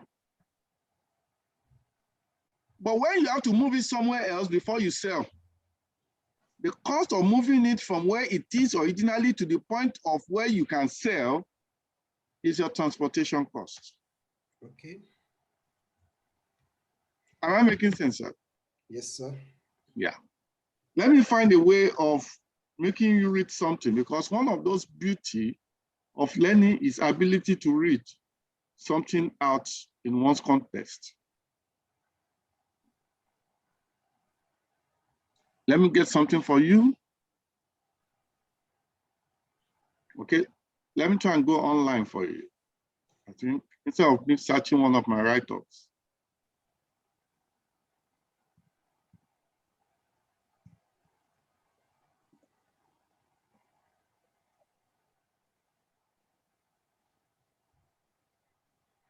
Okay, let me show you this first. Let me share my screen.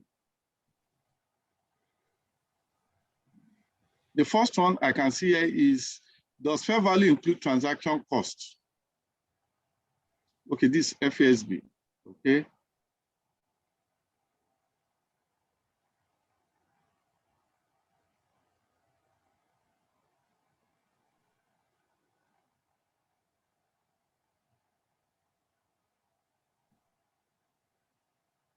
Okay, let me search what I want to search originally. IFRS 13, fair value,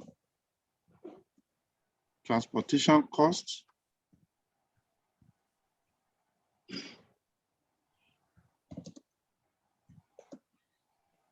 and transaction costs.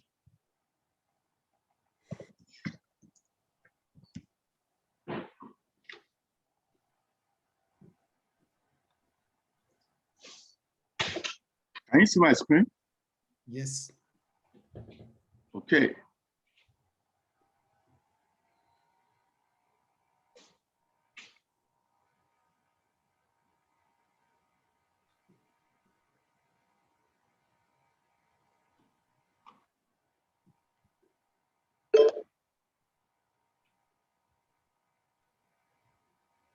Okay.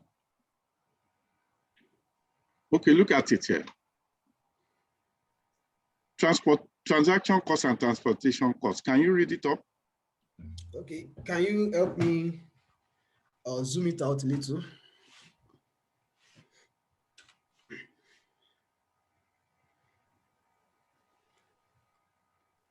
Are you there? Yes, I'm there. Yeah. Okay.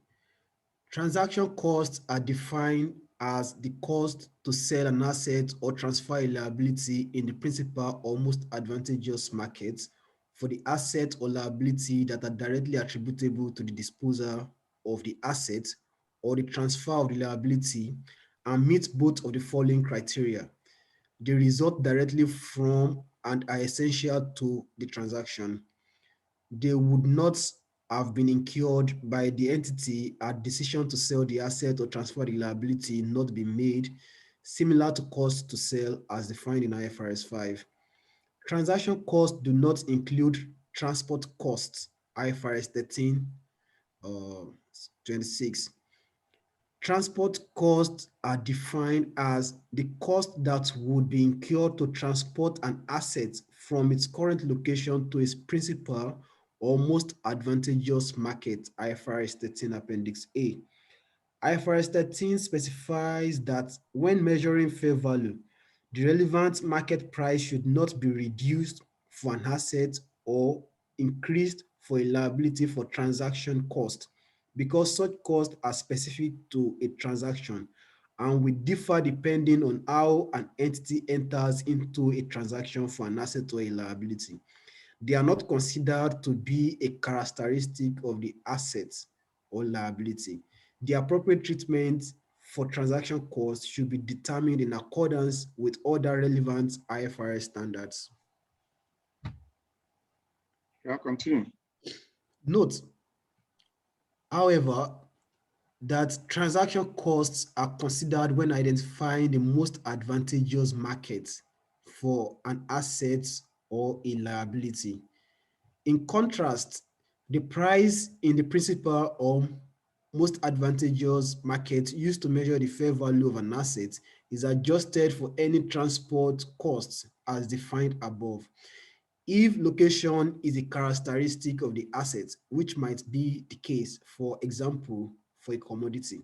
And you see, I emphasize majorly that for commodity physical assets, but even with non-physical assets, you may, if you want to cross from one market to another. Continue.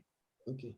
The appropriate treatments for transaction and transport costs are illustrated in the following example, which is reproduced from the illustrative examples according to IFRS 13. And this is the illustrative example, which also speaks to what I've just told you. Yeah. You can see now, and that is that. Okay, I can add this link to it for you to take note of.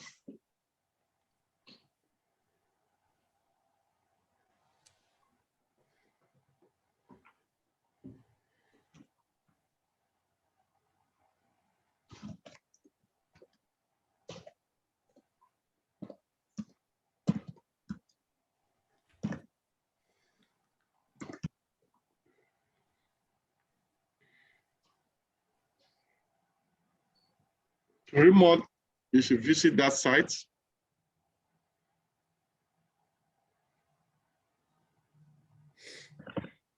Okay. Okay, that brings us to preliminary discussion on fair value as it means this. But the last aspect of it, we'll go back to this slide, is the issue of the hierarchy.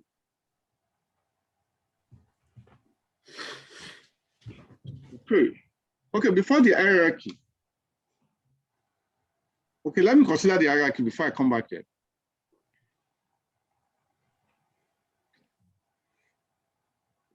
This is the hierarchy. There are 3 levels. The first level is the observable quoted prices, which are fully considered as a market price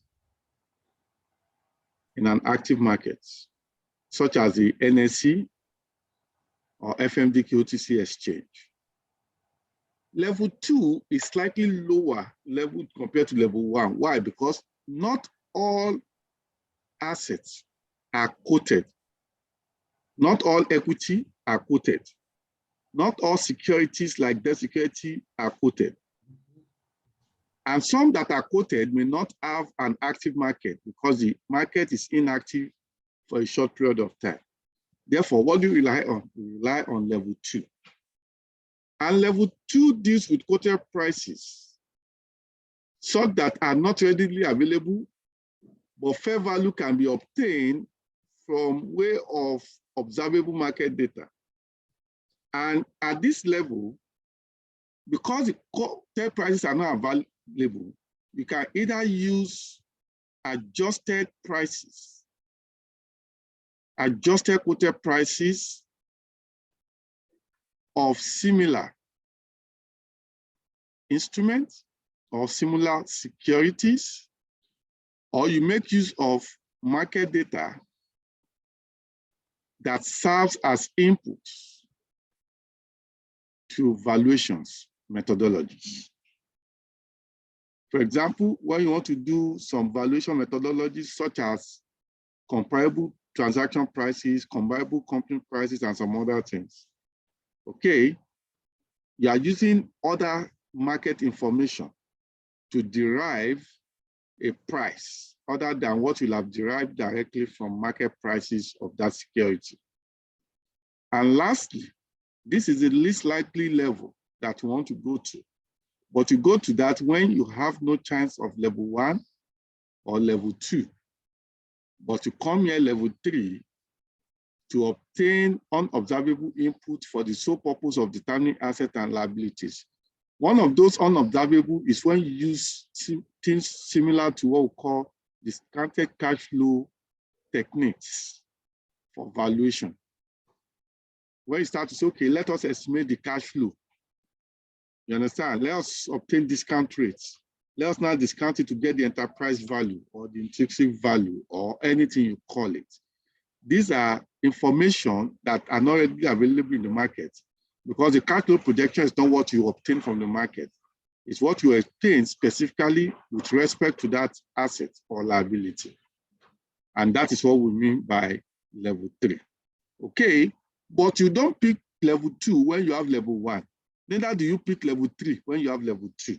It is the absence of level 1 that more or less tilts you towards level 2, and the absence of level 2 that tilts you towards level 3. And that is the position of the standard. Now let's come to this. Obtaining fair value for physical assets like PPE is not the same way we have obtained for securities, market securities. Now, for assets like PPE, we make use of what we call HBU, highest and best use, which means there are factors you consider in determining what is the appropriate market and what fair value can we obtain from that market to determine what is the fair value for such an asset. Okay, in that regard, when you look at it, the first thing that is paramount with respect to such item is the physical state of those assets. Unlike securities, they are of no physical substance. But when it comes to PP, investment property, they are physical assets. Their physical condition and nature will determine which market is a market to which you can obtain the fair value. Can you say you want to obtain fair value of a jet in a normal market where motor cars are sold? The answer is no. Are you getting what I'm saying now? Secondly, you consider the legal permission. That is, where legally can such an asset be truly exchanged? And finally, you consider the financial viability, which means you consider which market can you get the best of the best in terms of value from selling such an asset. And when you consider all of this, we said you have considered what we call the highest and best use in determining the fair value of an asset. And that's why we said here, the valuation premise for a standalone asset is different from a combination of assets. For a standalone, if the highest and best use is on a standalone basis, the fair value will be the price that will be received in a current sale to a market participant that will use the asset on a standalone basis. Otherwise, if it's a combination, such highest and best use is in combination with other assets. Therefore, the fair value in that case will be the price that will be received in current sale to market participants, not participants in this case, because there are more, assuming the assets will be used in combination with those assets other than that standalone what? Assets. And that is the position we need to consider at this point. Okay, and also finally, I want you to take into cognizance this.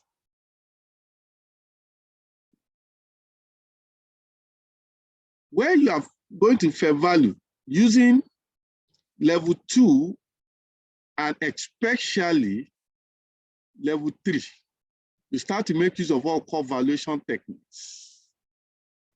And in this case, there are various approaches that can be used. Market approach, which means you are using market P's. Income approach, you are using earnings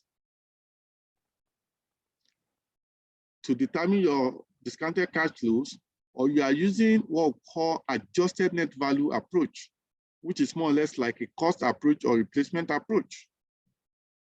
And what does that mean? When you use market approach, market price is available such that you use the price for level 1, you use the price for identical item and must be used without any adjustment. That's why I call it unadjusted quoted prices. But when you use level 2, there are adjustments to quoted prices for the observable market inputs. And when it's level 3, price needs adjustments and unobservable inputs are much more considered in the valuation. But when you use income approach, it's more or less a discounted cash flow approach. Now, if you are to do level 1, it must be directly traceable to the cash flow that's available to the market.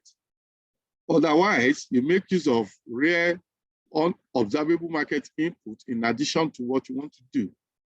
Or level 3, you make use of unobservable input in its entirety. For a cost approach or replacement approach, or what I could call the net assets approach or net asset value approach, which has been subject to individual fair value of the individual asset and liabilities that make up the net assets. Yeah, not directly income producing, not identical market price. Price needs adjustment at this point, which is what I was trying to mention here. And that's why when you come here, you see what I said.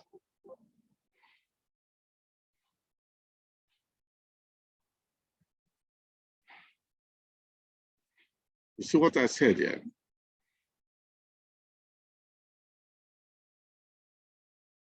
Adjusted net asset value. The adjustment here is for fair value, individual fair value of the asset and liabilities. Okay. Now, unobservable inputs. Now, to summarize it all, if you are doing market approach, what are the valuation techniques you use? Transaction price paid for an identical or a similar instrument, which you call comparable transaction prices. And you can also use comparable company price.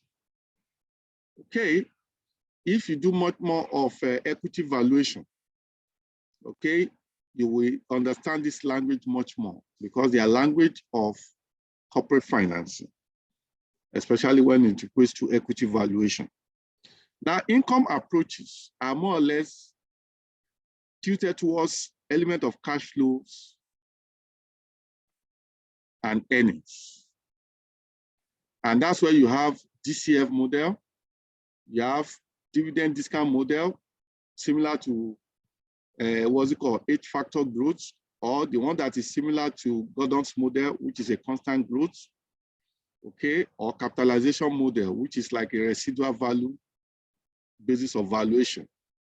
And a combination of approaches may be used, which is the adjusted net value method, where you pick individual assets and liabilities on the balance sheet and you obtain their individual fair value. And the sum of it all will give you adjusted net assets value, which will be used as the enterprise value for the business.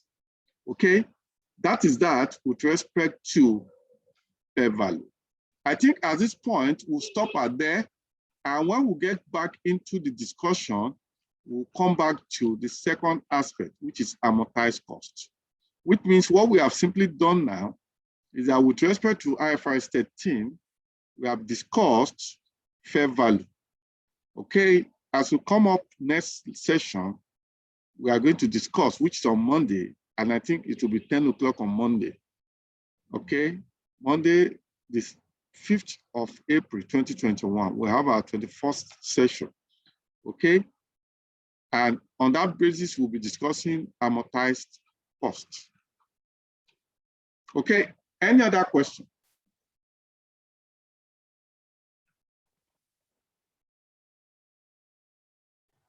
Just one question. Under the valuation technique, you said something like transaction price paid for, something like that. Is it similar as M&A transactions? Precedent M&A transactions? No, can you repeat your question? Sorry. I said under the valuation technique that you told us, you know, for determining the value, you said either we use comparable companies or transaction price. Comparable company price or comparable transaction price, yes. So that's comparable transaction price. I'm asking if it's based on M&A transactions that have happened in the past. Yeah, it's synonymous to the same thing you have when you have to do a merger and acquisition valuation in order to see where your price falls within before negotiation can start. It's in similar vein because what you are valuing is equity. In M&A, also what you are exchanging or trying to acquire is equity. Same thing goes in that light. Okay. Okay. Okay. Thank you very much, Mr. Muewa. I don't have questions, but a kind of concern. In respect of IFRS 9, may I confirm if we still have further discussion on IFRS 9? Because to be honest with you, I have not fully understand IFRS 9 to the best of, to my best satisfaction, as in the points I want to understand it too. That is okay. in my in my own personal opinion. Okay. Okay. The first thing we need to ask is that means you didn't do self-assessment of the requirement of IFRS 9 because we have not even done 10% of IFRS 9. Okay. Okay. No, that means you didn't even check the outline we spelled out on our IFRS 9, because we have not even done recognition in its full sense. What we are still talking of is classification, which led us to discuss fair value. We have not even more or less dabbled into measurement. We have not done anything yet. And therefore, the first thing we need to consider at every point in time in any discourse is that you must know your starting point, you must know your ending point so that you can be able to make effective contribution.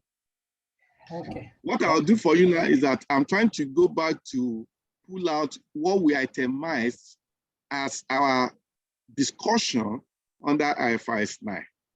Again, if you go back to the presentation slide I gave to you, we have not even covered 20% of that slide. It's about 130-page slide, and I don't think we have even gotten to 30 pages. Can you confirm? Okay, let me check.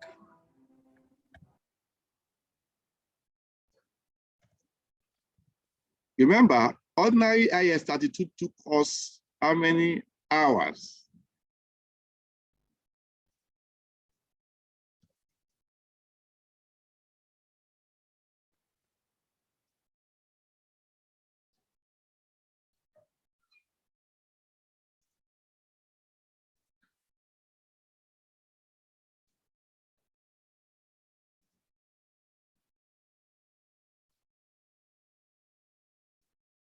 To reiterate it, this is what we sent to you guys yesterday.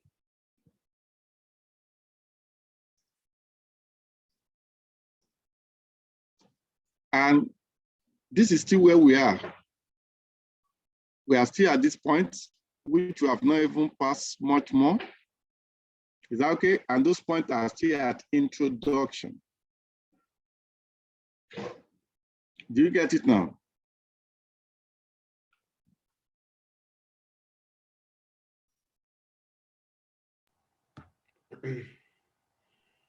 Yes, are you there? It. Yes. Now, what we have not covered so far is this, which accounts for the significant portion of all of our discussion. But we must lay the foundation first before we delve into this. Impairment alone will take us extensive period. Measurement likewise. Before we talk of edge accounting and all sorts of things. Therefore, we've not done anything yet. Okay. Thank you. But the question I'll ask you is, all what you have done so far, what is your level of understanding on what we have done so far? Is it from beginning of the class session or from when we started IFRS? I'm talking of financial instruments. The bone of our contention now is financial instruments. Okay. Okay, to the best of my knowledge, up to IS 32 where we started and what we discussed today, I get everything clearly. Yeah, the same way the session we still have with financial instruments is more than 2 or 3 sessions. Therefore, it's a process. And therefore, it's not something we jump to a conclusion. You understand? And it's a process that will take you through over time. And you also need to now do something for yourself.